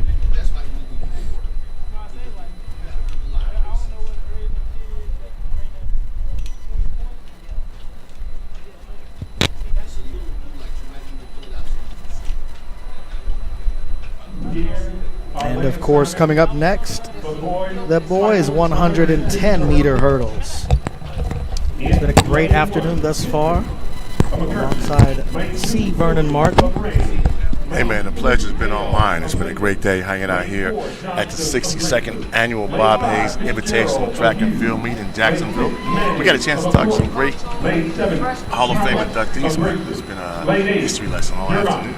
I've been beyond impressed, man. I tell you what, coming to Jacksonville, to Duval, getting to see all the exciting track and field athletes. But I think the best part, as you said, the Hall of Fame is just getting to know the history of their lives and how track and field has played a big role in the success for them. You know, the humility is the special part to see them.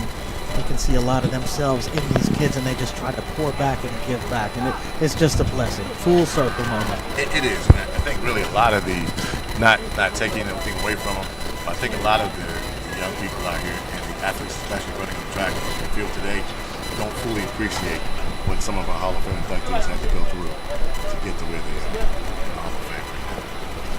I think you make a good point, Vernon. They just don't understand. And some of them might, but at that age, you know, they didn't have to endure. I don't know them personally, but I'm sure a lot of them didn't quite have to endure half of what, you know, the Hall of Famers did. Just hearing some of their story is unbelievable. So hats off to these. Well, I'm gonna give you a funny. Even most of our people competing today didn't even have to wait in line for concert tickets. So let's put it in perspective. Yeah, they might have had to wait in line for some new Jordans, but didn't have to wait in line for concert tickets. They were able to buy everything online and through a computer, right? Absolutely. So, yeah. No, for sure. Totally different.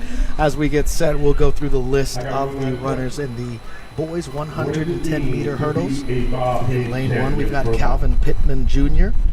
Lane 2, we've got Ison Williams. Lane 3, Anthony Vale. In lane 4, Gabriel Johnson. Rounding out 5 through 9, Thomas Fitzgerald in 5, Jaden Manning in 6, Daniel Thomas in lane 7, Marcus Dumont in lane 8, and Raheem Roberts rounding out the boys 110-meter hurdles.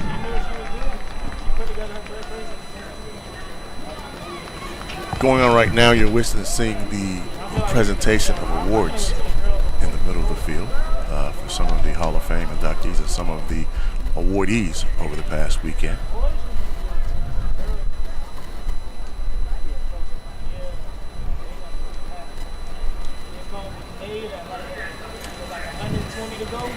And overall, just a fantastic way of bringing in the old with the new. You know, they've been doing this. We've got to give a big shout out to Mr. Greg Coleman Absolutely. and Mr. Henry Smith for putting this together, and Mr. Richard Grooms for his work with the track and field director. We've got some great things going on. We thank all you for staying tuned throughout the day, getting down to the finals right now. So if you haven't told anybody, I'm going to challenge all of you, at least everyone, call or text one person you know and tell them the 62nd annual Bob Hayes Invitational Track Meet is on. And if you are in Jacksonville, you still got time to come by and check out the rest of the finals. Come on by and join us in person. Great day. The weather is great. Great day for a track meet. Great day to be in Jacksonville. Glad we're here.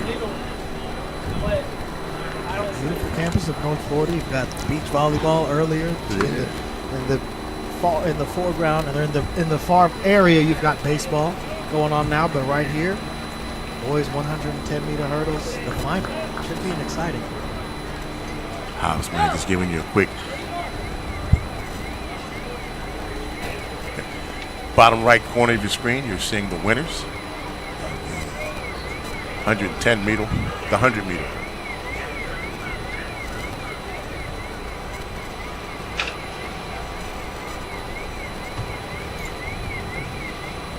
Once again.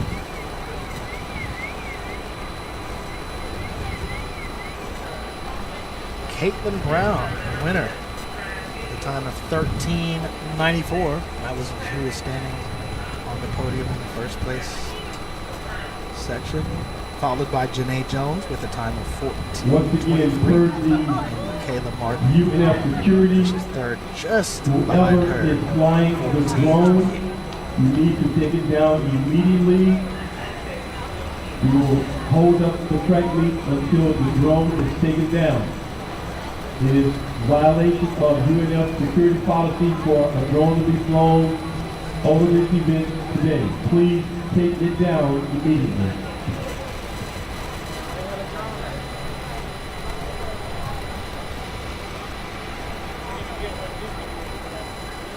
Oh, I see it. Okay, 1 through 9 once again. Pittman Jr., Williams, Vale, Johnson, Fitzgerald, Manning, Thomas, Dumont, and Roberts Somebody not at in the the track. 9th slot. It can't be at the track. It can't be at the track.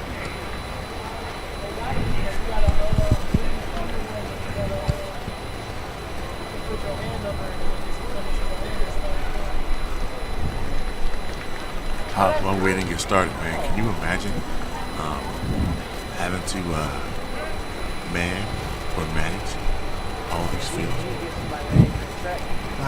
No, I've done some major work throughout my SID career, 15 years, but nothing like this. No, there's no way.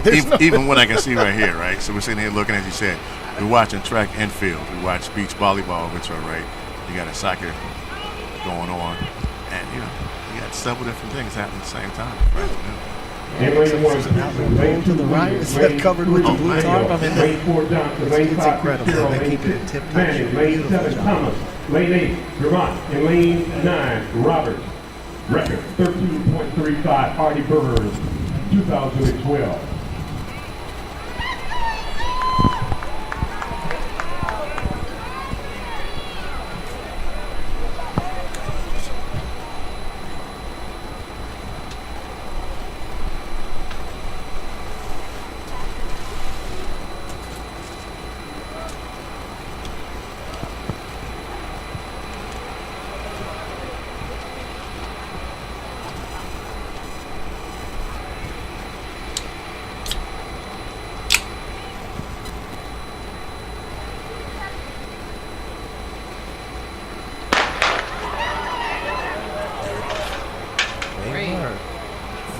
The old double gun.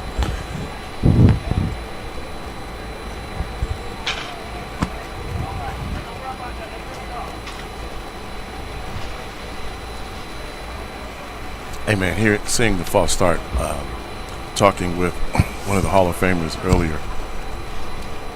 Blocks malfunction, he falls twice and still runs everybody down. Oh man. Total loss for words. Wow. Total loss for words. I just. One, the sheer determination after the second fall to get up and keep going. The way he was telling the story, I was wondering, was he going to stay down, cry? Was he going to, to fall again, Vern? Right. Again. First when he said the blocks malfunction, and he said there should have been a restart. One, for sure. Right. They didn't have a restart, so that means the race is still going. And I'm getting up from my face. I'm like, what? And I fall again? Yeah, absolutely unreal. Here we go. We're off this time. Johnson leading the way, but look at Fitzgerald. Look at Fitzgerald go! In lane and no, 6, that's Manning. Manning takes the victory. Jaden Manning. Jaden Manning was going against Fitzgerald. Manning turned it on at the end. Replays.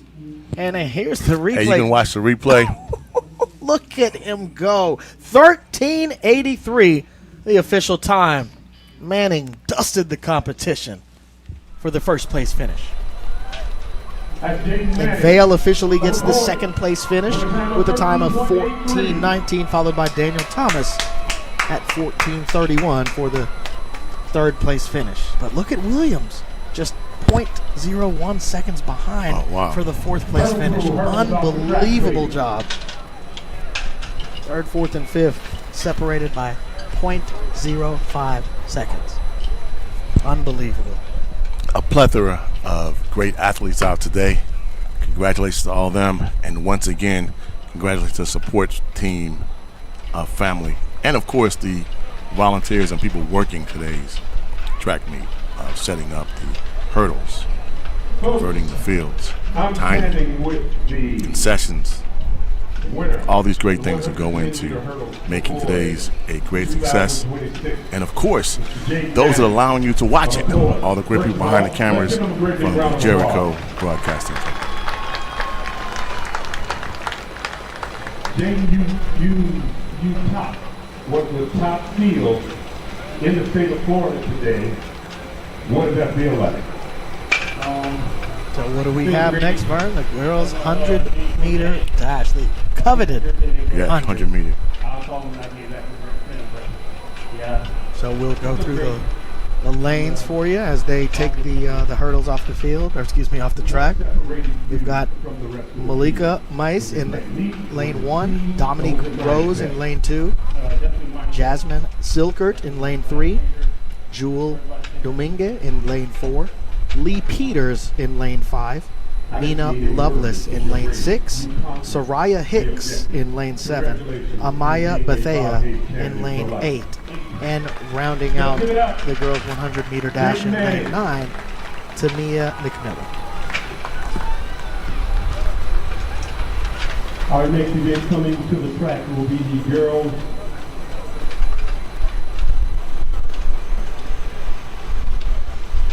100-meter dash.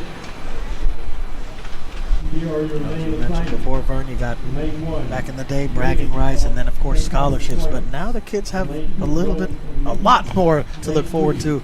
You don't just finish first here, you might get an NIL deal. Might get an NIL.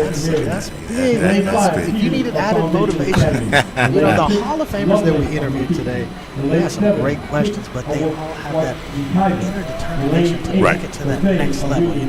Now, and I understand who wouldn't want the extra NIL deals, the money, but it seems like it's a little bit shifted from the ultimate goal, which is okay, but you can see how that determination to get to the highest level back in the day that drove these athletes. I don't want to say it in any negative way, but everyone had so much less, so there was so much more of a drive to achieve more and take it to the next level. Now everybody's kind of jaded because they have so much. They're like, it's interesting. Power back to the athletes, college at least. Right. Very interesting, different dynamic, totally.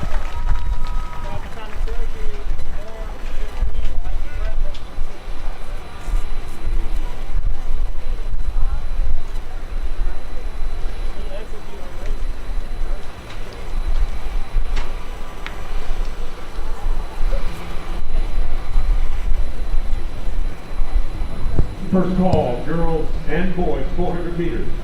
First call, girls and boys, 400 meters.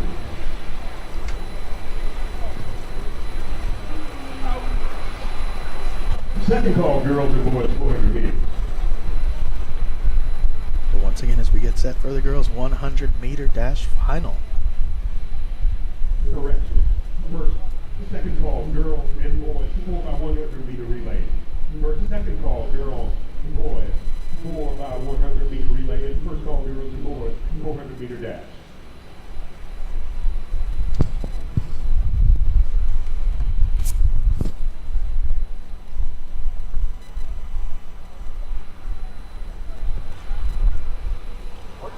Hobbs, watching them get down into the blocks, I'm thinking about Shante, who said that she didn't have the technique her first year in college and was starting from a standing start, but still was able to get him and run him down.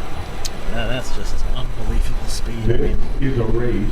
Seems like everybody we interviewed today, it's clear as day why they're Hall of Famers, of course, in their respective and at the top level. Well, when you talk about speed, we are at the Bob Hayes Invitational Tournament, Yeah, so Here we go. they're off. Lee Peters leading the way, chased by Lovelace, but Peters inching her way to a first place finish. Lee Peters, Foundation Academy with a time of 11:35. Look at her go. And Second Nima place. Lovelace You got in it. second. That's it, 11:44. And Malika Mayes in third. 11:69. Great finish by these girls. But Peters leading the way for a first place finish. The senior out of Foundation Academy in lane 5. She was out in front of her prelim heat. You remember? Yeah, Yes. remember that. Yeah, I was telling somebody, I was used to seeing more of those times in the prelim. It was like a lot of 10 seconds. For our young people watching and for our parents, for those who don't know, we encourage you to have a Black History or a family moment with them. Explain to them who Bob Hayes is, his importance right here in the Jacksonville area, and the importance of this Bob Hayes Invitational track and field meet, now in its 62nd year, doing some great things.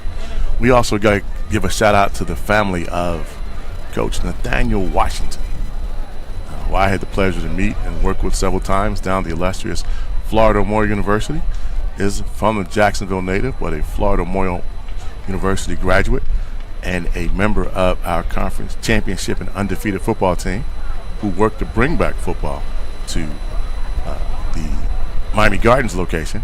He played when we were in St. Augustine, but doing some great things, and a great individual, former chairman and president of the National Alumni Association, and as I've been told, and the story goes, that met Mr. Bob Hayes and after coming back from the Olympics and was a little concerned about his reception here in the Jacksonville area, since Coach Washington was the athletic director for a couple of high schools and schools in the area, got them together and started the first Bob Hayes track and field meet.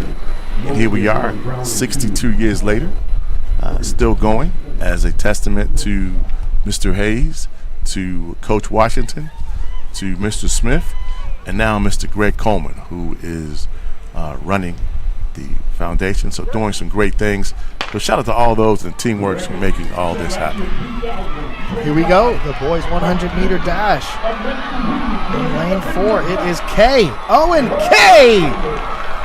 Looks like he got the finish in first, and you can see the excitement as he crosses the finish line. 10:43, Vern. They're wrong. Tell him who's running against, man. Give him the rest of the line. Of course, he's going against Williams, who finished in second place with a time of 10:57. Kedrick Wright Jr. We've got Cabran Paul, Janaje Hyacinthi. We've got Kelvin Brown next, Anthony Mosey, Logan Jacobelli, and Jace Kemp, all in the 100-meter finals, which is, you know, the coveted race. The men's race, as we talked about earlier, the boys' race, but one of our Hall of Famers, the 400 runner, he said, you just embrace it and love it.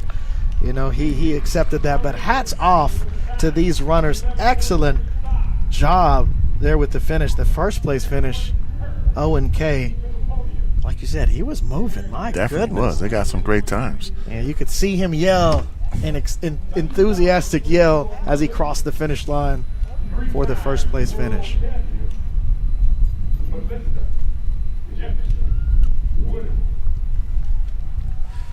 Bottom right of the screen, you have the winners for the ladies 100.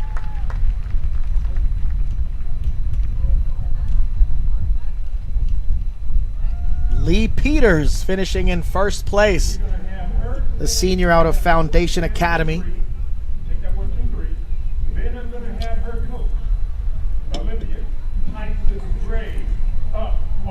Now she is all smiles.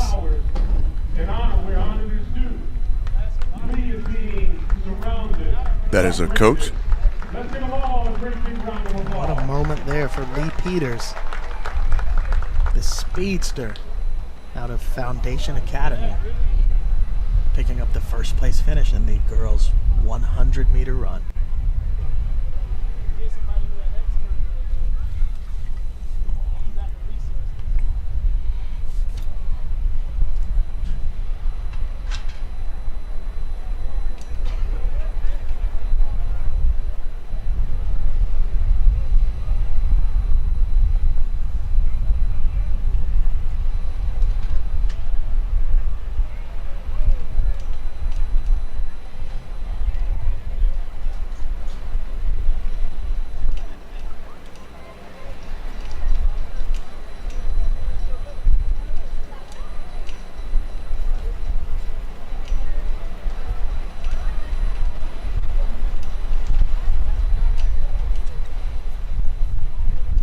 On the award stand,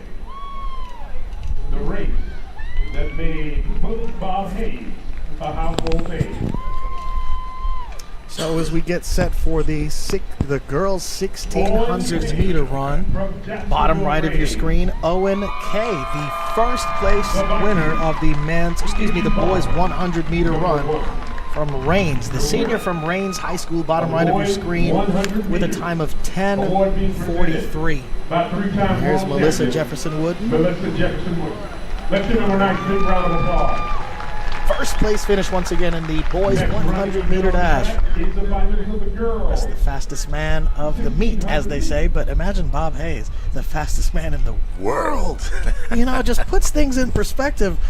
It's just mind-blowing. The world. There's nobody faster than him at the time, and then he went and won the gold medal. So it's...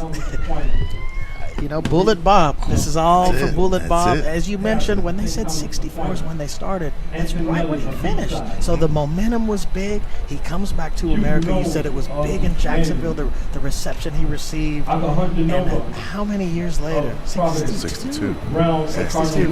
It's just remarkable, It's great. Shout out to Robert Bullet Bob Hayes. He is the reason we are here.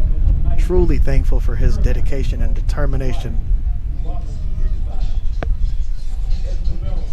Super Bowl champion, gold medalist. It's just unbelievable. So here we go, the girls 1600 meter run, as we get some names for you in just a second. Pulling up the list here. Well, in lane 1, I can help. You've got Lily Potts.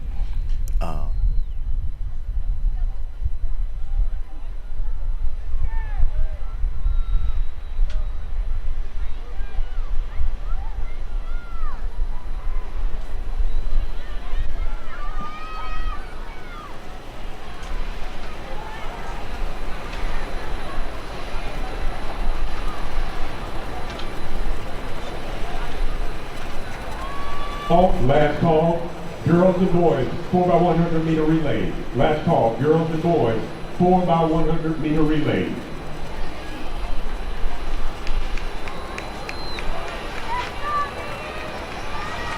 Record in this event set back in 2004 by Harrison of Pope with a time of 4:57.96.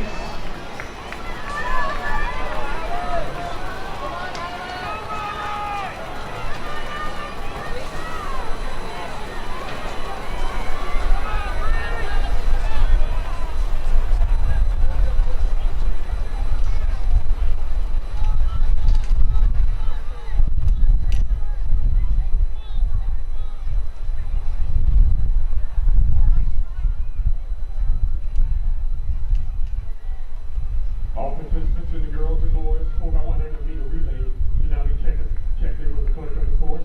Second call, girls and boys 400 meters. Second call, girls and boys 400 meters. First call, girls and boys 800 meters.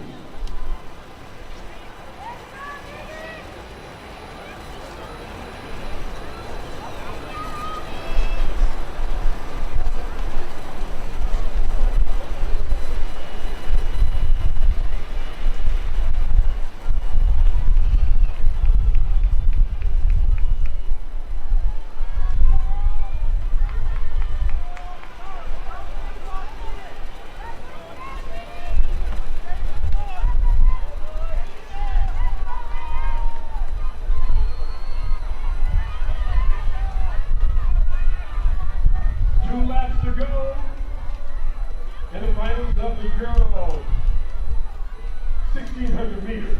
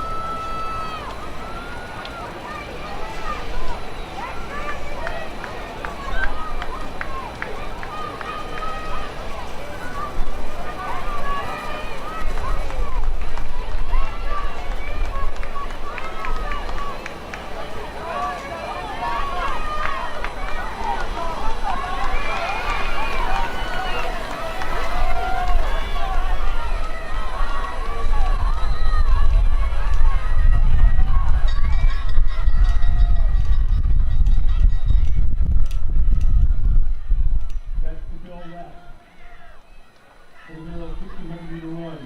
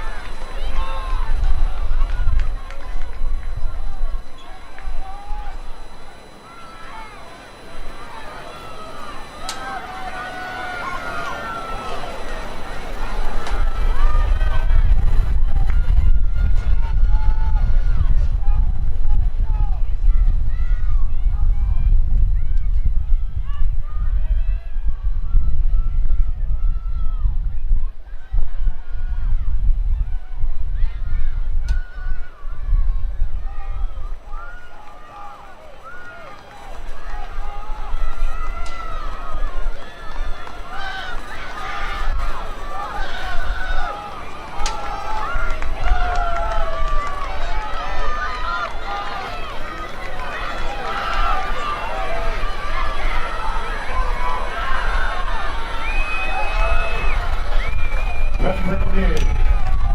Girls, 1,600 meters.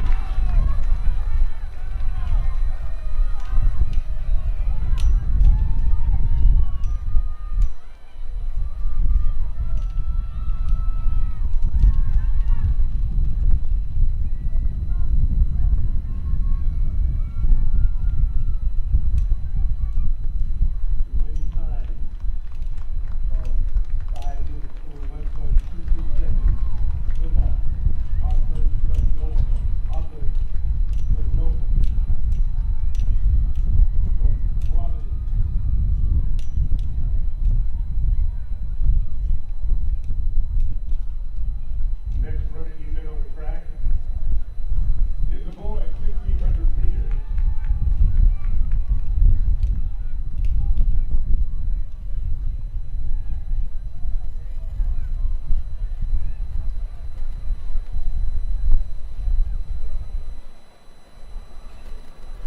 Record in this event set back in 2006 by Franklin of Tallahassee, Gardner, with a time of 4:16.9. was a beast in that 800.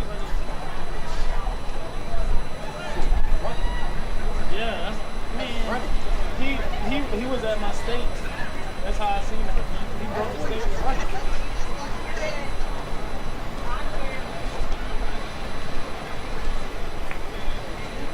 Quickly, folks, before this next race, the winner of the boys 100 meters, Owen K.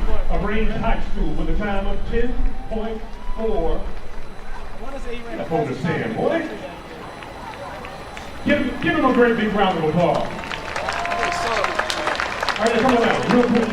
What does it mean to win Andrew Hoffman the race from that makes Bob Hayes famous? Bryson Lewis from Rains, Henry Camp from Bowles, Eric Garcia from Godby, Douglas Steff from Flagler Palm Coast, Evan Kirby from Fletcher, Jensen Cabrera from Sandalwood, King Kipsel from Lincoln, Mattia Almeida from Flagler Palm Coast, Race on the track, boys, 1,600 meters.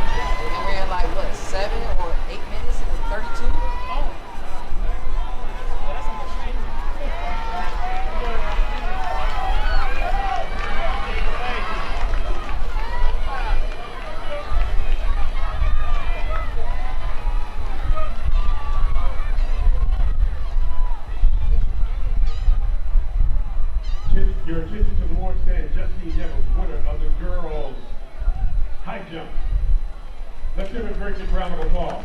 Award being presented by world champion Melissa Jefferson.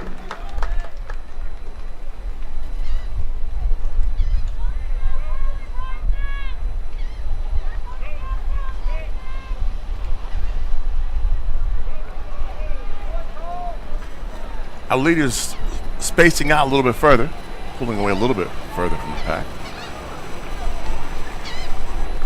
He's got a great pace at the beginning. The leader so far. No slowing down at all. As you look to see who can turn it on, but continues to pace the rest as you see third place trying to make it one.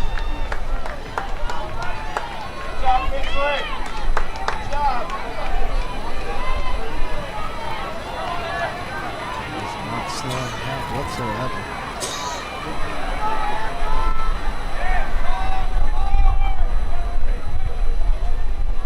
Two laps to go. Boy, 1,500 meters. With 2 laps to go, he's widening his lead in the front. Last call, all 400 meters. Girls and boys. 400 meters. Girls and boys. Report to the clerk of the court. My goodness. First call, girls. Continuing to extend the lead. Yes. First call, girls and boys. 800 meters.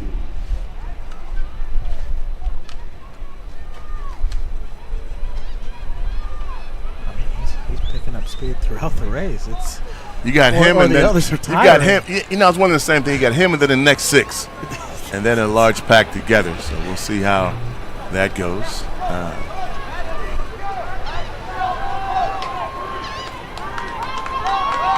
We've got 4 in back for challenging distance for second through third. So we'll see how they keep going. Bell Some lap. making a move and Boys, coming to 1,600 meters.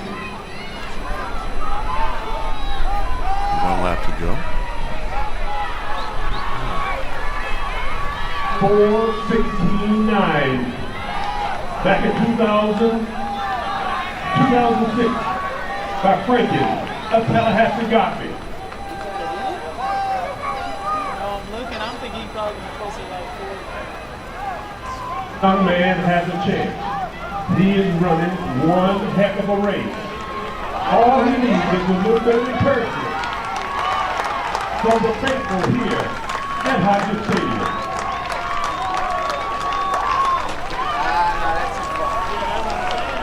Here we go. Do better than that. All right, so our first place, just a matter of what time he's going to get. Now we're looking at second through third. Seems to be some challenging coming up for third place. Yeah. Making a move on the outside. He's making a challenge for third place. When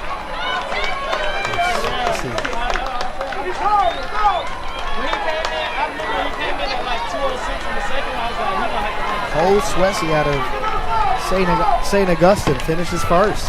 Second place, Muhammad Ahmed from Grayson. 4:24, 98. Yeah, Swessy's first place finish is good for 4 minutes, 18 seconds. We got one other runner on the track. Abraham's finishing in third place, 4:26.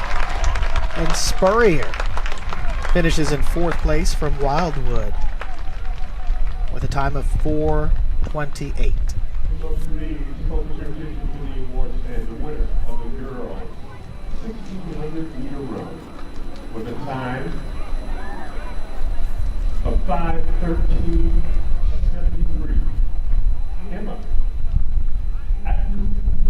from Providence. And guess what, folks? She's only a freshman. Let's give our great round of applause. Award being presented by Mr. Charles Alberti of Pepsi Emeritus. Come on, y'all can do better than that. Coming up next, the girls 4x100 relay.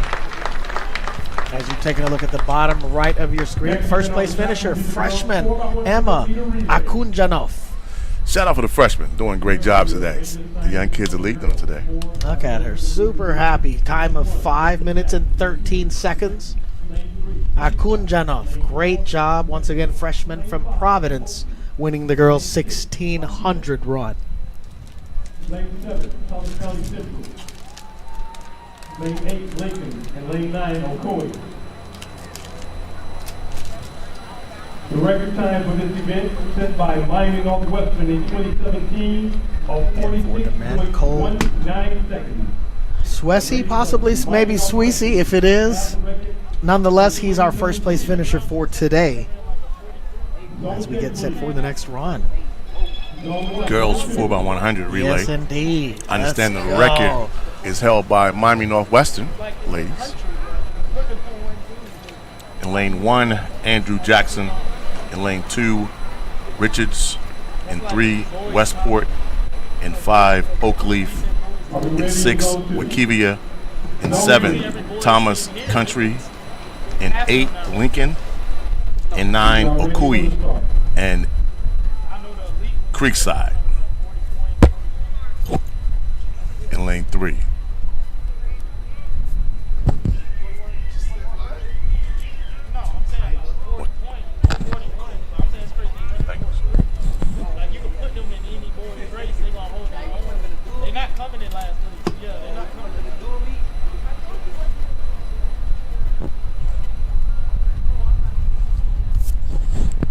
Appreciate that.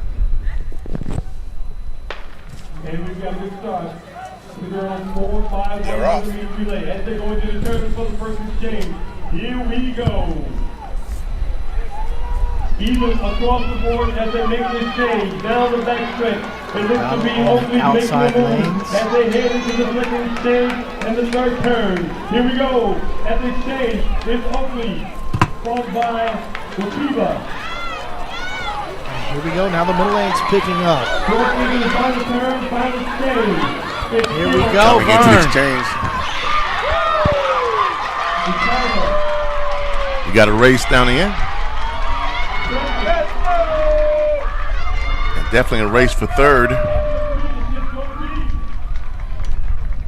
So Oakleaf gets the first place finish with a time of 46:41, followed by Wekiva, second place finish, 46:75. West Point rounds out the top three, Vern, 47:61. Hey, some great times. Yeah, as we mentioned earlier, it's not how you start. That's how you finish. That's it. You know, we talked to Shante. If you ask her, look, she's going to hawk you down no matter what. So you can start fast if you want, unless you have her at the first leg. But hats off. Those girls were moving. Excellent job, the 4x1 team. And then Good exchange for that run. We saw some exchange problems earlier today. That's for it. a couple of teams. Yeah, it was quite a Got a feat chance to see. talk to a young man out in the crowd earlier. Was talking to him in the line. Find out he was one of the people who had an exchange program earlier. You got to talk it off. You got to move on. You can't, let those things get you. You got to go back and work on it in practice for the good exchange and make sure you're within the zone. Get your technique down. Yeah, that was an awesome move by you. Words of encouragement.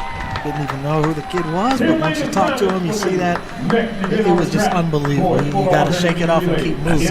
From an OG like you, I love to see that interaction. It was Tell you beautiful. going down. I was like, first I saw his numbers. I was like, okay, talk to me. See how's it going? He explained that he didn't do too well. And so, I don't know, something called me to ask, well, who dropped the hand off? He said it was me. I was like, oh, man, hey, you got to shake it off and see what's going on. It's beautiful. Beautiful moment for sure. So bottom right of your screen, the first place finisher, the champ, we should say. Right, the champ at the 62nd annual Bob Hayes Invitational Track and Field Meet. They are Bob Hayes champions. Cole Swessy, first place finish, 4 minutes, 18 seconds. Zone 3. Zone 2. The ever so coveted 4x1. Gunners up. Boys 4 by 100 meter relay. So we'll go through each lane. We've got Riverside, Miami Norland, Oakleaf, Hughes, Lincoln, Ricards, St. Thomas Aquinas, Creekside, and Wekiva rounding out the 9 lanes. Should be an exciting race, of course. This one's always fun. Rickards, Rickards will at lane 6 is Rickards. So here we go, folks. They're off.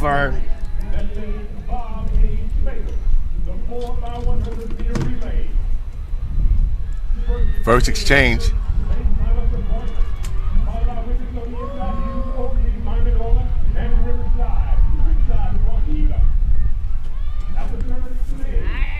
Here we go, folks. One more exchange. Hey, we got a race in the middle. Yes, indeed. They are moving. Anchor leg. Can they get the exchange? Oh, there's a struggling. It's going to allow. Let's see which lane that is. That's lane 5. That's Lincoln leading the way with a great finish.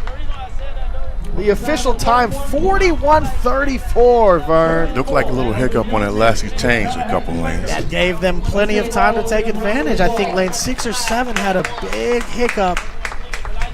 And Lincoln just took full advantage and picked up the first place finish here in the boys 4x100, followed by Hughes with a second place finish, time of 41:54, and St. Thomas Aquinas rounding out the top 3 for the boys 4x1.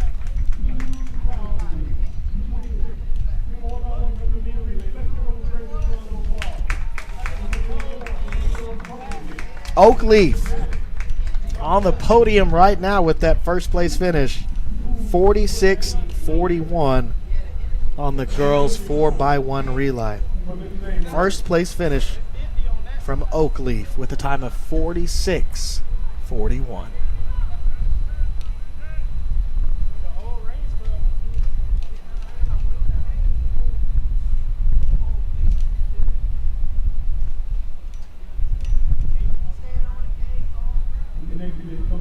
You want to stand in the order of how they ran? For sure, right? That's the only reason why they switched, for sure. Hats off to the ladies of Oakleaf. They are all smiles today, bottom right-hand corner. Being awarded the medals by our new inductee for the Bob Hayes Hall of Fame.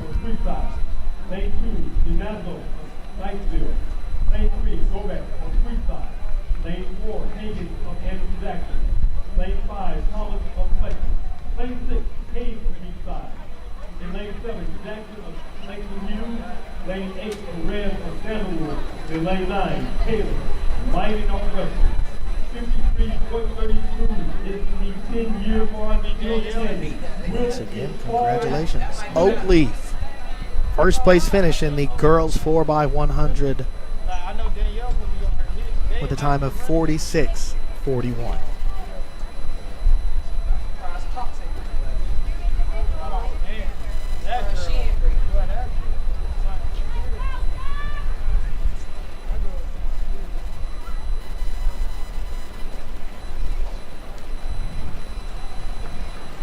Next, we've got the girls' 400-meter dash. Going through the lanes, we've got Randy Ryder from Creekside, lane 1. Kate Janzano from Niceville. Milika Gobek in lane 3 from Creekside. They're off. Daniela Hagens in lane 4. Thomas in 5. Perez in 6. Taylor in 7. And that's all we have for this one. 7 strong.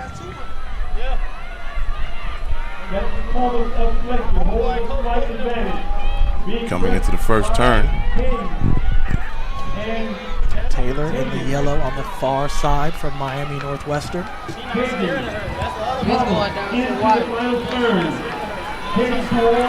into the final turn, we've got a race in the middle of the track. Hagen's out of Andrew Jackson in lane 4, going against Zaire Thomas out of Fletcher in lane 5. Fletcher in the purple, Thomas. Thomas trying to pull away.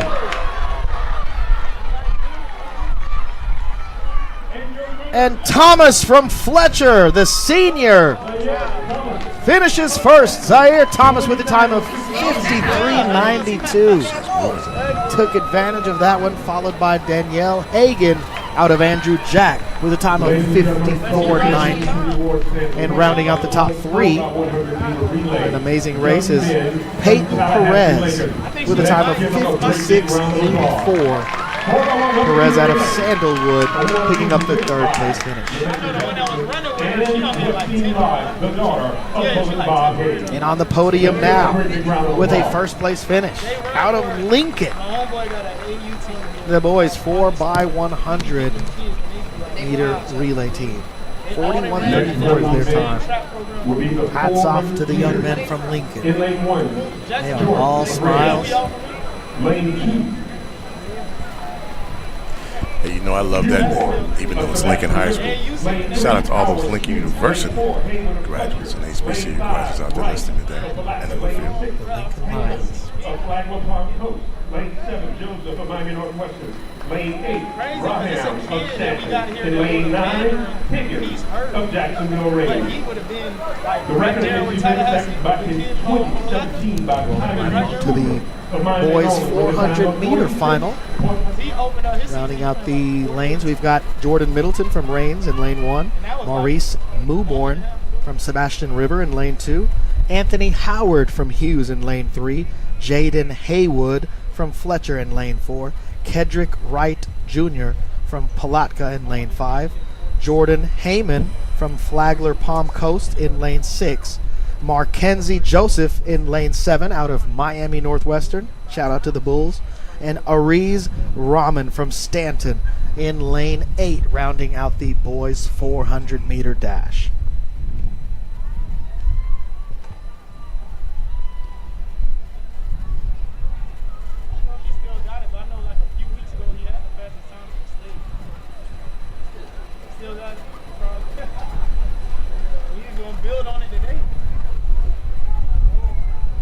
Johnny's up for the finals of the boys 400 meter relay.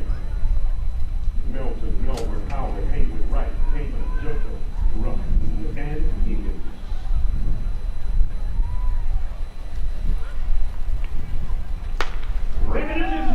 And they're off. Middleton, Mewborn, Howard, Haywood, Wright Jr., Heyman, Joseph, and Rahman. And that's Higgins. The Rays on the outside, but there's a crowd of folks making a move on the inside. That's Howard and Hughes. Hayden Fletcher, Wright for Palatka. Hayden of Flagler Palm Coast.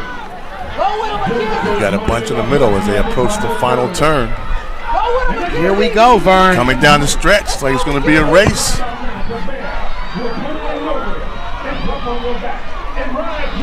Wright Jr. leading the way so far. Heyman right behind him. Can Wright Jr. hold on? He does! Kedrick Wright Jr. from Palatka, 46.76 for the first place finish, followed by Jordan Heyman, 46.88. Looks like a couple people just ran out of steam there at the end. Well, that's what happens on the 400. Yeah. I mean, it's a tricky race. It is. It's a really looks like tricky one race. brother went from second to about fourth. The sprinters are good at the beginning. The distance runners are good in the end. But if you can put it all together, right? That's you got to time it and make it work. Yeah, the 400 is a special race. He just kind of ran out of steam in that last 50 yards. But Kedrick Wright Jr., he kicked exactly what he needed to. We saw them coming around the corner, like you said, the final stretch. Kicked it. Beautiful finish. Once again, Wright Jr. out of Palatka. Next time we talk to a couple of these runners, we got to talk to them about the psychology of the lanes, how that kind of works, man. Because that's always amazing to me watching a race, which ones they prefer and how they've thought about where they finish a run in the races where you have to stay in your lane. And that was talked about earlier because in the opening lap, what she likes, she has to stay in her lane for the entire lap. So it's kind of interesting too. So. Excellent point there for sure.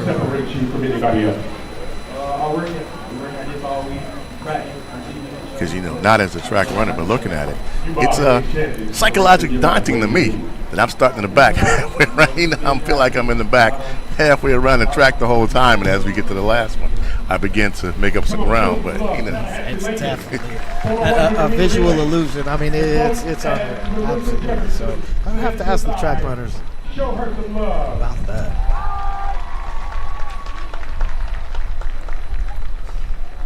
Now, we got a little. We are getting ready for the hurdles. But this young lady has been running in this Bob Hayes track meet for I don't know how long. How many years has this been for you? 4 for high school, but 5 at middle school. And have you ever lost a Bob Hayes track meet? No. If you can't catch that at home, the winner on the podium right now has been running in the Bob Hayes track meet for several years and has not lost a race yet. Zaire Thomas is who he is talking about. Bottom right-hand corner of your screen. Unbelievable. Hasn't lost a race since the. I mean, can you say NIL? Hey man, that's some speed. That's good. Yeah, she's a senior from Fletcher. Finished first in the the girls 400 dash with a time of 53:92. I don't think we can do that in our good day, Fire. No, man. Maybe right around a minute at best, but hats off to this young lady, Zaire Thomas. Interesting to see where she decides to go on the next level. Clearly, she has some talent. She hasn't lost here. You remember we talked to one of our Hall of Famers. They said they wanted to come here to find that kind of competition. Right. It blew my mind. One thing I wanted to say earlier, they're athletes and then they're competitors. Right. Your God-given ability to be an athlete, okay. But then what do you do to go to that next level? That's the competitor part. And they want to be the best among the best. That's the difference. Yeah, you can do it in the JV league. Right. But you want to be the best among the best. You want to be out there and see. How things are going. It's a different mentality, People take losing or second places, so they take it differently, instead of the challenge, like, let me continue to improve. But sometimes you go against, like the ones who in the Jordan era, a lot of people didn't get rings because it's just unfortunate, but, that's the competition for you.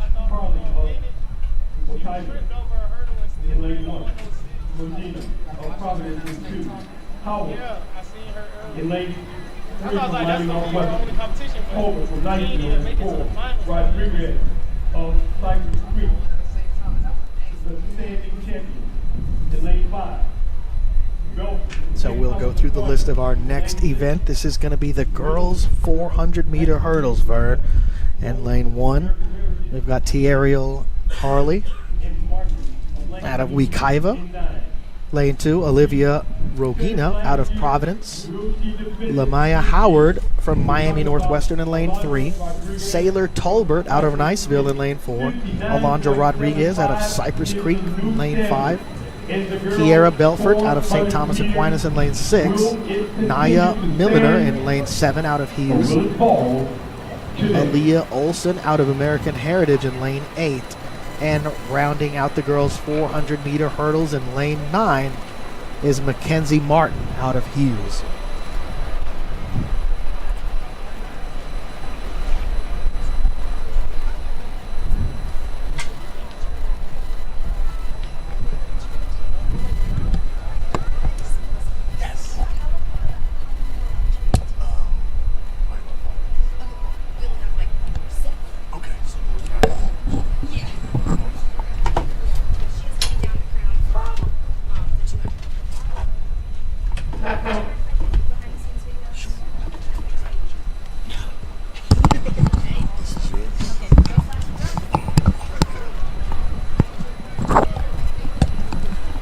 Well, ladies and gentlemen, we are blessed to have another of our 62nd annual Bob Hayes Invitational Hall of Fame honorees with us today.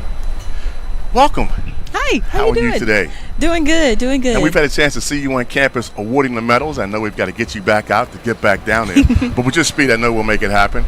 So welcome and tell everybody about all the great things you've had going on this past weekend. It's been great. I was blessed and fortunate enough to be thought of being a part of this amazing Hall of Fame, the Bob Hayes Hall of Fame. It's crazy because I almost did not accept the award or the induction because I thought it was just a Florida thing, right? So I was like I'm from South Carolina, so it felt wrong in a sense to, be a part of something where I didn't necessarily grow up or be a part of. But I mean, at the same time, I'm really grateful to the board for them seeing me for who I am and all the hard work that I put in. And I actually talked about it with my family and everything. And it was just one of those things where I had to be like, no, Melissa, what you're saying is okay, but at the same time you do deserve to be rewarded for all of the hard work that you put in, and you should be able to cherish the moments when people actually see what you're doing. And I apologize, ladies and gentlemen, we are talking with Miss Melissa Jefferson Wooten. Welcome. We are glad to have you here.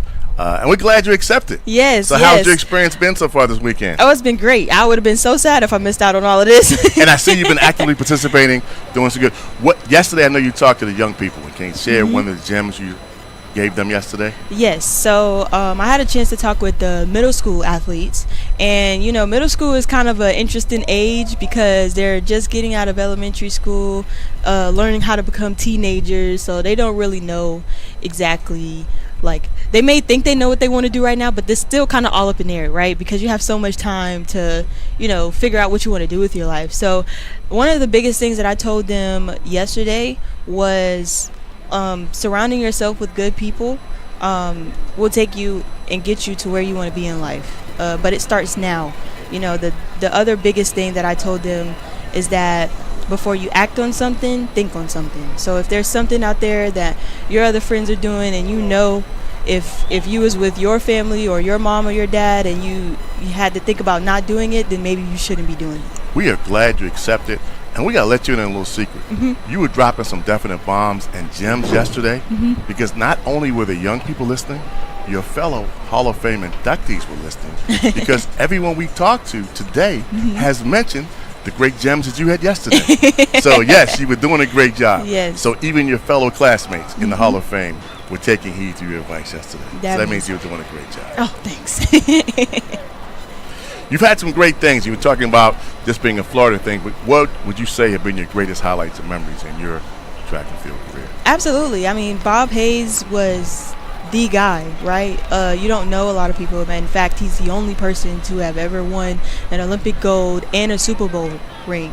And then also being able to finally get his due justice as far as, being entered into the Hall of Fame, the Football Hall of Fame and everything, but just to see the city of Jacksonville not let who he is or who he was die, to let that live on. And then also with Coach Day putting it on, and up until a few years ago when he passed away, like this being his drive, his passion is to be able to create a platform and an opportunity for young people to be out here and see what all track and field has to offer. You may be looking at some of the next fastest men and women of the world in the 100, the 200.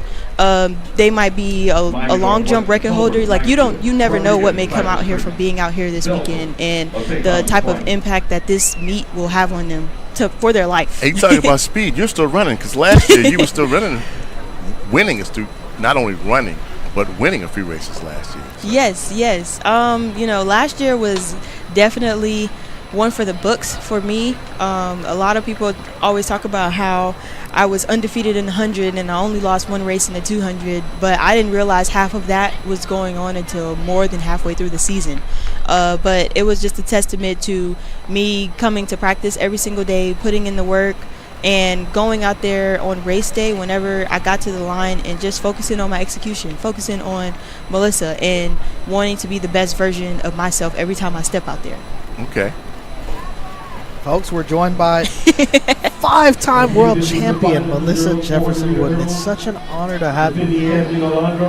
Tell us a little bit about your run. You're a gold medalist. You're a five-time world champion. Just throughout your career, did you ever have any doubts that you maybe weren't fast enough or couldn't quite make it to the next level? Oh yeah. I wouldn't say that I had doubts that I couldn't make it to the next level, but just a little hesitant on how much success I would actually have. Did I see myself at 25 years old being a 5-time world champion and already going or having an Olympic gold and bronze medal? Absolutely not. Not at the age of 25. I knew that there was a possibility that I could make the Olympic team. Didn't think it would be Paris. So that's why I say, like, to a certain extent, I never really understood, or I never really grasped the idea of, once you do put your dreams out there, it's really up to you if they come true or not, right? Putting yourself in predicaments that are going to help you get to where you want to, being and standing firm in my faith has gotten me here, and then also just my family, my village. They're my backbone. They are the reason why I am who I am. We have been giving shout outs all day to the parents and families of track and field, because they're a different type of sports parents. It's all day grind. Oh yes, absolutely. My parents have sacrificed so much for me to live the life that I'm living, and all I want to do is give it back to them, but 1,000 times more. All right. Gotta ask you, you're still running and still winning. California Olympics? Oh yes, that is definitely on the docket. All right. Okay. That is definitely on the docket. Unfortunately for the U.S., well, it's a good and a bad thing, because we have so many talented athletes, so I still have to try out to make the team. I'm not on the team yet. Okay. But we're going to speak it into existence, and that I'm going to be there in L.A. In home, you got it, hometown. And I'll even go a step further to say I'm gonna speak it into existence that I might be the one to get to carry the torch, opening ceremony. Hey. That is actually a dream of mine. Okay. Hey, that I would love to do that. That's got to be good. That is got to be good for you. So I know that you're in a time crunch. We are definitely glad to have you. Tell people how they can find you with your social media handles and follow you. Yes, so you can find me on Instagram at __MelissaJ19. I'm on TikTok. You can search Melissa Jefferson Wooden. And then on Facebook, my name is Melissa Janae, Janae. All right. For the young ladies and young men that are out there, you dropped a lot of gems yesterday. What would you have to say about keeping going? Yes, so keeping going and perseverance always boils down to just showing up for yourself, right? Every day isn't always going to be sunny. There's going to be a lot of rainy days, but the one thing that I have learned about rainy days are when they come, that means something new, something great is coming. And so you have to be able to cherish those days, even on the days where a lot of it doesn't make sense. You keep showing up for yourself, and you keep believing in the things that you set out to do for yourself. And you could only, a lot of the places that you end up, you would have never imagined. But because you decided to keep going, you get rewarded for those. All right. Hey, we got to get it back. She has more medals to award and more to win. Congratulations. We look forward to seeing you representing the U.S. in California. Thank you. Fellow saxophone player. Hey. I see you. Congratulations. Listen, the saxophone keeps getting mentioned. I might have to go back and buy me one and just do it for fun. Get sometime. your tenor. I'll get my alto or Barry. We'll go and check it out. Yes, I love that. Get ready, and you can even perform out there for the California, the Olympic Jam Center. Absolutely. You and Snoop in the duet. Oh my goodness. Hey, well, thank you very much for coming. Thank you. Ladies and gentlemen, 5-time world champion Miss Melissa Jefferson Wooden.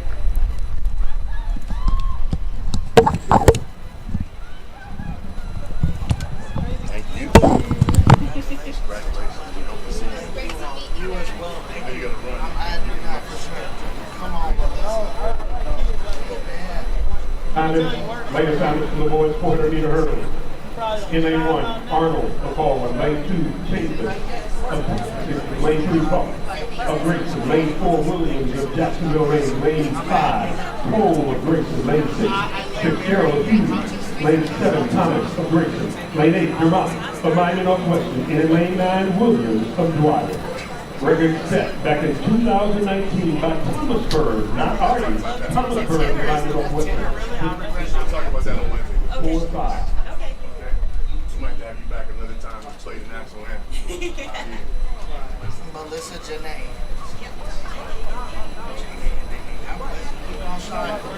Such a pleasure. There she is. Track runner.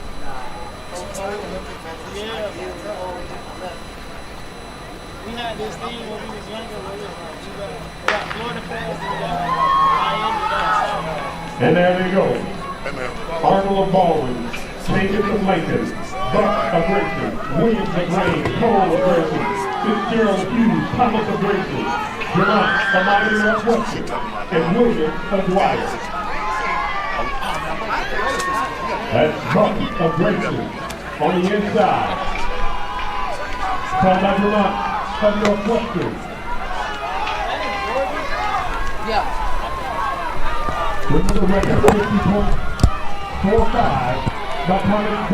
Coming down the stretch for the hurdles. We got a first place winner. Looks like a battle for second.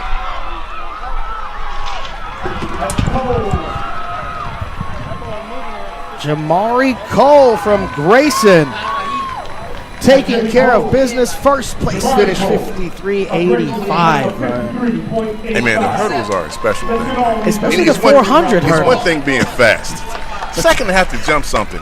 Then you got the hurdles in the 400. It's hard enough to run the 400 by yourself. LeBron James, that's all I'm going to think. You might be too tall, but you want to talk about speed and power. It's a special race. You are absolutely right. But hats off to the young man finishing first from Grayson. That's Jamari Cole, followed by Williams out of Rains with a time of 54 and some change. We just got finished talking with Melissa Jefferson Wooded, and Olympian, saying she's going to preferably Olympian again in California.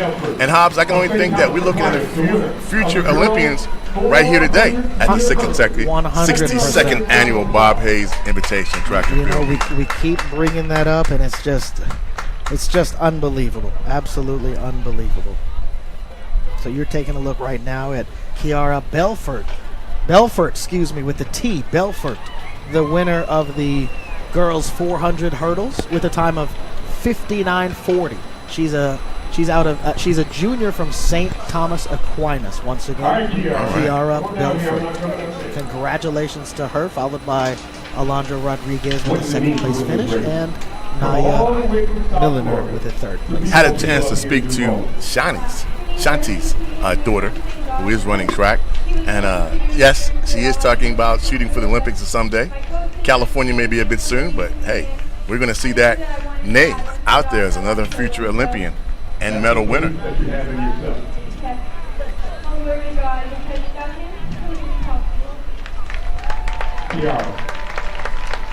Think about this.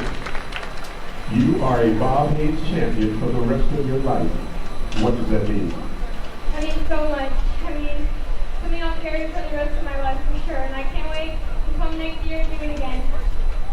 You got another year? One more year. One more and it's going to be great. You heard it here. Yeah. Winner of the girls. 400-meter hurdle. Show us some love, Duval. Kiara Belfort, bottom right-hand corner of your screen, winner of the girls 400 hurdles with a time of 59.40.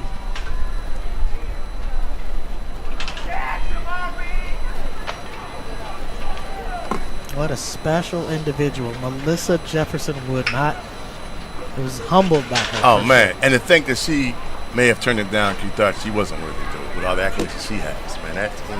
As innocent as she is, she was out from South Carolina. I thought it was just a Florida award. I wasn't even going to take it at first, but taking full advantage of it. She's here and immersing herself, man. Can you imagine how it is to win and know that you have been awarded your medal by a former gold medal or Olympian? And then they'll hopefully get to see her in Cali in 4 years and be like, hey, I got my picture. She gave him a medal. Hey. Unbelievable, Vern. I mean, the caliber of athletes that we're seeing clearly the next generation. Of course, a handful of these will definitely make it by. It's just Florida and track, that's what they do here. Football, speed, track, speed, absolutely. And that was a common theme earlier. We talked about several of them that played football and ran track. The crossover, absolutely, it goes hand in hand. Just those that get it.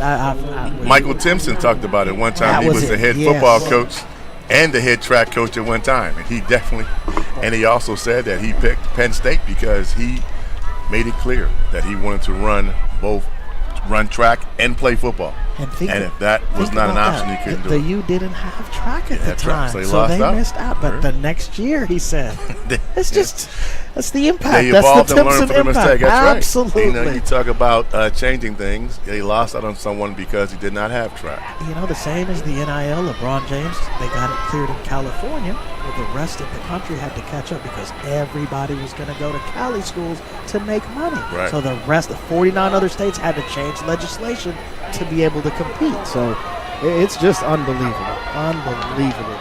As we take a look at the girls' 800-meter run, we've got Ford from Miami Northwestern. So far, so good. Proctor also. Tomaszko from Niceville. Dean also. Reynolds, Slaughter, Barrington, Tarantino, Bryce, Morgan, Kruger, Middleton, Cunningham, Clark, Lujan, McKinney, Lauderwasser, Willie, and Lubach. Oh, also Burke, Lockley, and Tomaszko. So here we go, folks. The girls' 800-meter run is a true test of your will. It's not the 400, it's that 800. It's even worse. You got to do it longer. So hopefully they'll clear the track. I know they're on the inside line. We see Northwestern and was this the green battling it out for first right now.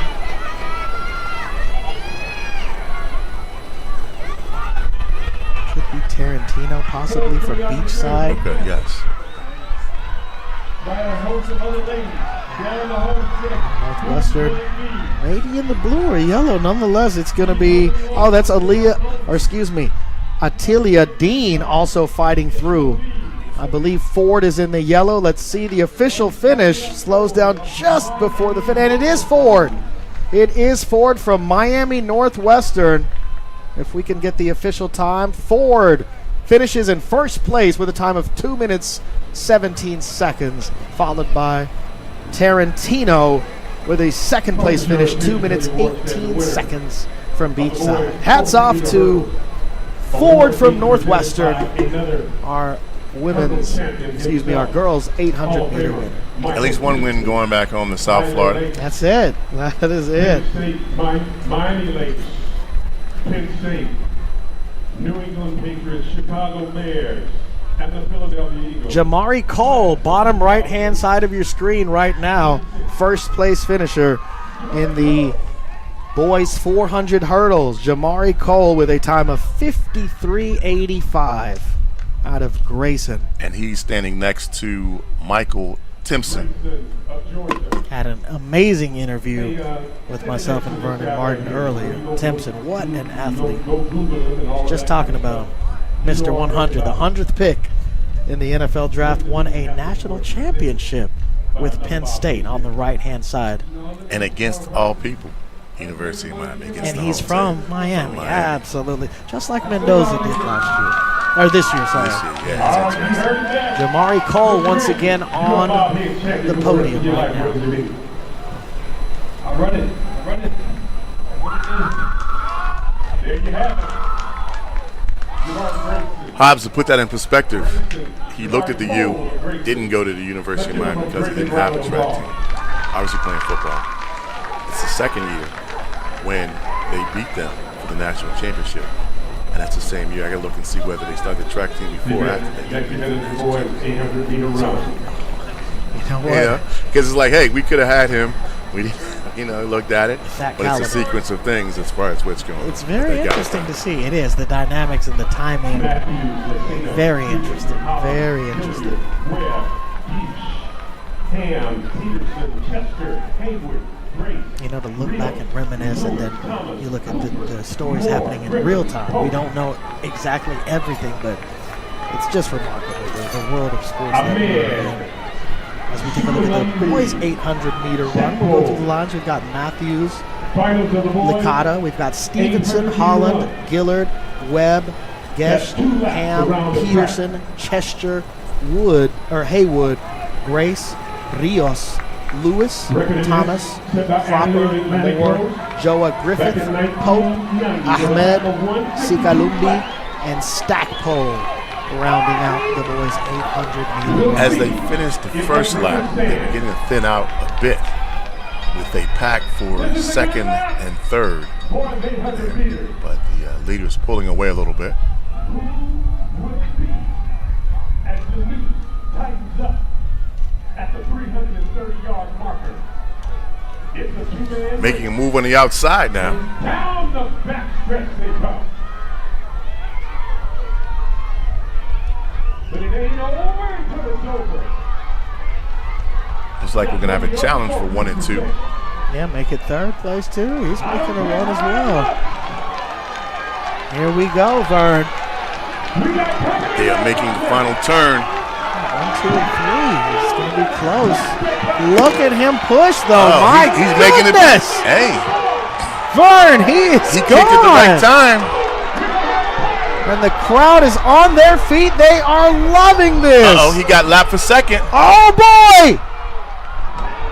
What a finish. Top right-hand corner of your screen.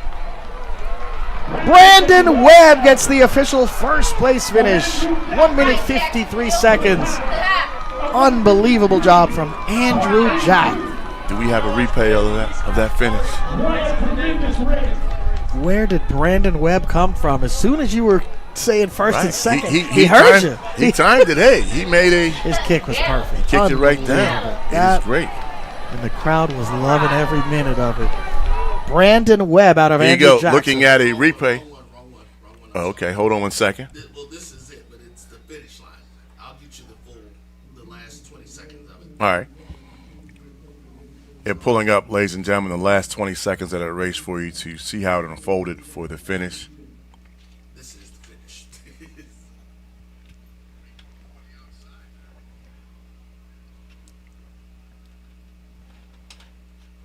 Ooh, he didn't run all the way through.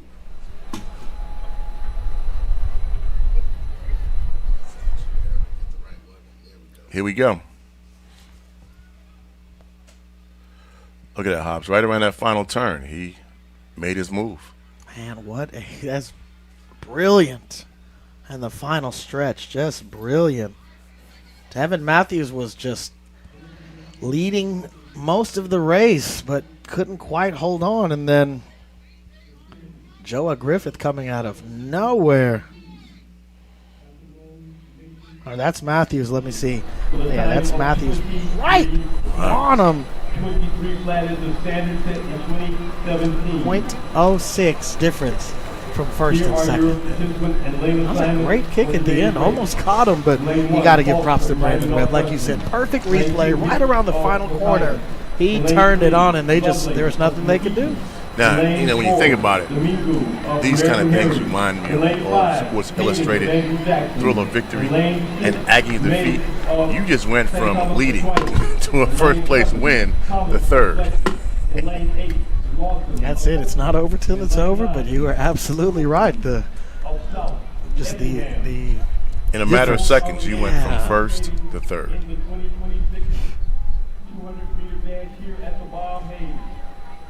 The record that they are trying to. That's what I think of baseball. You're trailing by 3. One pitch. If your base is loaded, it can be over. There's a heartbreaking way. You're up by 3 runs, but just one pitch can ruin it for you.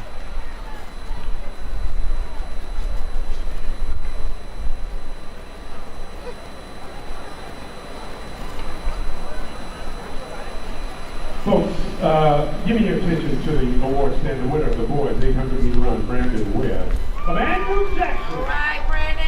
Come on, step up, young man. That was one. Brandon Webb, bottom right-hand corner of your screen now, getting honored for his first place finish. Senior out of Andrew Jackson. That's enough. Winner of the boys 800 run with a time of 1 minute 53 seconds. He is a Bob Hayes champion. Another one. The boy said, take me to the finish line. I think that'll preach Sunday, Bishop. Yeah, Will. Take me to the finish line. Yeah, Will. You have the fortitude. That is a tough race. Yes, Lord. How did you finish? I finished it. I just kept what my coach told me. He said, always keep me distance, so you can strike and get there. That's what I did, and I just believe myself. A tremendous mindset. And here we go, girls 200. Coming out of the turn. The girls 200-meter dash. Here we go, the final, Vern. They are moving. Got a race once again. Race for second and third. Yeah, that was a close pack there. Yeah, Loveless gets the first place finish, time of 23:65, followed by Domingue, 24:13.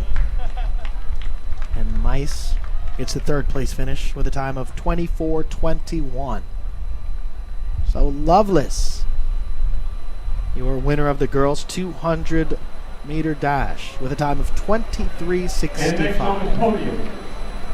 You can take a seat if you want to. Could be a factor of fatigue or possibly a factor of form.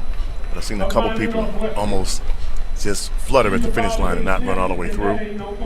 Has changed a couple positions, I do think. But hey, it's been a long day and some fantastic races. Yeah, and at the bottom right-hand corner of your screen, Antiona Ford, the sophomore out of Miami Northwestern, getting the first place finish in the girls' 800 run. She is clearly emotional right now with a time of 2 minutes, 17 seconds. Taking a seat, like you said, she's fatigued, but well-deserved, you know? Yes.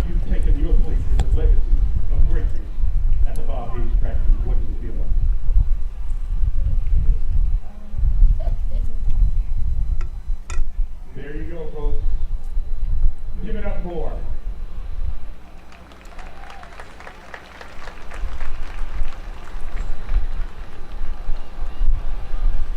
Antona Ford once again, the sophomore out of Miami Northwestern.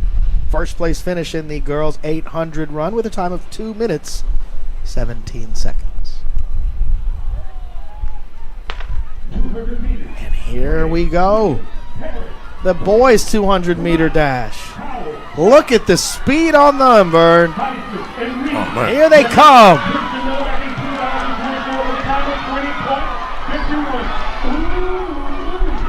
And he is outpacing everybody.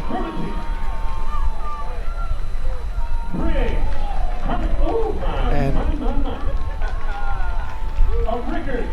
what a finish from Rickards. Davion Cromartie, 2090, first place finisher for the boys' 200-meter dash.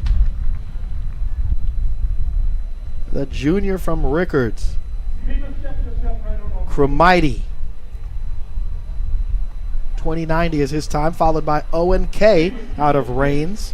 The senior from Rains gets a time of 21:40, followed by Josh Howell from Creekside, rounding off the top three with a time of 21:41. So .01 separating second and third place. It doesn't get any closer than that unless you tie. It's just unbelievable. You got it right there. Looking at the replay right now on your screen.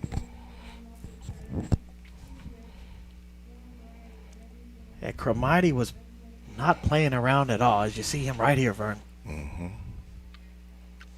It's great pace in the pink shoes. Followed closely. Look at the form, though. He's sticking to it straight Perfect. That's coach has to be proud. That's it. Don't turn around. Don't look back. Run through the line. As Roy mentioned earlier, our producer, some of them are stopping just before the line. You want to imagine the line a little bit further. You have to run through that to get the full maximum amount. Right, because a couple people got past right the line. You, right there. And it's like, guys, if you know that's the finish, even if you fall at the end, you got to run faster than past it. Yeah. Sure. Absolutely. So at the podium now, we're taking a look at Mina Loveless. 200. From Malacca, Boyd, 200 dash. From Atlantic Coast, Overhead. From Vincent Snyder, Brooks. Brown from Wilson. Inonye from Richard. Seafried of Atlantic Coast. Kipper of Mandarin. Johnson of Mandarin. Yolkson of Baldwin. Pops did our part. We got her back at the bottom of the screen now. You see Miss Melissa Jefferson Witten back awarding medals. We had to get the interview in to get her back to the podium. Hey. she's moving today. Had me rolling earlier when he said she's got the speed to run back down. I just couldn't help it. I mean, what a young lady. What an amazing. Fantastic. Yes, great person. So humble. And dropping some great gems for the, as I told her, she's got even her fellow Hall of Famers older listening to what she's saying and taking up. So and out of all of them, to see her, they're all decorated, they're all outstanding. Everybody has their own, but they all mentioned her. And to hear her say that, no, I almost didn't accept it. I almost didn't come as far as, no, I'm not worthy. But she is. You are worthy. You're doing a great job. Yeah, great and spirit. Still running like you said. She's going to do great things in LA. That's right, like you said, there's a feeling she wants to carry the torch. That is a dream of hers. Her mouth to God's ears. Let it happen. That's right. 2 years. Here we go, Vern. The girls' 3,200-meter run. This is a true test of your will, especially this time of day after all the other events that they ran. Brandon Ford, Brandon Webb, and Tiella Ford. Please bring those back. Hey, I'm going to put it out there. Possibly I see a dual torch coming in. Because, in my mind, for the U.S., I see Melissa Jefferson Wooden, and of course, Mr. Eddie Hart. Now, look. Hey, who better to bring it home to America for the games that you get disqualified for? Somebody and then he's in Cali coaching. He's in Cali, right? Hopefully they tie things together for sure, right? Put that together. That's got. And remember, when it happens, remember you heard it right here at the Bob Hayes Invitational Track Meet. Absolutely, and they're like, "Well, we've already thought of that." They're like, "Vern, we're already ready. Don't ruin our surprise." Okay, would be amazing. No, hey, would be an that absolutely would be amazing thing. Great. And if we could get out there to cover it, we're going. We're going. Look. Amen. We're speaking. We're all going. We're taking Jericho with us. Absolutely, boy. Pack your bags. Get ready. Creekside Zone, Christian Miller presenting the Beachside award. with a handful of runners in this one. Christian Miller, come here. What did it feel like to make the Olympic team back in 24? It was a blessing to be able to go out and compete against all the best people in the world and all the different best and just show everyone that, even though I was young. On the podium now at the bottom right. Looking at If there your was winner. a word of encouragement to these young athletes, what would it be? It was to trust God in everything you do. Amen. No matter what you're doing, whether it's in school, whether it's on the track, whether it's with your family, trust God with That's the everything winner you of do. the boys You're 200 training now. Where are you in your with career? a time of 20:19 Right now, out of I Rickards, moved the over to junior. Tallahassee. I'm currently training, getting ready to open up in Florida. Christian, you are Bob Hayes champion yourself. What did it mean? Gold and Chippenov battling it out so far in this one. Gold out of St. Thomas Aquinas, the sophomore, Taylor Gold. We got a bunch right now. They are staying close as we come into the third turn. One heck of a race. You heard it from one champion to the other. What does it mean to you? The early leaders are packed together. It's one of the wider fields that we've seen What so does it far mean to be a Bob Hayes along the champion? race. Feel good. Especially all the people in the stand support me, like my mom, dad, coach. Something tells me you have a few in the back that may be playing possum, saving a little for the kick after what we just saw earlier. Right, trying to let Chippenov and Gold wear themselves out, but so far they are the leaders of this one.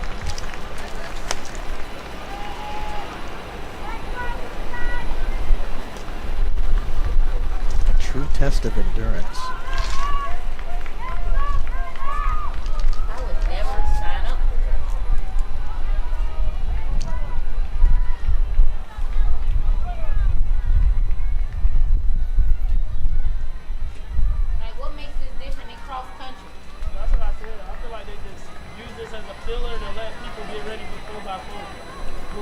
Our final four finally coming around. I don't understand why. The widest spread we've seen.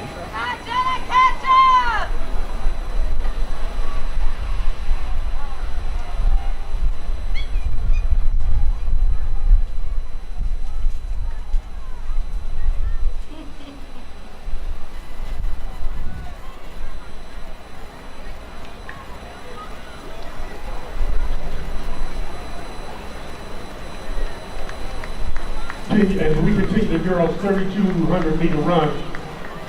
Last words, 10, last Vern, parting words. Bunched up together, as you mentioned earlier. Some of them are waiting until the end. Jefferson. What up, man?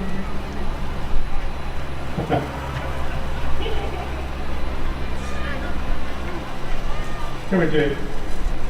Melissa, if there was anything that you could leave in imparting some imparting words to these young athletes, what would it be? Your journey is your journey. Make the most of it. Never, you can aspire to be like someone else, but at the end of the day, in order to get to where you want to get to, it starts with being who you are. Surround yourself with people who are going to love and support you through good and the bad.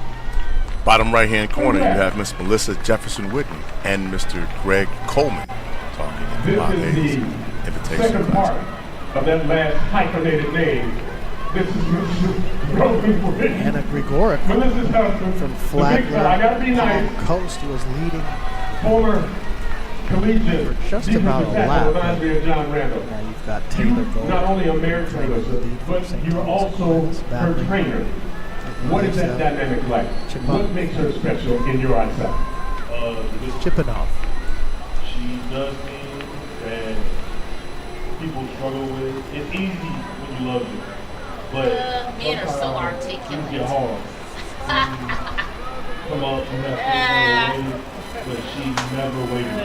She's always on top of it, does everything she's supposed to do. Antonelli with the lead, like I said earlier, we've had a handful of beachside runners, I believe 5 there you have it. In this there 3,200-meter run. 3 words.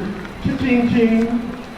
Hey, let's give them a great big round of applause. Melissa, thank you so much for being a part of the 2026 Bob Hayes Invitational Weekend. Killer to Come on, attack later. Jacksonville. You can do a little bit better than that. This is the fastest woman in the entire world. They're going out front, making a move. Now, moving to the front.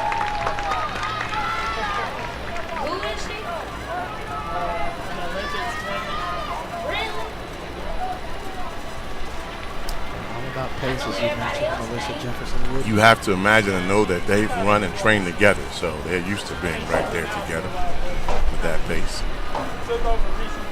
Hey Siri. And now beginning to thin out and move away from the rest of the pack.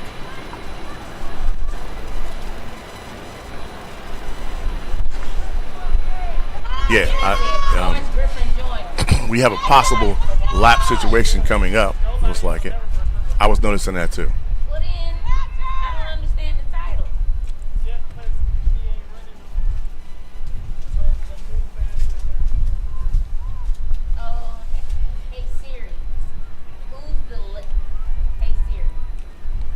But you got to commend them for their endurance and even willingness to be in the race 100%. And the meet. And as a team meet, you get points for finishing, so you got to go ahead and keep it up. I've seen a lot of people throughout my years pull out in the last race just because they're just done. They're exhausted. They've had enough. You know, that's just reality. You know, so you are holding up and keeping it going and still seeing it through all the way to the end. Coach talked about that today, about one of his track players or track runners who was not doing well, not finishing well, but developed and blossomed, and by his senior year doing some other things as a leader. Stick to it. He mentioned that out of all of that stuck out to me. That was his moment. He said that was his biggest. That, you know, to me, Vern, he could have mentioned the first place finishers, the top, but for him, it's special to see the growth. That means that he was implanting, giving back in the game of life. He knew she wasn't gonna. About that. Yeah, he knew she wasn't. She knew it. But what is she gonna do after that? It showed that she didn't quit. She wanted to be on the team. The one thing he said was what? Don't quit. Don't quit. You're already on the team. I'm on the team. Don't quit. You know, Vern, it's unbelievable. Unbelievable how the coaches can just get the most out of those kids to believe in something that they may or may not believe that they can do.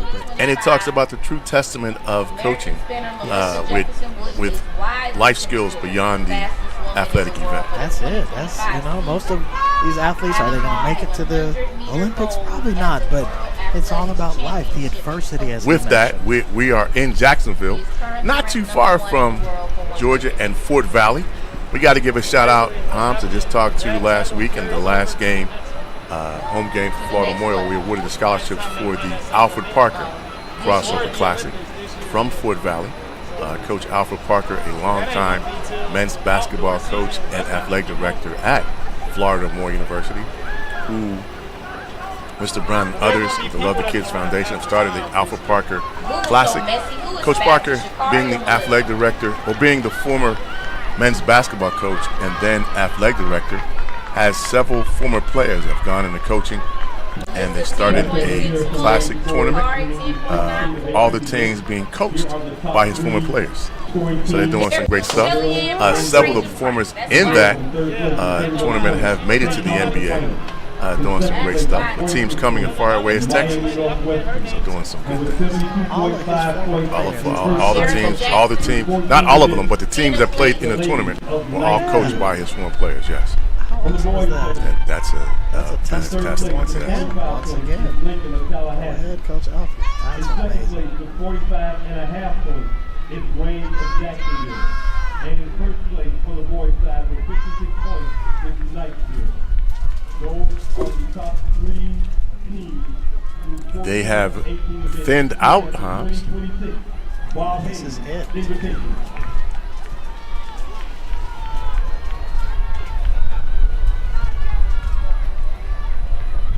Wow, talk about a dead sprint. Where did this energy come from, Vern?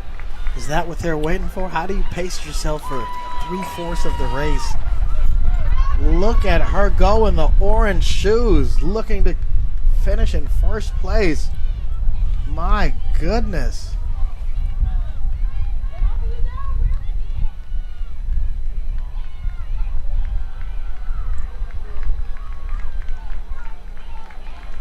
Hey, that is endurance to have that kind of energy at the end. Taylor, gold with the gold.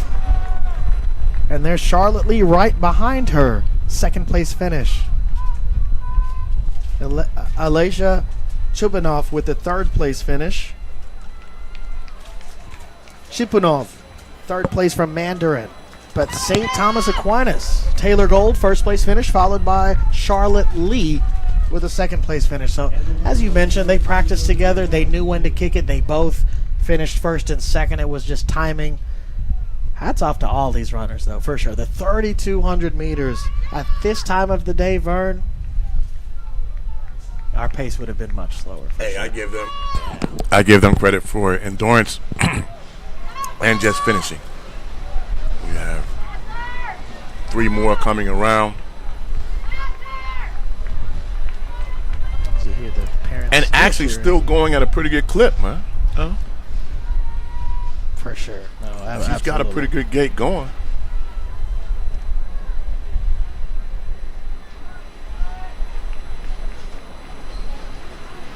They must have got lapped twice. They started moving. The leaders started moving as the race, kept going into the middle and then the second portion. It is just unbelievable. Some of these runners, top cross-country runners, you can tell this is what they do. But to be able to finish and get points, you still give credit to some of these girls out there. In the first all day in the sun. St. Thomas Aquinas. The majority of the people in the stadium, including the parents, we're not doing the thing, especially to end it. So, gotta give credit to these young ladies out here. Everybody to finish strong, because there are no losers at the bottom. Love to see the parents still cheering on the two runners. Yes. Finish strong is what you want to see. Come on, baby. The only thing he said was don't quit. That's Just it. don't quit. Got one, Greg. They can finish at least. This reminds We me of got that story. another This is one. exactly the So run we know that, what we're going to do now. that young lady that If he you got mentioned two earlier hands, did. I need to put your hands together like this. Come on. Come on. Love to see the encouragement. That's So the PA announcer, excellent job. The entire stadium Giving it up for coming in. That's cheering right. on this final runner. There you go. They've got the momentum clap. And she sports the 2 different color shoes.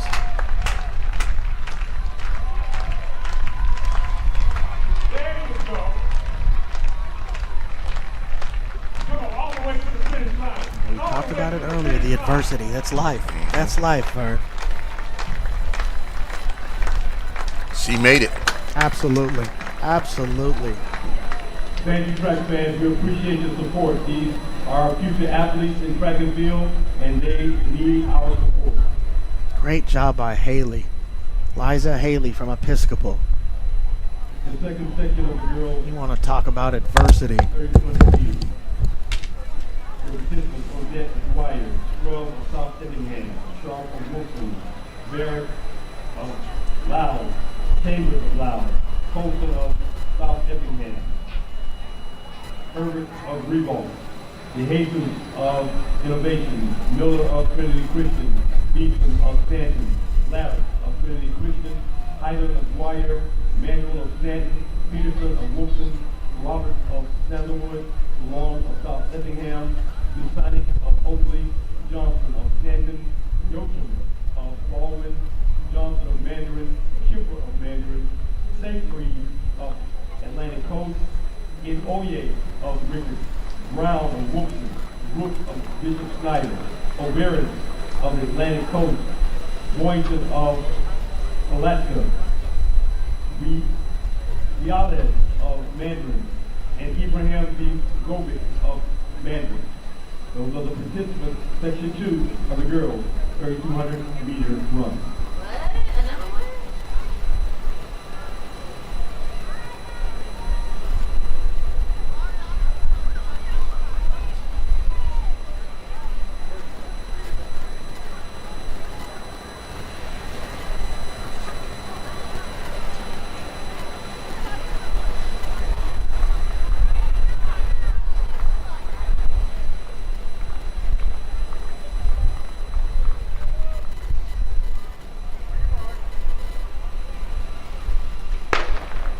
Here we are, heat 2 of the 3,200 meter run for the girls.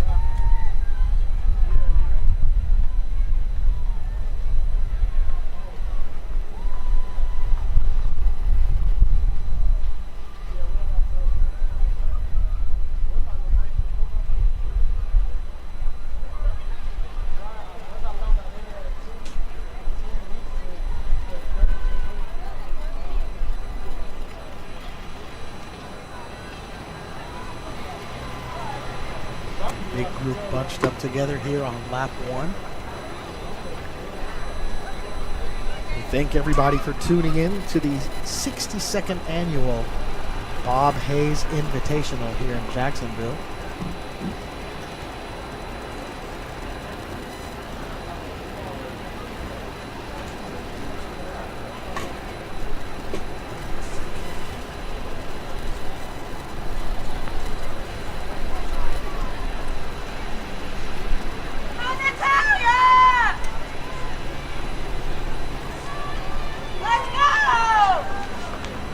So going through the names on the second heat of our 3,200 meter final for the girls. Viales, Oberes, Brown, Inui, Seaford, Kemper, Johnson, Yoakum, Long, Roberts, Manuel, Highland, Larrick, Deason, and DeJesus. Oh, excuse me, Odette also.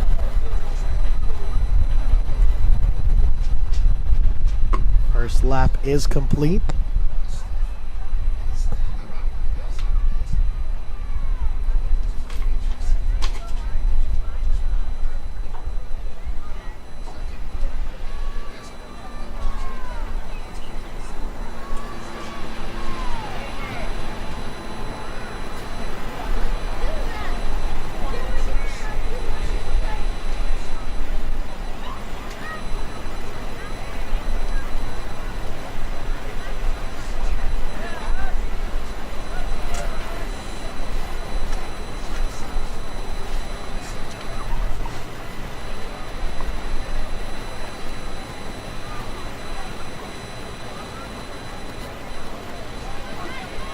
Yellow, you wearing a bow tomorrow?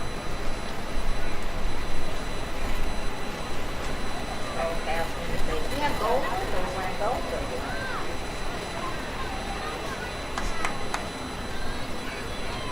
John, good pace! Stay there! You like it. Lap 2. Good job! leader. Going nowhere. Yeah. If you would, yeah, please, I would love to have a goal.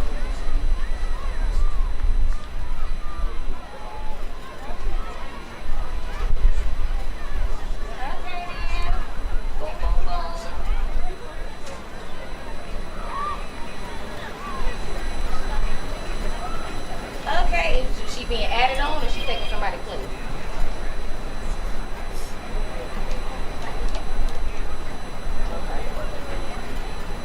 Copy that. I know you got it. That's why you leader. You got it. As long as mine stay the same. Everything. Don't add nothing. Don't add nothing. Ugh. Only got so much limited brain space. Third lap underway here at the 62nd annual Bob Hayes Invitational in Heat 2 of the girls' 3,200 meter run for the final. I sure was on there.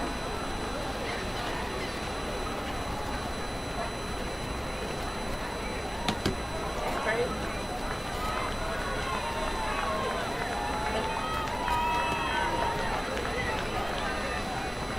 It was only 3 on the stage, right? Drea, and the 2 sisters.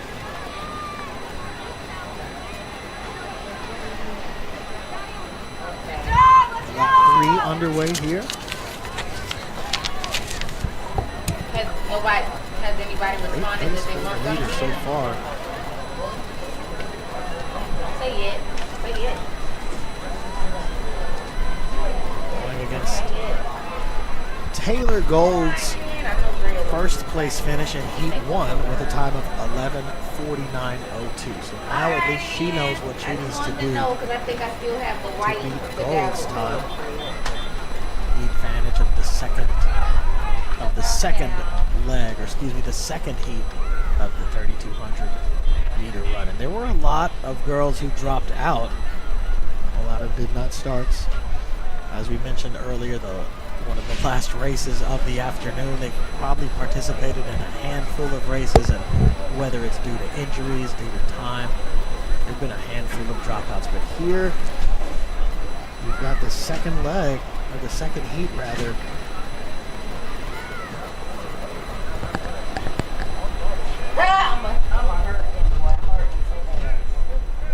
We've got the top 4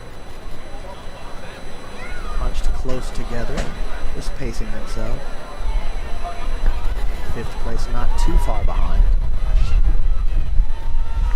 Once again, the time to beat for first place, 11:49.02 by Taylor Gold of St. Thomas Aquinas in Heat 1 of our final.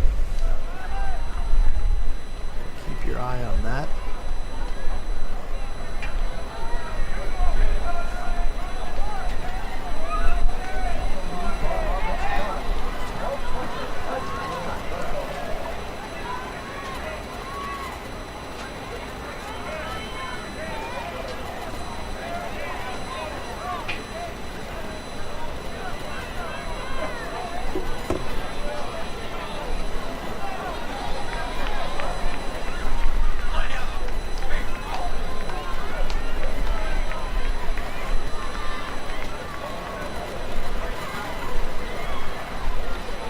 First, second, and third inching closer.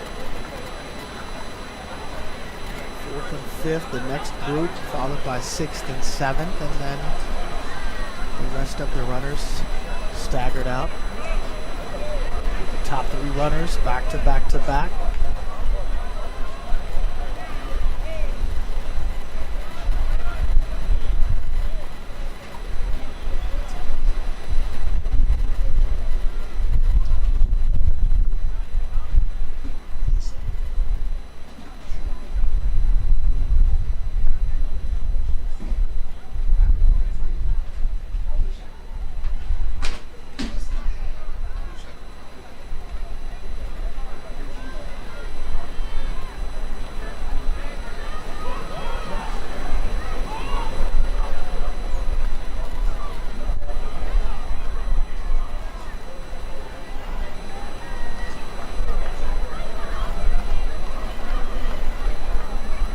Three runners still staying close together.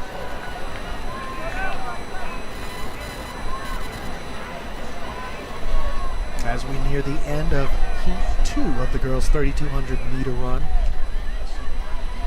here on the campus of the University of North Florida here in Duval.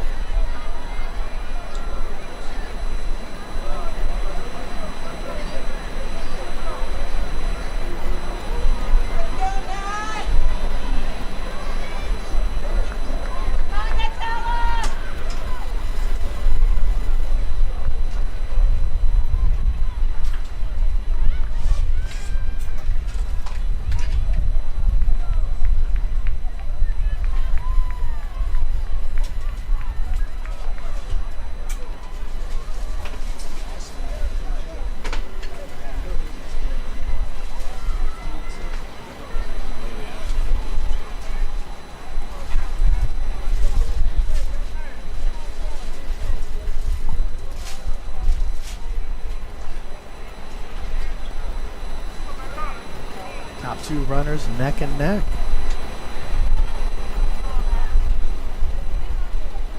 Third place not too far behind, and then the next group, fourth and fifth, battling out.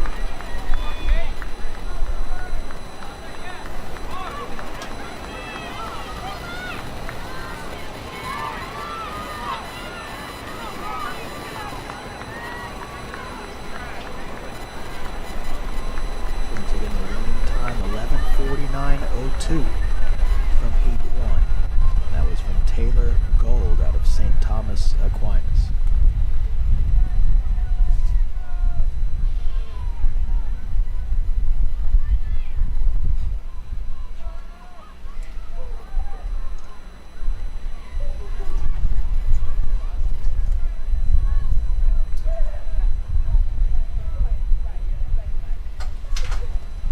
First and second battling it out. Step for step.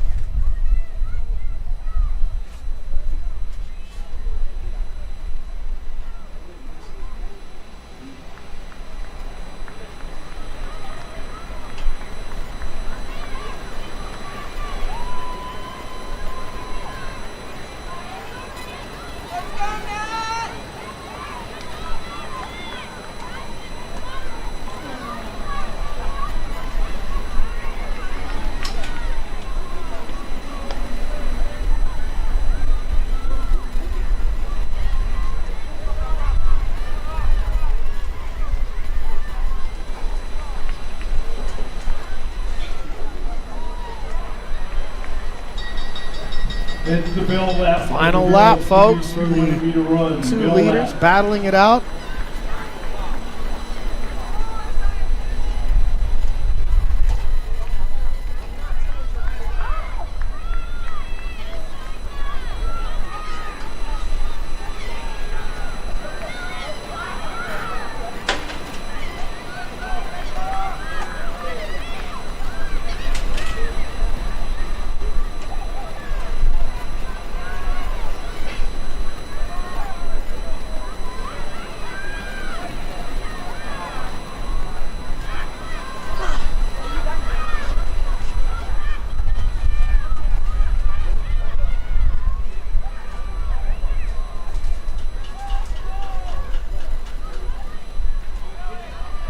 Final stretch for the leader as she comes around.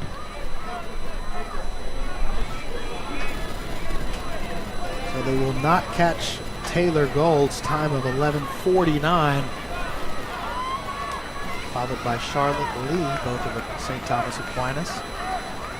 But here we go.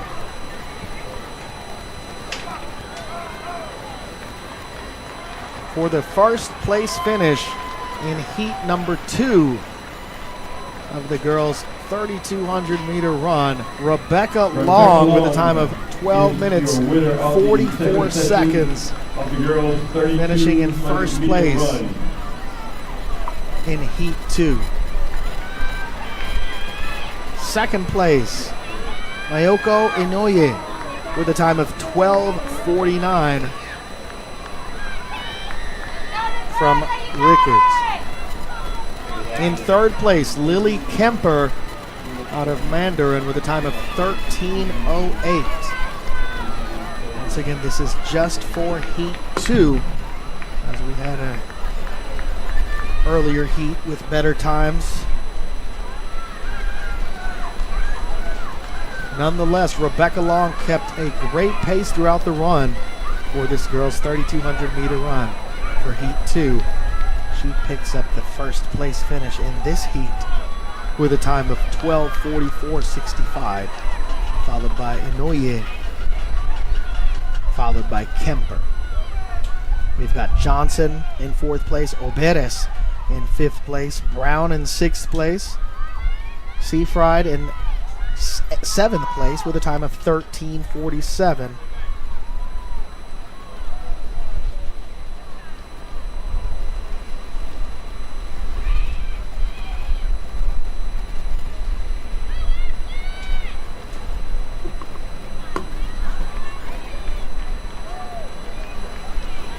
And here come the rest of the competitors.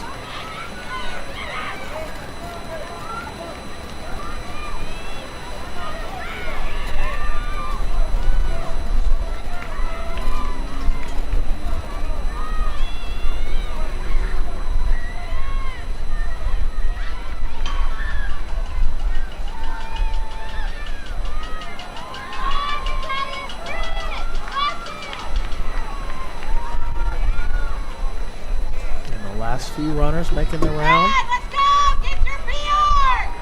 Turn it up! Let's go!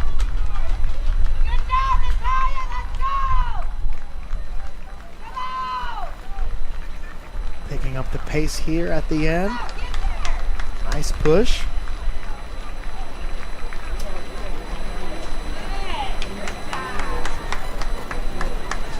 And there's your final runner crossing the finish line. Great effort by the girls in the 3,200-meter run. Next event on the track is the boys' 3,200-meter run.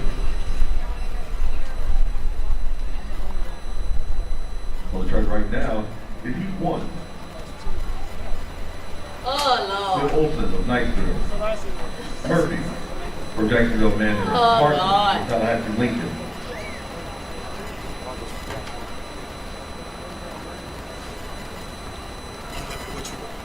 Rick from Mandarin. Bracamontes from Bowles. Almeida So we're from getting Flagler Palm set Coast. for the Courier from Wildwood. boys' 3,200-meter run. Ranyarski of Bellevue. Duff of Lincoln. Saucedo of Timber Creek. Bryan of Lincoln. Inman of Bellevue. Vire of Miami Palmetto. Smith of Westport. Heed of Mandarin. Bennett of Beachside. Hope. We are joined of by the Beachside. legend, Greg Coleman. Brown of Miami Palmetto. Rueda of Oakley. How are you, champ? You know what?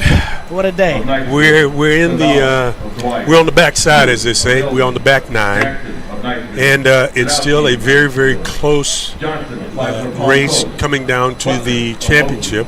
For the girls, it's St. Thomas Aquinas, I think Miami Northwestern, and Niceville.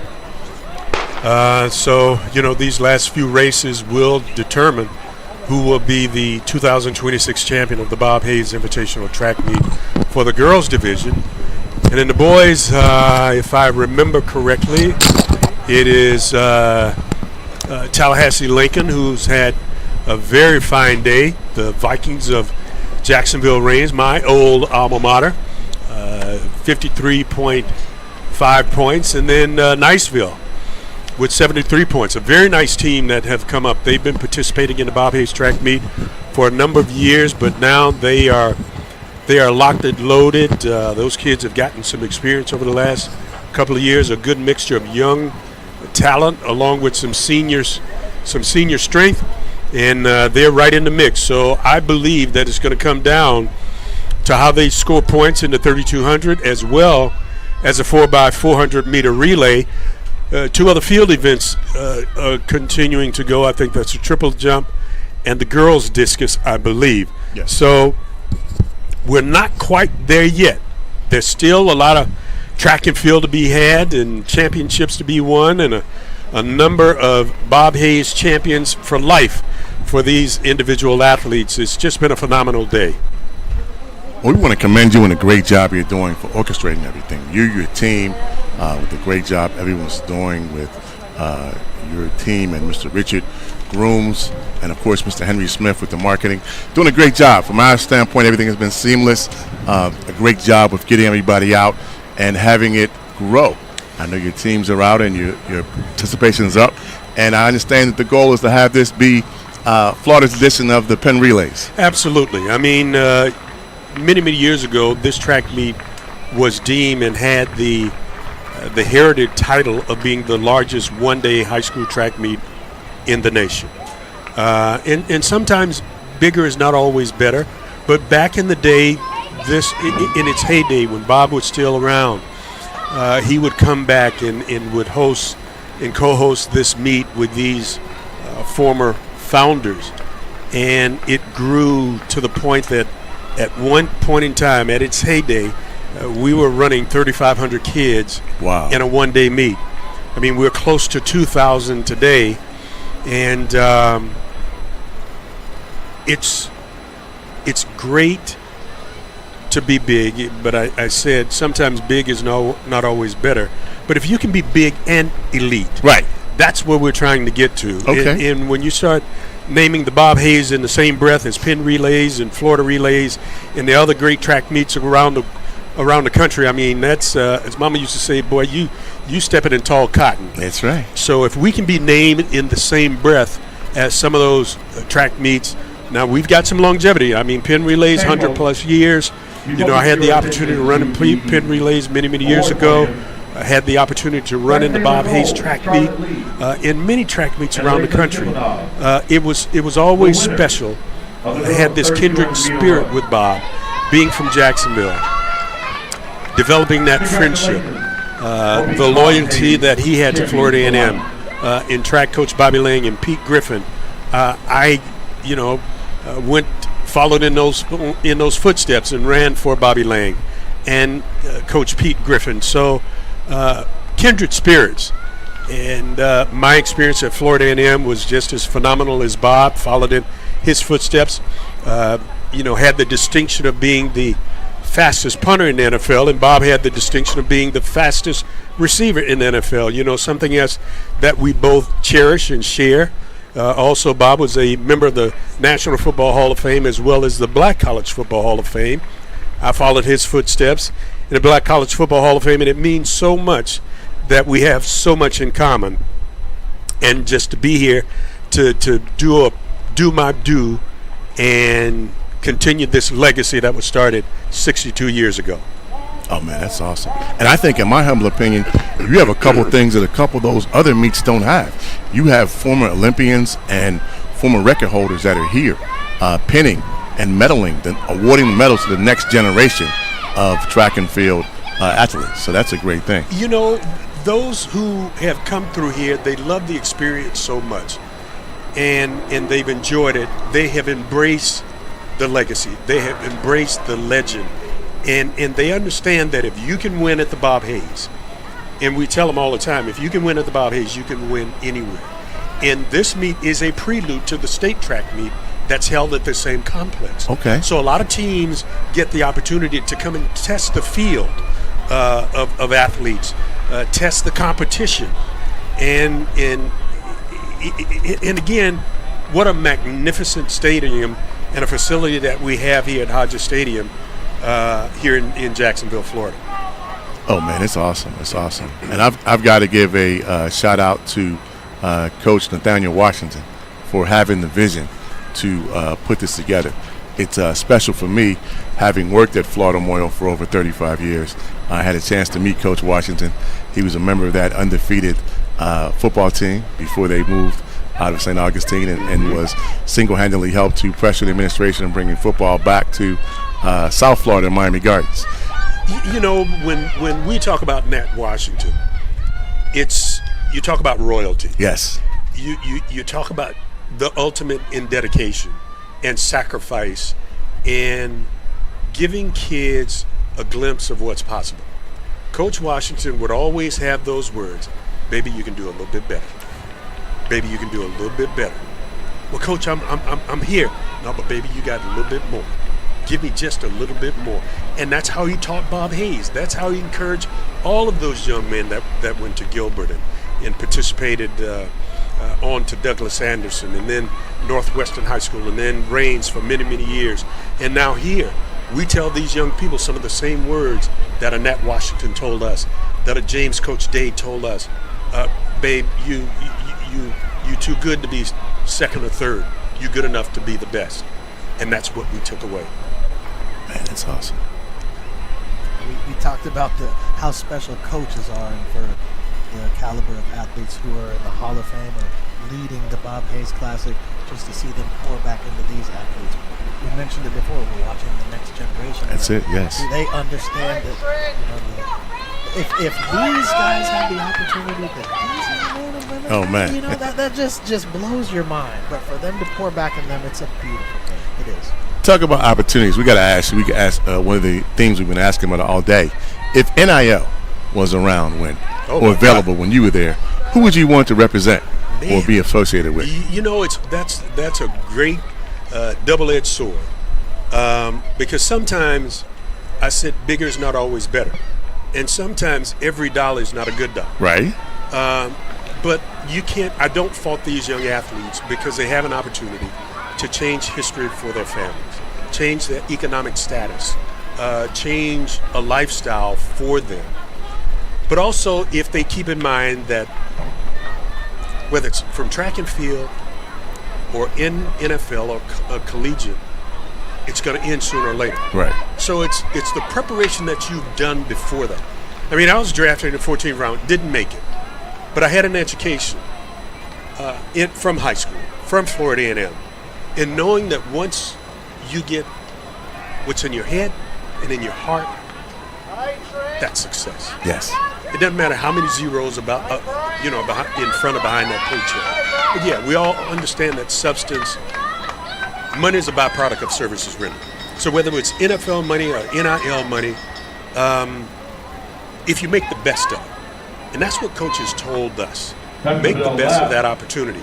I mean, getting cut taught me, which I had heard from guys like Kenny Burroughs from Raines High School, Harold Carmichael from Raines High School. The list goes on and on and on. Those Hall of Famers and giants who paved the way.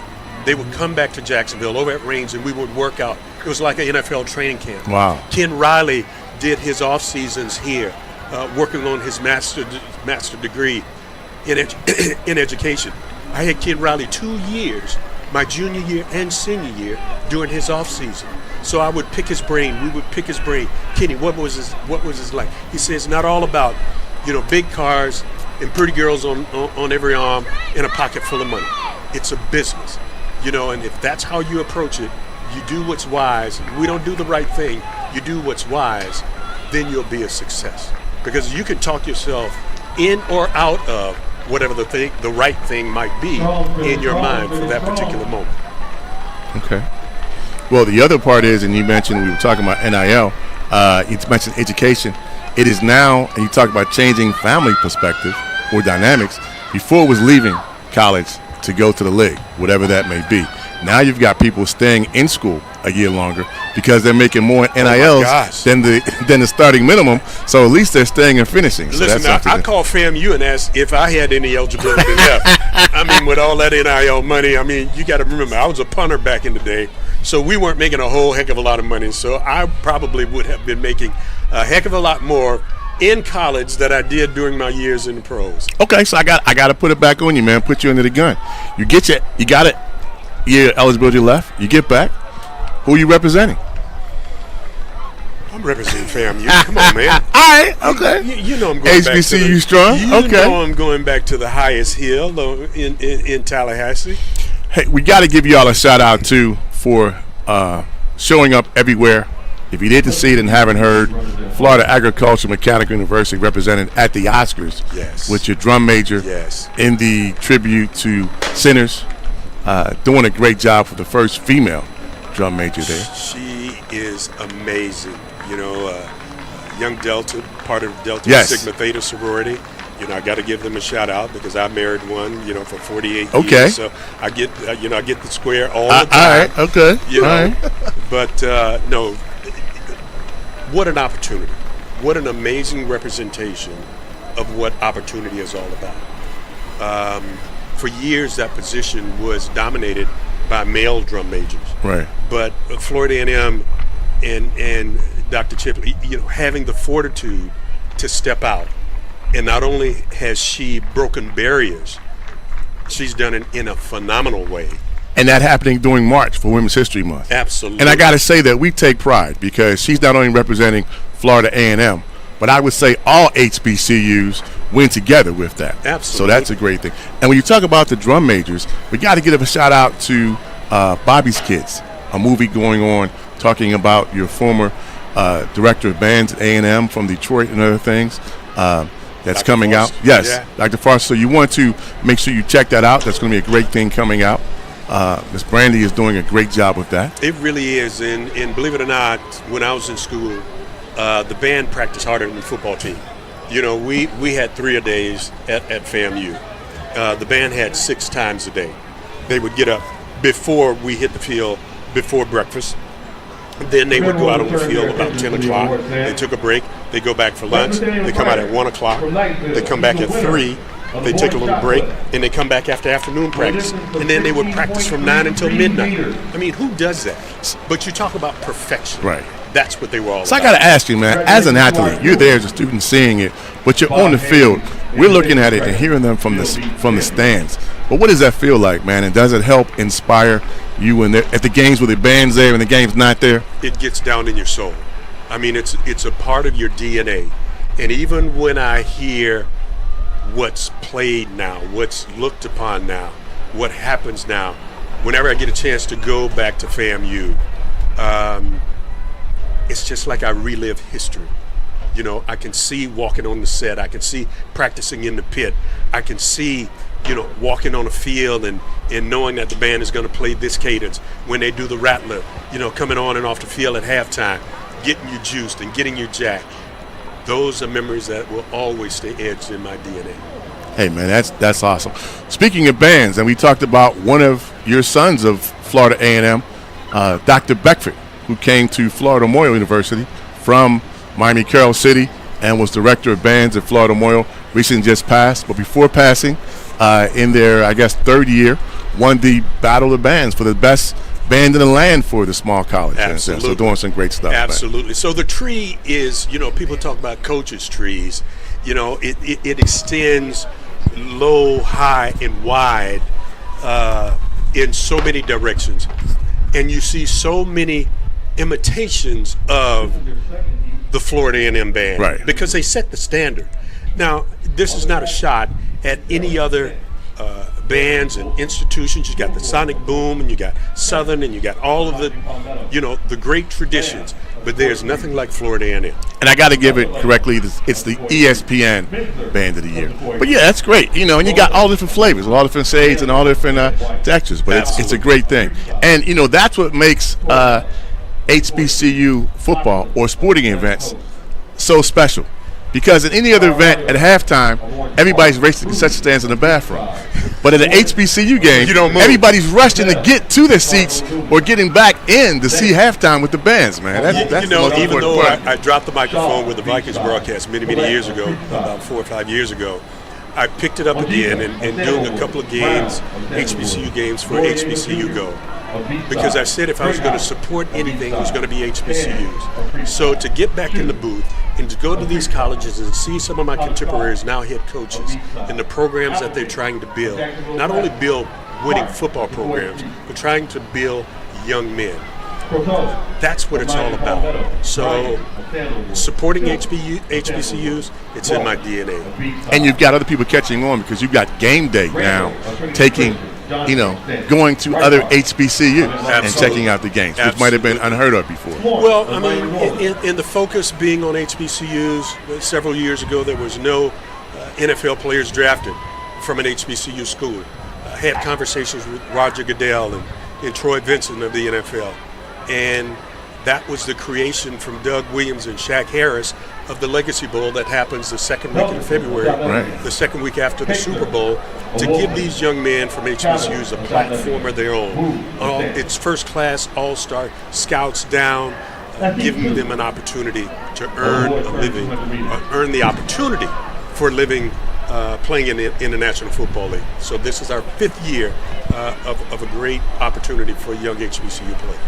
Yeah, excellent job.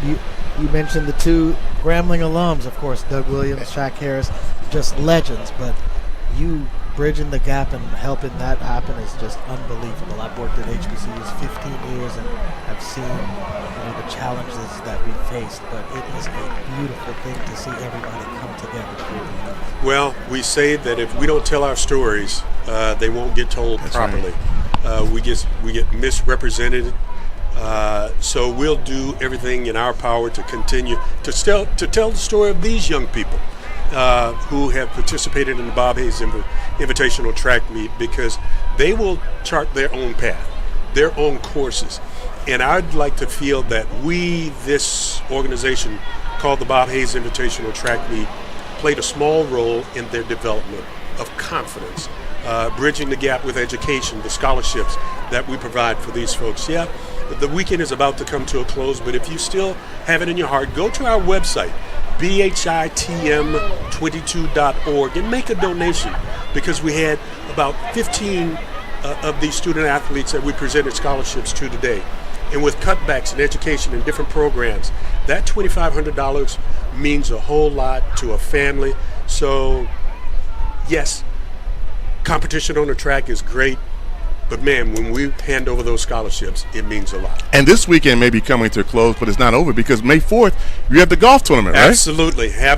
And I haven't picked up a golf club since New Year's Eve, so I've got the itch to get back out, so you can support the Bob Hayes, the James Coach Day golf tournament coming up May 5th, May 4th. So that information will be on the website as well, bhitm22.org. And even if you don't play golf, we've had a number of people that have made donations for that scholarship fund. And every dollar that comes in there goes directly to the scholarship fund. So we need your help. We never know who we might be helping, because all of us are standing on the shoulders of somebody else who paved the way for us. And you said you're making a small impact. I want to say, from what I've seen today and what I've seen, you're making a large impact, sir. You're making a great impact in these young people's lives and our future generations. But I got to ask you, though, man, how did you decide to be a punter in football? Well, I'll give you the short version. I was a young shorty, and everybody was getting beat up and hurt and bloody.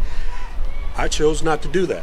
I saw a guy punt for the Baltimore Colts in their clean white uniforms at old Baltimore Stadium. Yes. Memorial Stadium. Yes, sir. And everybody was dirty.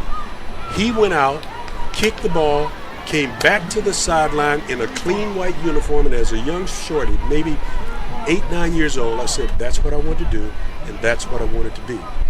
But I didn't see anybody who looked like me. Right. I didn't strive to be the first African American punter in the National Football League. I just wanted to be a punter who was an African American. I can't take this skin off. Right. I can't unzip it and hang it up in the closet. I am who I am. I love to represent my culture, my heritage, and just be an inspiration to a lot of young men, because a lot of punters don't get to be on. Yeah, they don't think that's not looked at as a glamorous, sometimes Showtime position. So and a lot most of people aren't looking think for that punting is an act of surrender, but it's one of the most strategic moves in all of sports. Because you heard the saying, you have to shift, you have to change, you have to pivot. I didn't play basketball. I didn't pivot, but I punted. Right. Punted, I use an acronym, and I wrote the book called Punt. P, push through obstacles. You understand your strengths and navigate through the crap of life. And then T, take calculated risk. Then and only then you can flip the field. Because that was my job. Man. My job was to flip the field. And not only for athletes, not only for corporate America, but that metaphor, that methodology could be for a stay-at-home mom or a little pee-wee football player. I just believe that we all are going to face adversity during the course of life. But sometimes you have to back up and punt in order to pin your opponent into the corners. And then it gives your team time enough to come up, to adjust, adapt, and execute to a different game plan. Wow. Mr. Greg Coleman, we want to commend you for the great job you're doing as the chairman for this meet. I know we got to flip the field and you got to get back to present some more medals, but I'm done. Hop, you got anything else for him? You know, coming into this one, you talk about black punters. I'm a diehard Dolphins fan. I mentioned Reggie Roby, and I never thought I would meet the guy before Reggie Roby, the first black punter in the NFL. So, Greg Coleman, it has been an honor, first of all, as a human being, the things you were doing, the legends, you know, the amazing accolades that you have accomplished throughout your life. But I think my favorite part is all of you giving back to the next generation, which that's what God calls us to do. That's what it's all about. So God bless you, thank you, and continue changing lives. You know, he does. I am, you know, the favor that God has given us, we go through doors that we haven't even knocked on. Right. But it's his faith. My Pastor Pete preached a message a couple of Sundays ago. If you have a faith that doesn't make sense, faith that doesn't make sense. You know, a little guy from the west side, north side of Jacksonville, out, you know, being a part of an amazing organization, amazing event like this. If somebody told me, hey Greg, you're doing a great job, it's not me. It's the people that you surround yourself with. It's the relationships. It's those of like minds and like hearts that care about young people. That's what it's all about. Guys, and I thank you for giving your time to broadcast this amazing meet, you know, our 62nd running of the Bob Hayes Invitational. Anybody watching that wants to be a part of this, how can they contact you all? BHITM22.org. Send us a note, and the email address is BHI22.com. BHI22.com. Bob Hayes Invitational Track Meet 22. That's the number that Bob wore at Florida A&M and with the world champion Dallas Cowboys, and I don't want to say that too loud. Me and them damn Cowboys, we don't get along too well, you know. But guys, thank you so much. Thank for you, your sir. time. Keep up the great work, sir. Thoughts and prayers are with you. Traveling grace as you move around, and remind everybody you can still be a part of this May 4th for the golf tournament. And if you're not, do you have a luncheon for those non-golfers? Absolutely, we do. Say you can be a part of it either way. May 4th. Check out the website for more information and check them out. Keep supporting the Bob Hayes Invitational Track and Field Meet.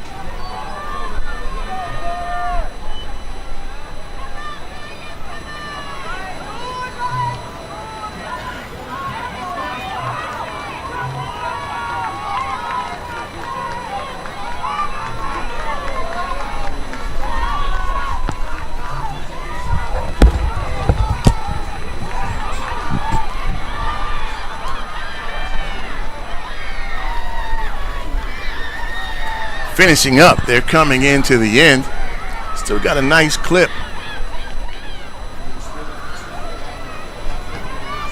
Yes, coming up. The highlights, always a big finish. You've got the 2 4 by 400 meter relays for the ladies and men coming up as they get ready to wind down the 62nd annual Bob Hayes Invitational Track and Field Championship. Hey, we were just talking with Mr. Greg Coleman, the first African-American punter, and now the chairman for the Bob Hayes Invitational Track and Field Meet. You heard him talk about how you can visit the website and support, but also May the 4th is the golf tournament. So we encourage everybody, you give back, come on out and support. They also have the luncheon and awards program. So even if you're not a golfer, May 4th, make your way to Jacksonville, come on out and support for that. Got some people finishing strong, running all the way through to the end after a long race. That's always exciting to see. It's been kind of a theme for the day, as in don't give up. So they're rolling all the way out.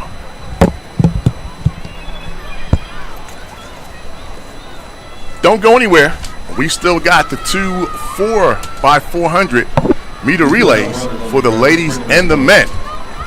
So she close out big for the 62nd annual Bob Hayes Invitational Track and Field Meet here at North Florida. A fantastic facility. Really a great place to be. And a great day weather-wise, huh? Perfect weather, Vern, if you ask me. We actually get the cool morning and then the sunny afternoon. And now as the sun dips for the final. It's about to go back down. It's about to get chilly again, too. It's already starting to feel that. We don't get that in Miami. For those of us watching, you got a lot of people here from Minnesota. It's a lot warmer here, but those of you watching from other parts of the country, we feel for you with this weather. Safety for all those, because last weekend you had a lot of tornadoes and things happening in the DMV and different parts of the country. So Mother Nature's doing some crazy stuff out there, but we encourage everyone to stay safe. For all those that are traveling back home from this meet or traveling for March, we are still in spring break mode, and got to remind everybody, if you're coming to Florida, that the state of Florida is not playing with you. They want you to come and play, but they're not playing with you. Rules and regulations are in place for a reason. So I implore you, please make sure you are following them. We do not want you to come to Florida on vacation and leave on probation, or have you stay here in Florida be a lot longer than you anticipated because of some foolishness or hygiene. So, be careful with that. Have fun, but be careful and moderation. And please, no drinking and driving. The life you save may be mine. So we encourage you to make sure you're doing the right thing. Haas, man, I know we got a couple more races, man. I want to say, man, it's my pleasure to be back on the air with you once again, brother. Hey, man, with a consummate professional, an OG like yourself, I appreciate it. It's been quite an honor. Thanks to Henry Smith, Roy, our whole team, everybody who had a part of it. Yes, of course, man, Greg it's teamwork. Coleman. Definitely. Absolutely. Together, everyone achieves more. And speaking of teams, man, I got to say congratulations to you. You're now around one of your favorite teams every day, brother. Absolutely. God works in mysterious ways. 15 years at a SID at 5 different HBCUs, only to land with the Miami Dolphins after being a diehard fan for 30-plus years is only a dream come true that the Lord brought to me. So I'm truly blessed to be in South Florida. And I got to say, it's a matter of not giving up and negotiating, because not only is he working, but he gets Sundays off, so he's still able to enjoy and be a spectator for the games, man. So that's a great thing. Congratulations, man. Hey, man, I want to be like you when I grow up, man. Thank you, my man. Look, I remember the whooping you guys gave us. We were in the building. That was a Thursday night. That was the last game for Chris Greer before he got fired. I'll never forget.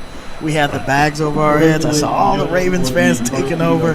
It was quite a spectacle. But no, hey, with that, man, he's watching today. I got to give a shout out to Mr. Lee.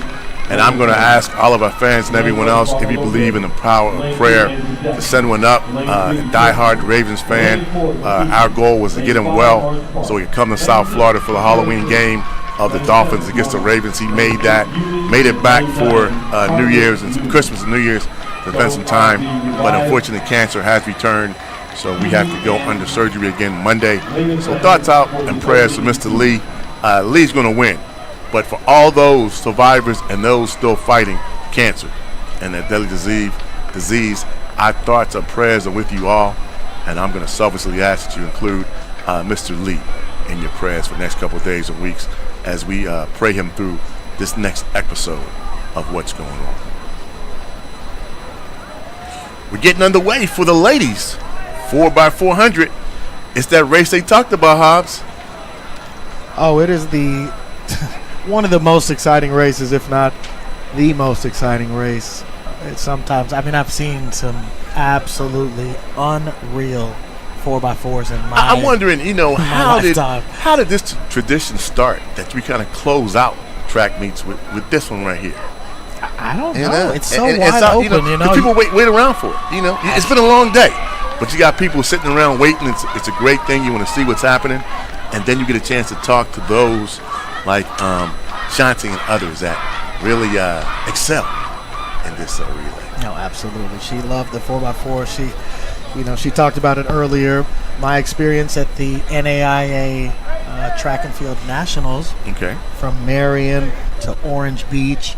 I got a chance to travel with Bobby Williams, the former head coach and pastor over at Dillard University. Did a great job under Dr. Kiki Baker-Barnes, winning countless championships. But he had a couple of his teams finish in the top 3. I believe it was the women's 4x4 in 2017 or 16 that got second overall. Wow. It was unbelievable. And then one of his men's teams had a good run as well. So it was just an exciting time to always watch the entire crowd. I was new in track. I played soccer my whole life, but as an SID, I got to experience volleyball, track. All the track sports, right. was unreal. And the 4x4, I quickly realized how powerful and exciting it was. Just unbelievable job. You don't think people are going to drop the baton in the 4x4, but this one team I'll never forget, Indiana Tech. They had shirts. They already crowned themselves champs. They were a shoe-in for the championship. Nah, don't say it. Yeah, say it's not so. Oh yeah, they dropped the baton. They did, and a bad exchange. It went across. It's the 4x4. Oh yeah, and he had to go wait for the runners before he could go get it. They set him back so far that. I remember, I think our men finished second overall, maybe third overall. It was just unreal at the national level of NAIA. So that was my experience. Anything can happen. Anything, right? And it's track and field, but I got to use a football analogy. But on any given day, any given Sunday, anything can happen, man. So, hey. 100%, especially in this sport. Anybody could pull up at any minute. You just have to go out and give it your all. You want to give us the lanes? Can you pull that up? This is going to be an exciting. We're winding down, ladies and gentlemen. We definitely want to thank you all for hanging out with us. In the bottom right, you have our winners for the last men's 3,200 meter run. Bryant Olson from Niceville. Once again, Niceville picking up the first place finish. 9 minutes 50 seconds, followed by Trent Parsons, second place from Lincoln. Brian Duff, third place from Lincoln, and Stokes Bryan, another Lincoln runner. Hey, that's some great things. Absolutely. So they are honored. Ladies and gentlemen, we definitely want to thank you for spending your time with us this afternoon. It's been our pleasure to be on this side of the mic. We thank you for taking time out and watching. And for those of you that came out, a few watching in the stands, came out in person, if you're not here in person, we encourage you to come back and check us out next year for the 63rd annual Bob Hayes Invitational Track and Field Meet right here at North Florida. But you don't have to wait till next year. May 4th, you can be a part of the golf tournament. Come on out and golf, or come out to the banquet and awards program to hang out. Those tickets are available, and you'll be helping to contribute and pay it forward for a few of these scholarship athletes for the Bob Hayes Invitational Track and Field Meet. You can do your small part. All right, as we get set for the girls 4x4 meter relay, lane 1, Father Lopez. Lane 2, Andrew Jackson. Lane 3, McEachern. Lane 4, Orange Park. Lane 5, Tocoi Creek. Lane 6, Yulee. And that's it. Here we go. Is that a clean start? Clean start so far. You see who's out in the lead on the outside, of course. Still early. Each runner will have 1 lap. Starts to get fun at about the second, third lap. That's when the real fun happens. First lap, everybody's excited, nervous. Just to get it out their system. And you got to stay in your lane for the first lap. That's right. That's the difference, right? I missed that part as well, but Shante mentioned that. So after that, it's wide open. After that, it's wide open. That's interesting. I guess they don't want them all the way. I guess, yeah, that does kind of make sense. Women's 4x4 underway. The last race for the girls Shante said today. she liked being a leadoff runner, so she would give her team a advantage. And he's talking about Shante. As lane 4 does it. Oh, the second leg is taking off. Woo. Look at that. That's McEachern at the point at the first exchange. Opening up a wide gap, and now they can shift over. But she's pulling away in the second leg. But as you mentioned, Hobbs, even though you have the lead, that handoff is so important. Yeah, the it's exchange. a little easier in 4x4, but I've seen disaster happen in the championship race in a national setting. It was unbelievable. Indiana Tech, I can never forget it, the orange team. As they close the second turn, coming at the down speed. the final stretch, Yes, they're indeed. going neck and neck, pulling away a little bit. Great job to finish that second lap. Yeah, she kind of pulled it back. Let's see how the exchange goes. Jackson, McEachern. They want the inside. That's whoever can get it first, then get to that first lane. First and second. Yeah, first right, and second. First and second right now are arguably ahead of the rest of the field. But let's see how they're going.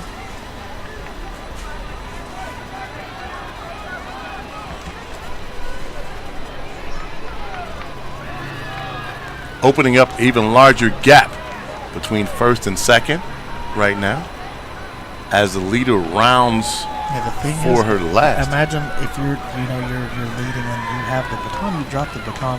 That's the thing. Like it's not just the run. It's not over. The extra. You got to hold on and run. And you've got to, so you got to keep going. You got to stay in and keep going. You never know what may happen, so you've got to. That's it. That is it, Brian.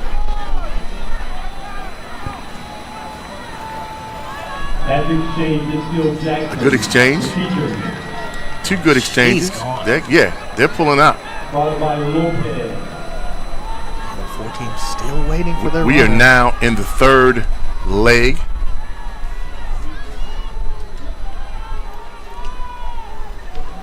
All the exchanges so far have been good, but they're waiting to go.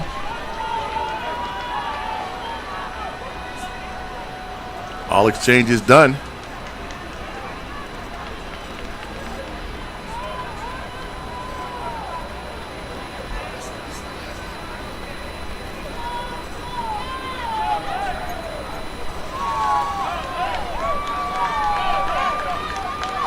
Hey, we've got a clear separation between first and second.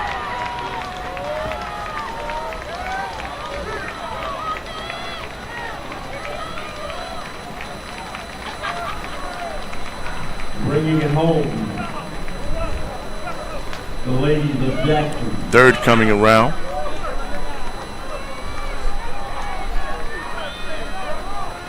So Andrew Jackson gets the first place finish with a time of 3 minutes 55 seconds. Hobbs, they're still battling out for the end. She's passing. She's got a little bit of kick left coming up. Yeah. She's still giving it their all. Running all the way through.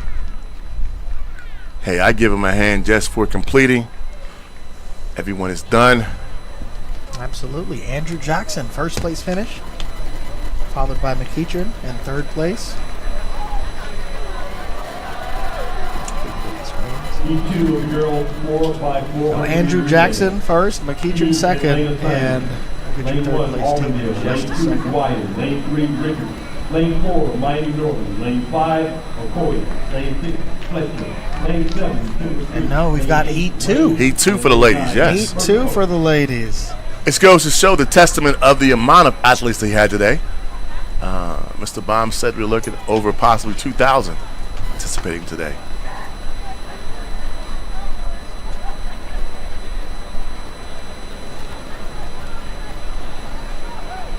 In the second heat, in lane 1, Arbandale. In lane 2, Dwyer. Lane 3, Richards. In lane 4, Miami Norland. In lane 5, Okui. Lane 6, Fletcher. Lane 7, Timber Creek. In lane 8, Rains. And lane 9, First Coast. So 2 out of 3 heats in the women's 4x4.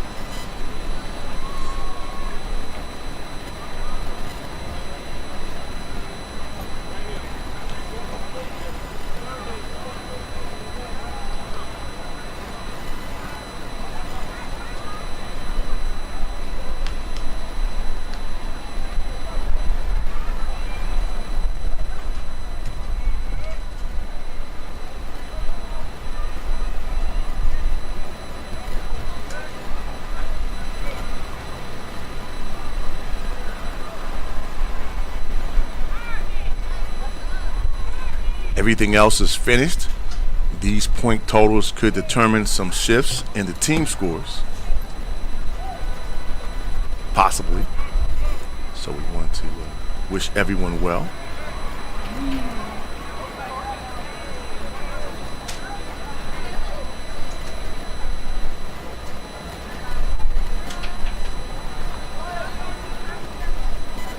Still a lot of fans and crowd still here. I'm going to thank them for hanging out. We are ready for the 4x4. And we got to start. They are off. Heat 2 of the girls 4x400 meter relay, the premier event at track meets around the world.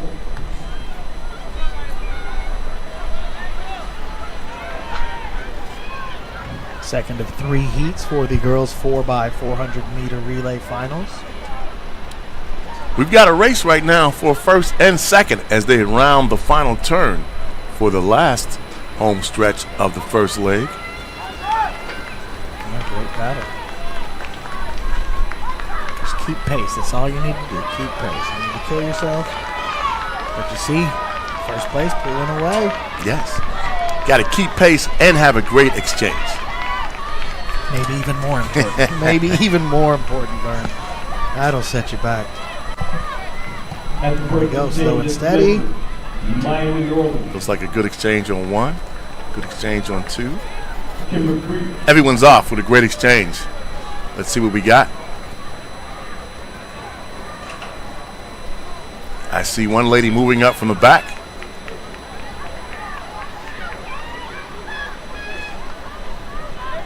She's pushed her team back into third.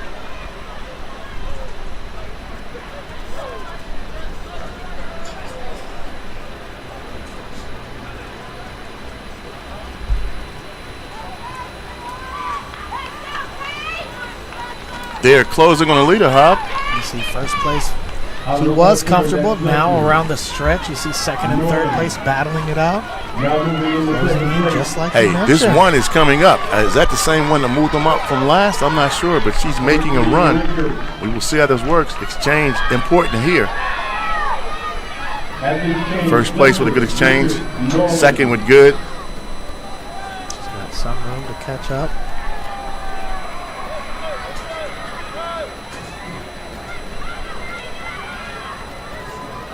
Third closing the gap on second. Yeah, and fourth closing up too. I think they've got a lot of speed, man. They're going to run some people down. Let's see how it goes.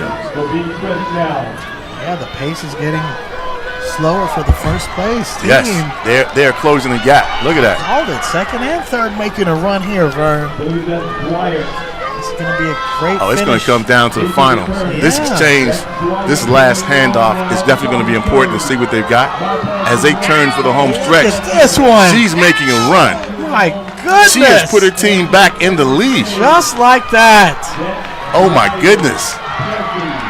You always want to see where the star runner is for them. They're hidden somewhere. 1 through 4. That reminds me of Kiki. She came around. She ate them up. She put them back in for the final.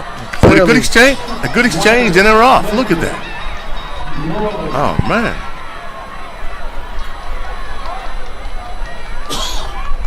Hey, but he got a little kick there, too. I think we're going to have a flip in this turn. Yeah, she's already on her tail here for the final lap of the second heat of the girls 4x4.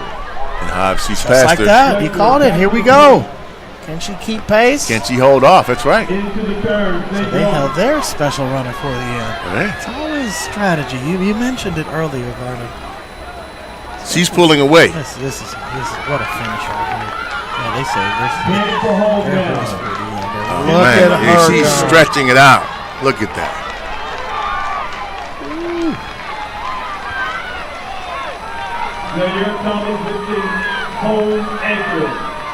Wow. Great finish for Fletcher. First place, 3:55. Timber Creek comes in second, 3:59. Everybody's still coming in strong. We got one more coming around to go ahead and finish. She's still going. Hey, we got to give her up for it. Still coming in. Absolutely, finishing heat 2 strong. Got to finish it.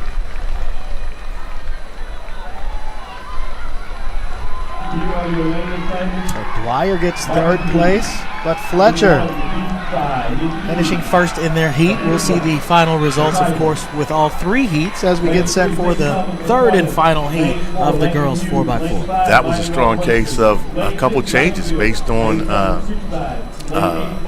laps. Absolutely. I mean legs. We saw that. You saw the third place turn into first. You saw it coming around there early. Oh man, she took off. Had a good exchange and she was off. Every time I see that now, I can't help but think about Kiki, about eating people up, man. Just running them down. It would have been amazing to watch her run. Just hearing the stories, even she was like, I don't want to brag or anything, but I was pretty. I could feel her when she said that. Definitely. Woo-hoo. Shante, Melissa, just amazing. We had so much talent here. Heat 3. Taking a look at our schools today.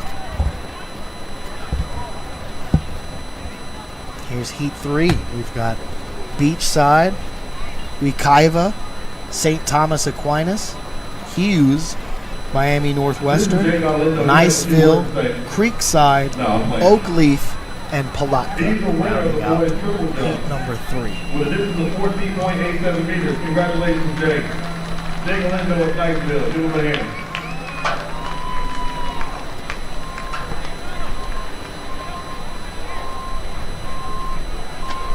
The men's team preparing to take the track after this third and final heat from the girls 4x4 meter relay.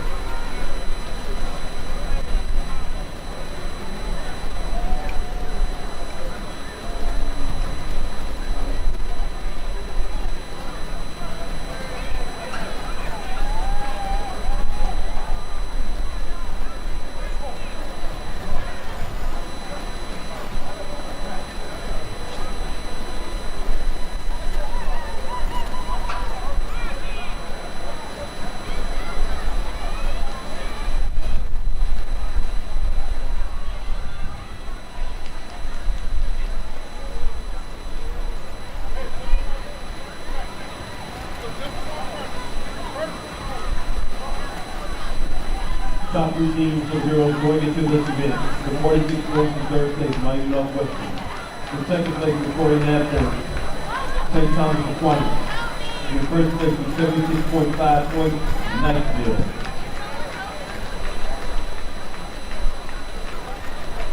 Third and final heat for the ladies. 4x400 meter relay.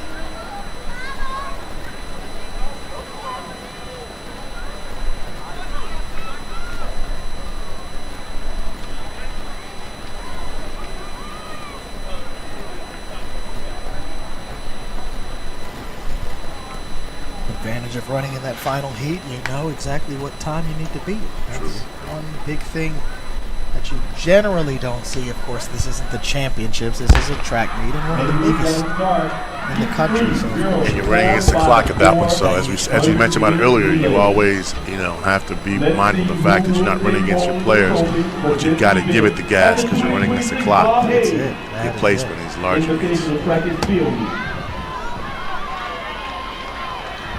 Lining up Western into the turn and making up ground. We've got a good race for the first four right now. Looks like Northwestern coming up on the inside as they approach the straightaway for the first lap. The final 100 yards of the first lap. That's blue slide at the point. Next to Oakley, followed by Miami Northwestern. Which one you bought? Miami Northwestern, blue side. Looks like a good exchange. And Langston Hughes headed into the second turn. All right. Coming up on the inside, that looks to be beach side.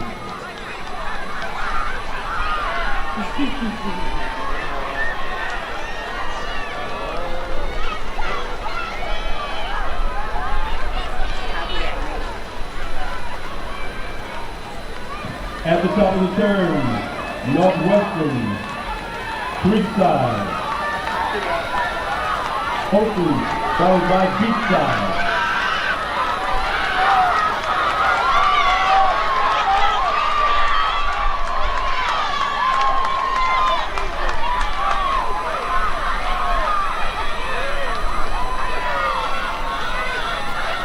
Athens King.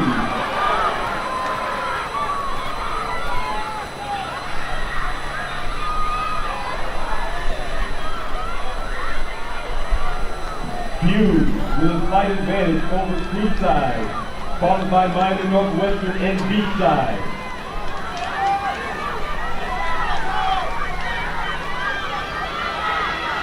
Into the third turn they go. Creekside coming back. Northwestern starting to press. It's a battle out of the turn. Stride for stride. Hughes, Creekside, Northwestern, coming to the final exchange. Final heat of the girls 4x4 100-meter relay. It's Hughes, Creekside, Northwestern. Who wants it?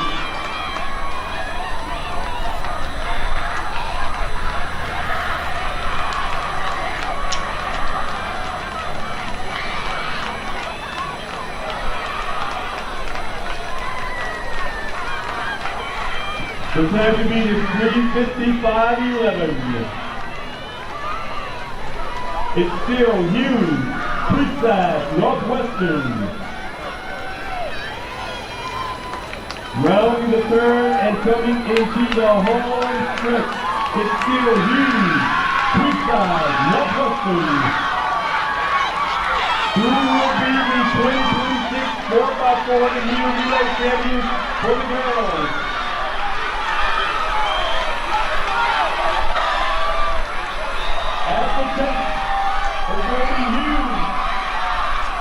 Northwestern and Creekside.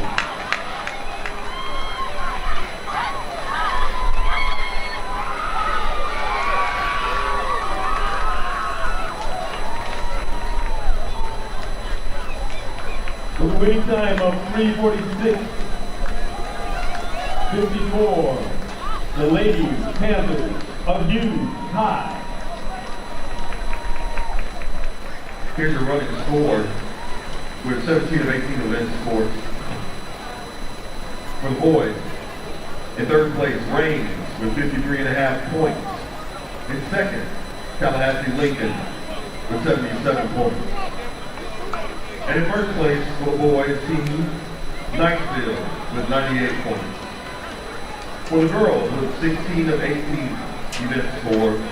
In third place, Miami Northwestern with 46 points. In second place, St. Thomas Aquinas with 49 points. And in first place, with 76.5 points. Niceville.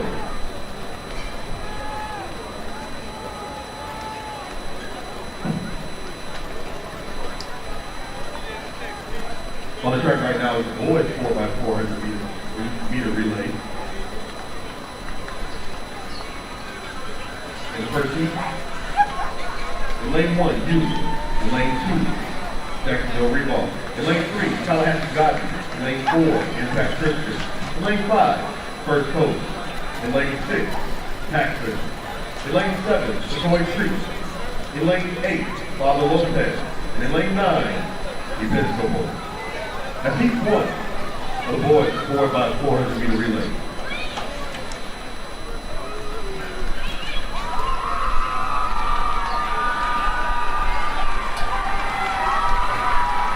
Meeting record set back in 2017 by the gentleman from Miami Northwestern.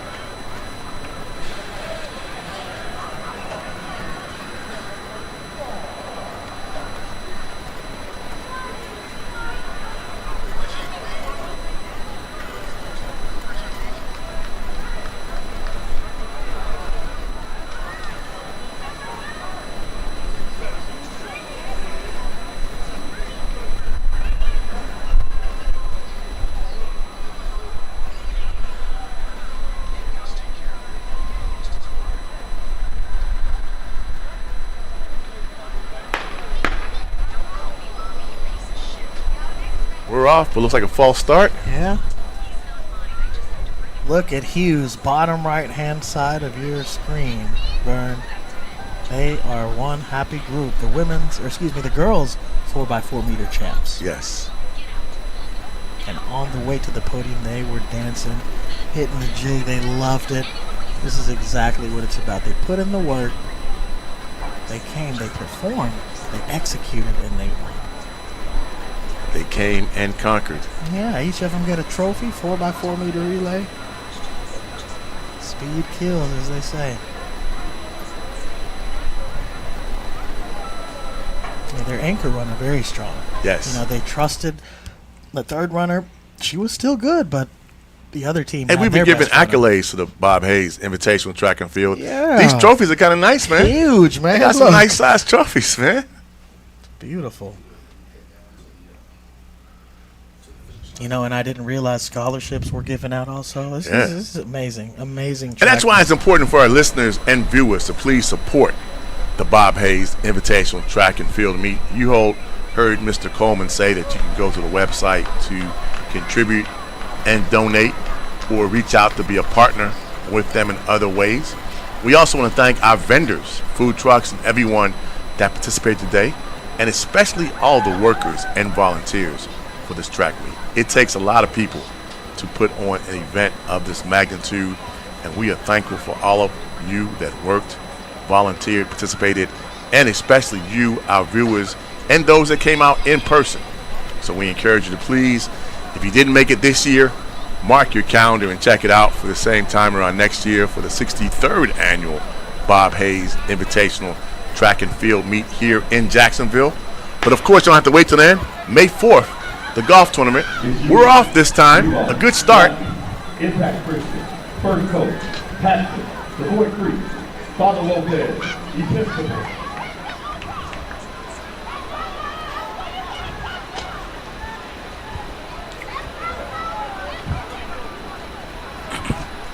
Coming out of stagger, they're making the third turn, about to come into the home stretch for the first leg.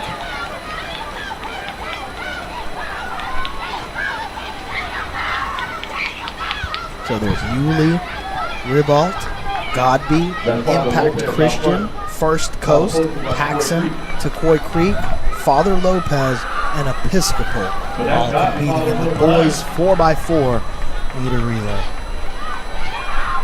First exchange underway. Looks like everyone makes a good exchange.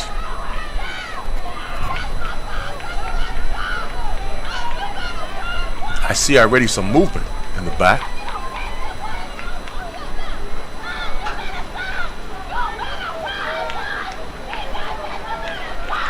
We've got a strong pack for second, third, and fourth right there as they turn corner 3.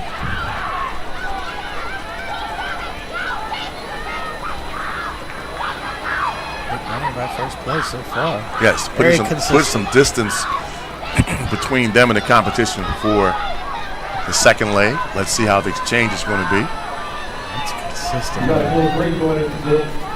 Another good exchange.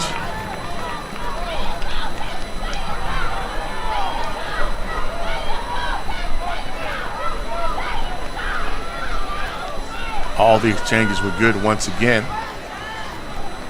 The gap has widened between first and second. We see some movement for battle for third.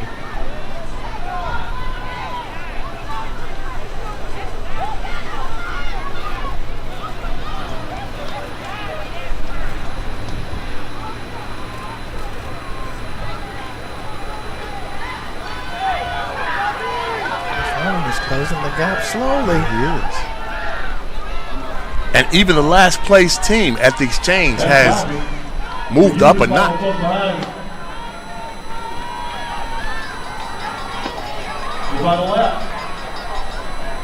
They're off. Let's see what they got. Let's fight for the inside. Closing the gap slowly, There they Vern. are. I think we're going to have a battle for third. First, too. I mean, it's slowly but surely. He's inching closer. For sure, third place, I see. I think this last 100 is going to be interesting. Yeah, blue seems to be slowing down just a tad. Blue's going to be a full lane, folks. That God is still out in front. But blue is closing the gap. The 43 got something to say.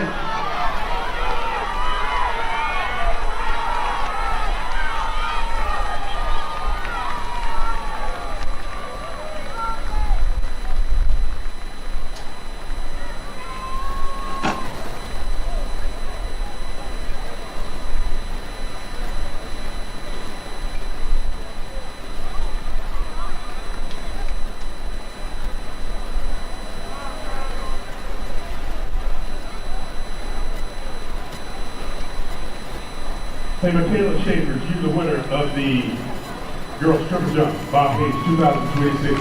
What does it mean to you? How'd you do it, girl? Don't say, how'd you do it? There you have it, trusting God, her coach, and her training. Give it up. Girls Triple Jump 2026. Congratulations. And I got a bunch over here from Langston Hughes. Oh, y'all hush up all that noise up there. Waking up the neighborhood. Ladies from Langston Hughes. All right. Hey, y'all came in and took care of business. How did you do it? Like our coach always say, just run. That's what our shirt say. Just run. Trust our training, trust our coaches, and have faith in God. You know, you guys come down here each and every year and set this thing on fire. How do you do it? We trust our training, and we get support from our teammates. What does it mean to be a Bob Hayes champ? It means a lot. Thank you, Coach. Give it up once again from Langston Hughes.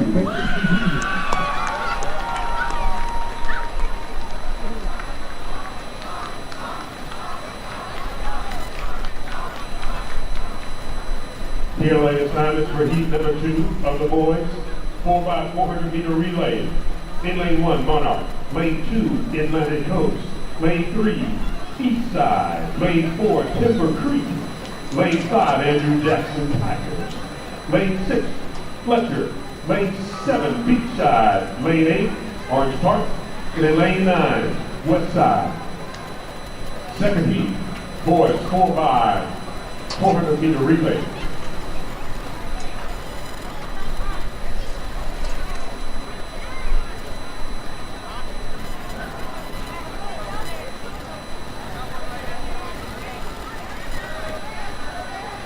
The record in this event set back in 2017 by the young men from Miami Northwestern with a time of 3:12.5.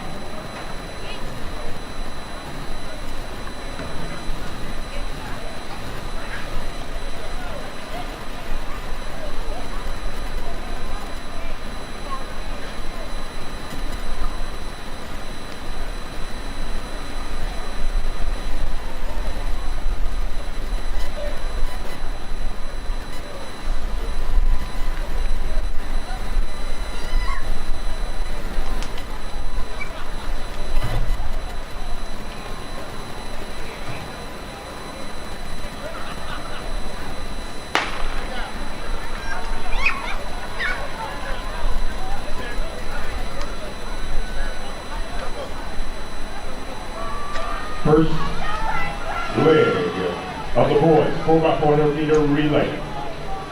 In lane 3, East Side, Timber Creek in 4, Andrew Jackson 5, Fletcher 6, Beachside 7, West Side 8, Monarch 1, and Atlantic Coast, nope. Lane 3, 4, 5, 6, 7, 8, and 9.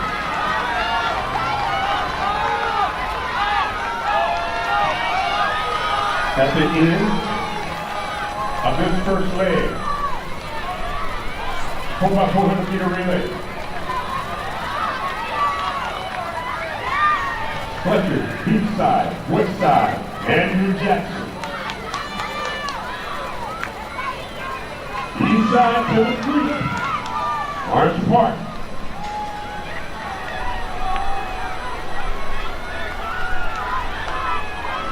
He's pulling away here. Let's see who that is. That might be theirs. You know, you look for the star out of the 4.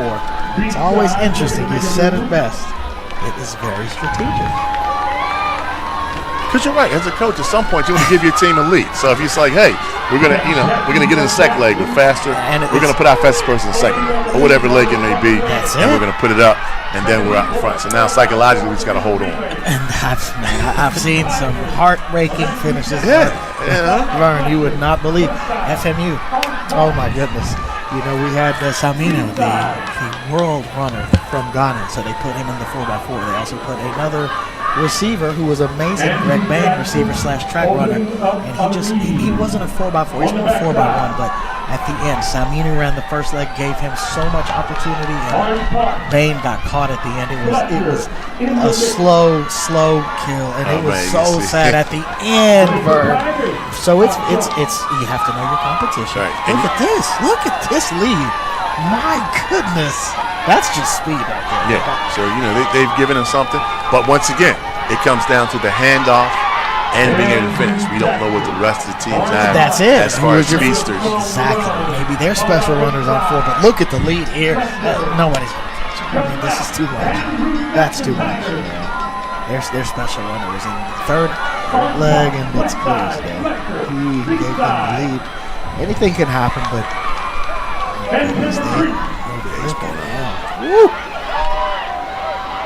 Fletcher having one heck of a ankle leg. He's definitely got an anchor leg, a jet in the anchor leg. Look at that. 3 and 4 for that team was just unbelievable. But we got some movement coming up for second. Yeah, as look he at that. passes the field coming around the final stretch. Great job. Can he hold on for second? It's going to be a great finish. This last 100 yards is going to be interesting. Hold on. Hey, they're coming down. You got to take it all the way through. Look at this. Look like he's holding it off, but hey. So Andrew Jackson finishes first, 3:24.11. And second place goes to Fletcher, 3:31.01, followed by Westside, 3:31.41, and then Eastside, 3:32.45, followed by Timber Creek.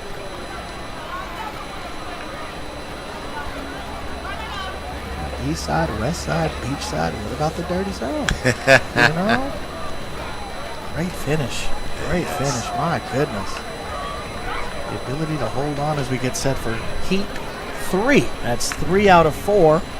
This time it's Baldwin, Creekside, St. Thomas Aquinas, McEachern, Ocoee, Palatka, Wekiva, Miami Norland, and Dwyer. Okay. All right.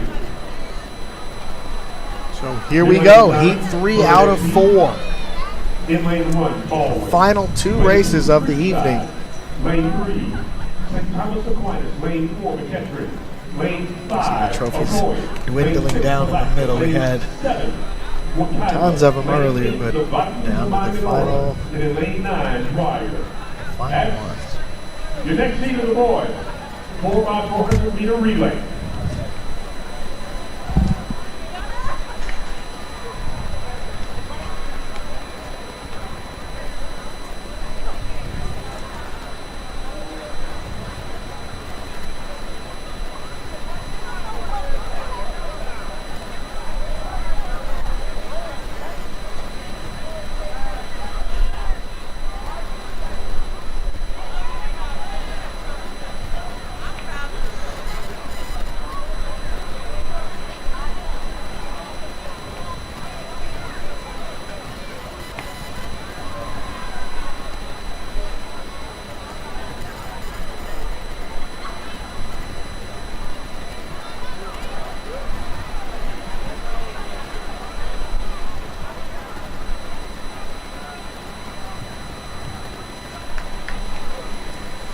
Runners are on the track for this next heat. Boys, 4x400 meter relay.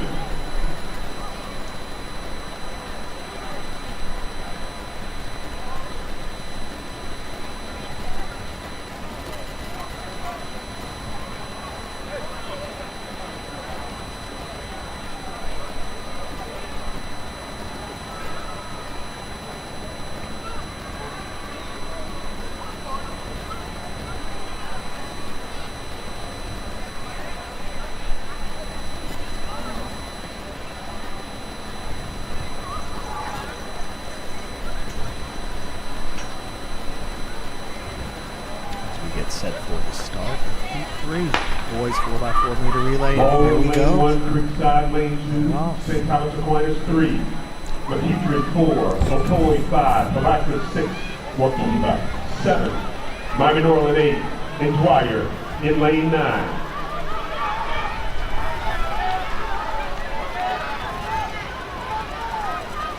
As they make the third turn, coming around, coming up at turn 4 for the final 100 of the first leg. Yeah, so staying in your lane in the first leg, you can't quite get a full understanding. I did not realize that in the 4x4, the first leg, they have to stay in their lanes, which now you can see they're going to fight for the inside is what I've observed so far. Yes. Obviously, it seems to be the shorter distance, but nonetheless, here we go. They make their rounds. St. Thomas Aquinas.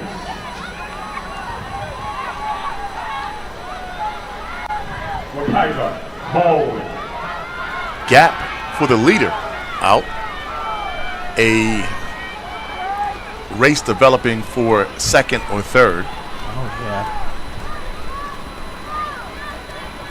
Trying to close the gap there. As they come down the final 100. That's the corner still holding on. Strong second leg. Ocoee, Miami Norland, St. Thomas Aquinas, Creekside, and McEachern. Good exchanges all the way around. We've got some speed between second and third coming up now. in this. That's a point holding on. Miami Norland, St. Thomas Aquinas, Creekside. Miami Norland out front. Creekside coming up for second. Making a move.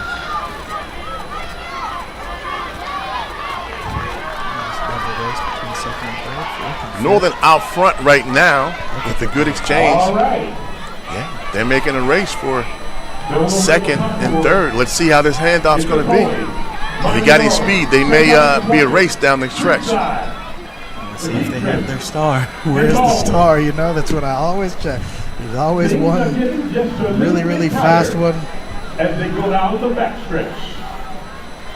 And it's a point. Oh, I think we're going to have to finish See, here. is he saving it for the last, for the kick again? I hope so. If not, he's getting run down. Yeah, the gap is closing way too fast for his liking. Let's see. He's now in second. It's time to kick. Oh, boy. As they make the third turn, he's making a move. They're all making a move. This last 100 is going to be a race. Here we go. Oh, it's going to be a race. Look at the second place. No way. He got edged out for second at the finish. I'm telling you, Vern.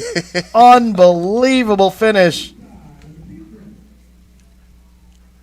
He needed one more push for a few more steps. So Okoye gets first place, 3:22.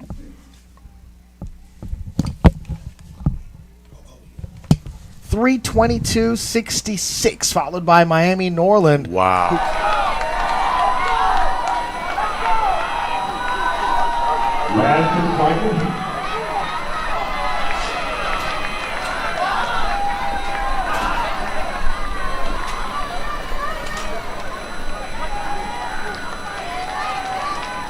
All right. Now I know y'all all excited for this last team. I know. But we'll give you a little love. Janiyah Simpson, all the way from Tampa Catholic, a double winner at the 2026 Bob Hayes Invitational. The winner of the girls' distance and the girls' shot. Let's give her a great big round of applause. Now coming all the way from over at Tampa, you come over here and beat up on everybody over here. How did you do it? Just a lot of hard work, lifting, working every day. Even during spring break, I don't really have a spring break because it's just straight grinding for me. In the grind. You come over, double winner. What does it mean to be a Bob Hayes champion? Because we haven't seen Tampa Catholic over here in quite some time. The food's great, I typically don't go to, big meets, but I always show up and show out at big meets like this. So this is a real big honor to me to be a Bob Hayes champion. You better shut the front door. She said she'd come over here to beat up on everybody. Give her a nice big round of applause.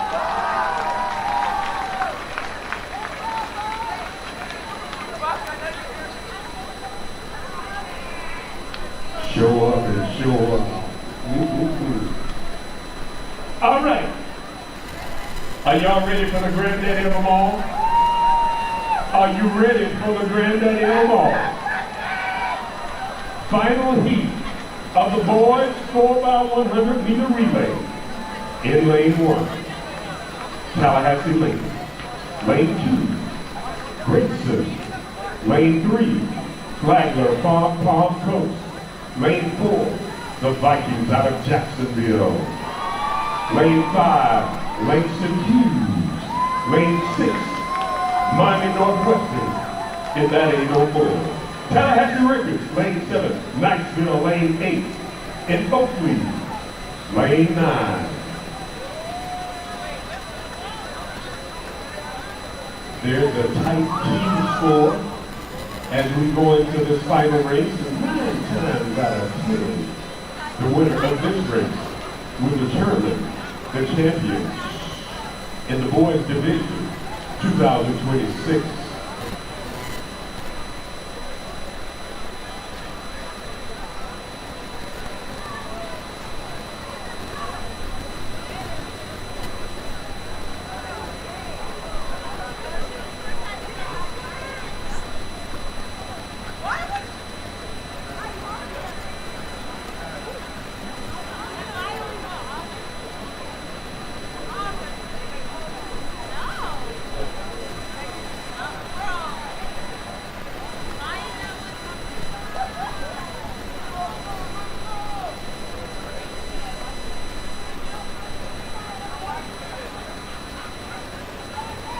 All set. Final heat. 4 by 400 meter relay. And as young Mr. Bucket used to say in Vegas, let's get ready to rumble!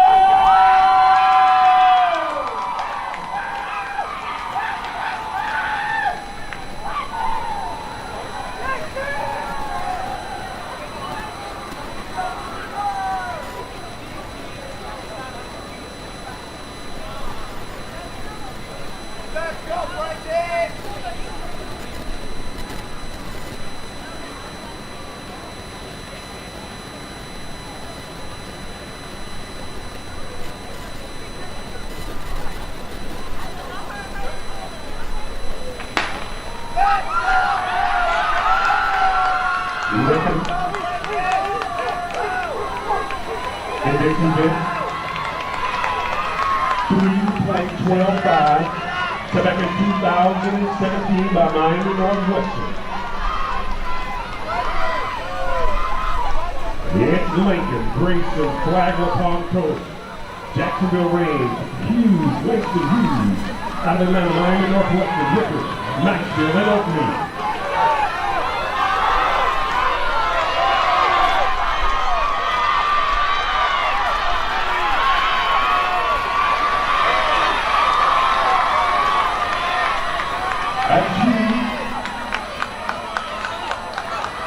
Grayson, Reigns, Northwestern, Rickers, Flagler, Palm Coast.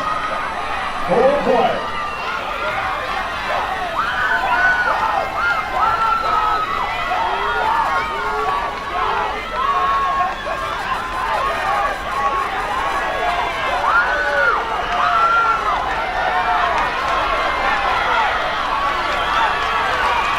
Rickards, Niceville, and Oakley rounding out.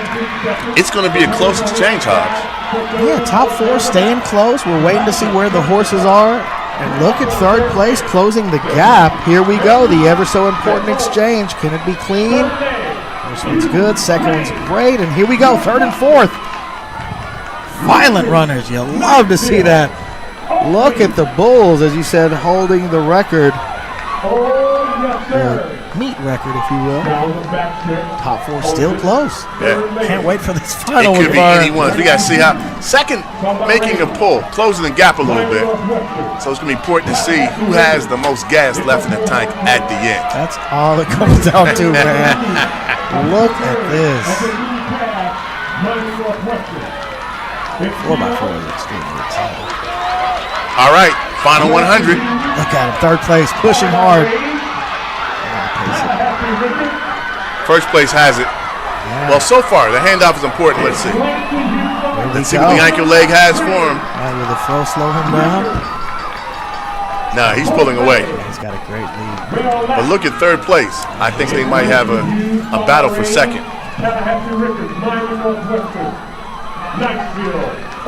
And fourth place is closing. They are moving, Vern. They don't know any quit. Is there more kick for anybody here on this final stretch, Vern?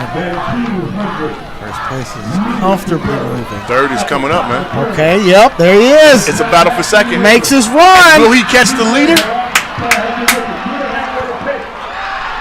Look at this race, It's going to be a battle for second. At least. Wow. So the throw does not slow him down. Hughes, did I hear they may have a Florida record? Let's see. No way. 3:13.83.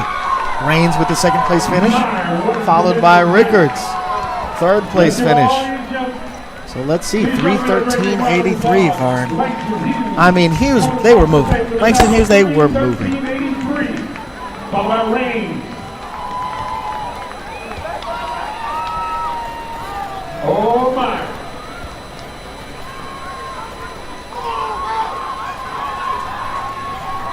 Waiting to see if that's a meet the Florida record. Well, the way they are acting, it might may be, yeah. You might be right, Vern. They are really excited. I mean, first and foremost, they won. Bob Hayes Invitational track meet. Momentarily, we'll be crowning the winners of the ladies division and the men's division for 2026. It's going to be close. All these young men and women did an amazing job. It's coming down now to the team points. We've already had all the races. Now they're adding up the team totals.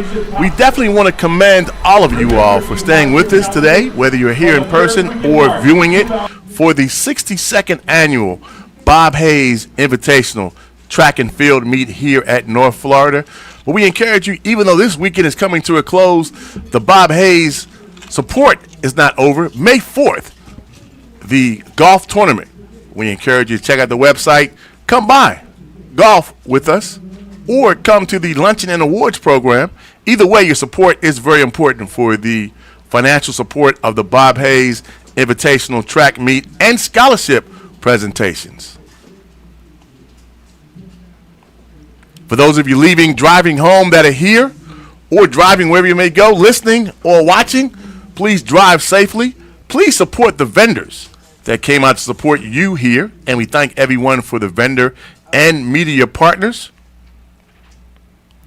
We got to thank once again Jericho Broadcasting for putting on a very exciting program for us. And for livehalfmiletiming.com for providing good, up-to-the-minute, and accurate photos and timing for the meets. You can follow their meets nationally for the things that are happening. It's going to be close, Hobbs, to see what the team scores, are going to be. And Niceville had a slim lead. On one end, they had a little bit bigger lead on the, I believe, boys' side. And that's where those second or thirds, or even finishing, adds up as points add up for team. You know, and a lot of track runners don't get that when coach puts you in. But yes, you're going to finish. You may not win, but you're going to finish the game with some points. So try and get as good as you can. Have to see the overall picture. And those overall thirds may add up consistently to give you a, better point total at the end.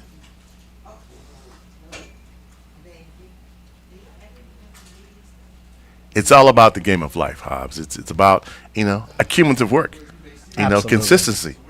So if they can consistently finish and do some things and compete, at the end of the day, you don't have just a few flashes and a few ones, and, you possibly could win with a number of second and third place finishes if you have people in each one of the events.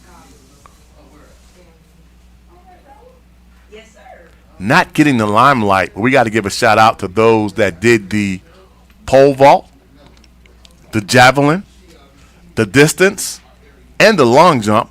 Those field event individuals. Right, Vern, not really the limelight as much as others because they're happening while the other things are going on. Yes, the track does get the highlights, but it's the track and field events. So those are the unsung heroes, many times participating in the background, not getting the shout out and limelight of others. But we thank those. And Hobbs, a very important crew for the day, our officials and track meets. Absolutely. Our officials and volunteers for timing, starting, checking in, hurdle setup and removal, block setup and removal. All those are all parts of the puzzle to make a complete puzzle that brings us to a close of the 62nd Bob Hayes Invitational Track and Field Meet as we await the final presentation of team placement and awards. Yeah, not an easy task whatsoever. I was tournament director back in the day at the Tad Gormley GCAC Conference Championships in New Orleans, and I mean it's a lot of work from sun up to it's sundown. been a long day. Yeah, I mean, but for sure, running the tournament is a lot. You have to trust a lot of people, hiring volunteers.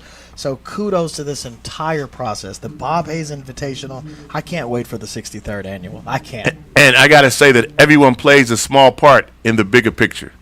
100%. Literally teamwork. We've talked about it all day. Adversity, the game of life.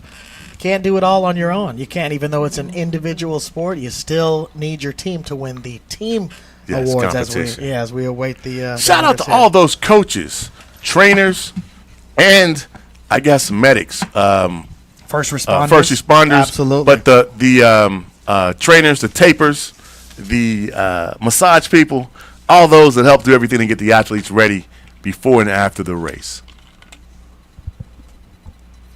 Everybody plays an integral part in your team's success because together, everyone achieves more.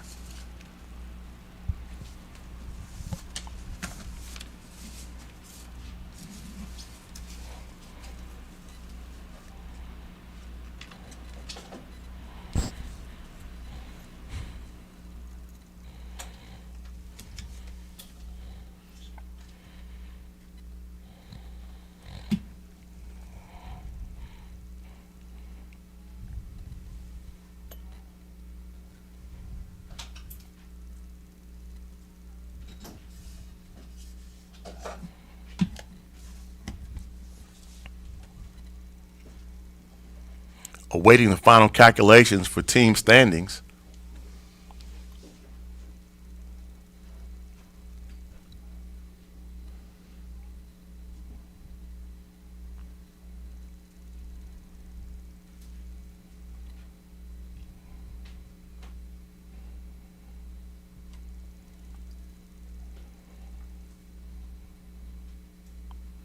Hobbs, I got to ask you, man, it's March Madness. How's your bracket doing? What bracket? Look, man, after 15 years of day and night sports, day and night, Vern, I'm not even going to lie. I haven't seen one game of March Madness. And do I regret it? Not at all. Not at all, man. Look, sometimes you get burned out with sports. I'm okay with that one. I'm okay. With all due respect, one of the best tournaments ever, of course. Coming up soon is World Cup, but, man, I've just taken a step back just to get a breather from, it's 15 years of giving back to HBCUs, just, getting to meet a lot of student athletes, an amazing, amazing run as SID. But I'm okay. I've seen thousands and thousands of games, day and night, nonstop, and it was amazing. So we got to give a shout out to the 5 HBCUs that made it to the big dance this year, going dancing in D1 and D2. Come on. Great run in the SWAC, of course. Prairie View, A&M, winning football and basketball this year. Also, shout out to Howard with the men and women. Yes, absolutely. Competing at the big dance. How about that? You don't see that too often.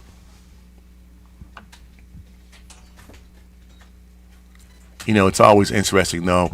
We've kind of come used to it, but the HBCU tournament winners or the people that go representing their conference usually get ranked at 64 and 65. So it means they usually got to play the number 1 and number 2 ranked team. So it's always tough to get past the first round. I don't think any of our HBCUs made it past the first round this year. But as always, hope. So thank you for representing and doing well. And keep up the great work for the student athletes that are there.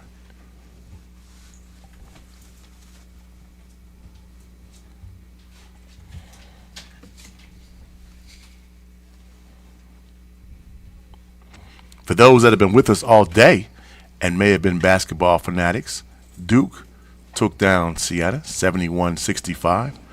Ohio State lost to TSU, 2-point game, 66-64 TSU. St. John's beat Northern Iowa 79-53. Kansas beat Cal Baptist 68-60. Louisiana beat South Florida 83-79. Michigan State beat North Dakota 92-67. UCLA and UCF in a close game 75-71. UCLA. University of Connecticut 82. Fordham 71. All right, UConn.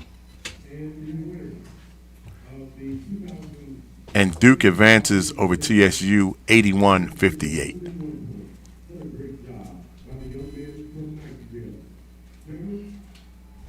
As you hear that, Niceville taking the boys team trophy home. All right, congratulations, Niceville. My God, you thought the other trophies were big. Wow. Unbelievable.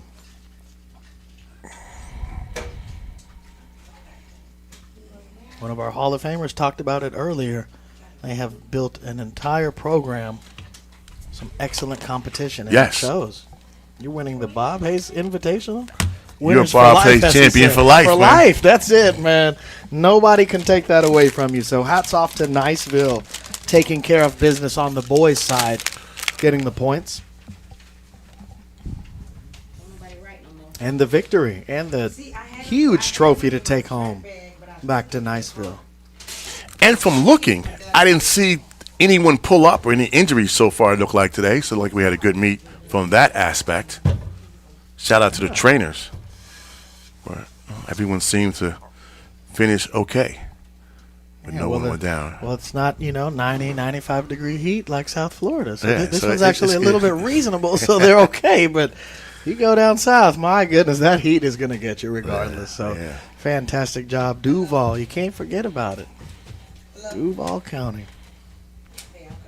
As Langston Hughes awarded the first place trophy for the boys 4x4 finish.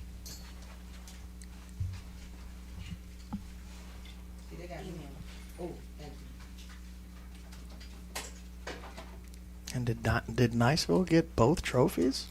I think so. I got to follow up and see. They were leading as we headed into the final three. Final three, yeah. Yeah, the final three meets, but hey, I got to give a shout out, man, since you were here representing Dolphins and Hard Rock. For those that participated 2 weeks ago in the Dolphins Cancer Challenge, the biking event, riding 100, 50, 25 biking, walking, or running events to support those cancer survivors and those still fighting cancer. Shout out to you. If you want to support that next year or travel in from across the country, check out the website for dolphinscancerchallenge.com. Some great information. And know that if you are battling or a survivor of cancer, our thoughts and prayers are still with you as we help stand with you and for you in that battle against that dreaded disease, cancer. Because cancer sucks. Amen. Amen.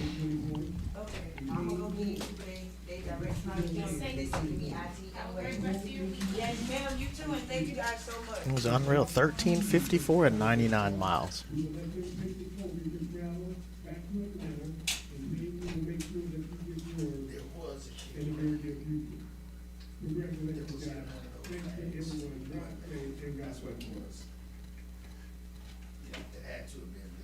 There we have it. They're closing out.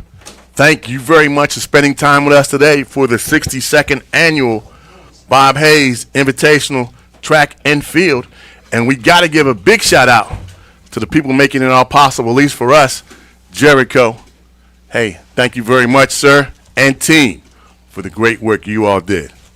Hobbs, always a pleasure, brother.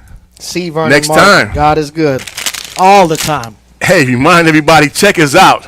Wednesday nights, 9:06. Facebook. Friday nights, 4 p.m. Envision Radio. Saturday night, 5 p.m. Eastern.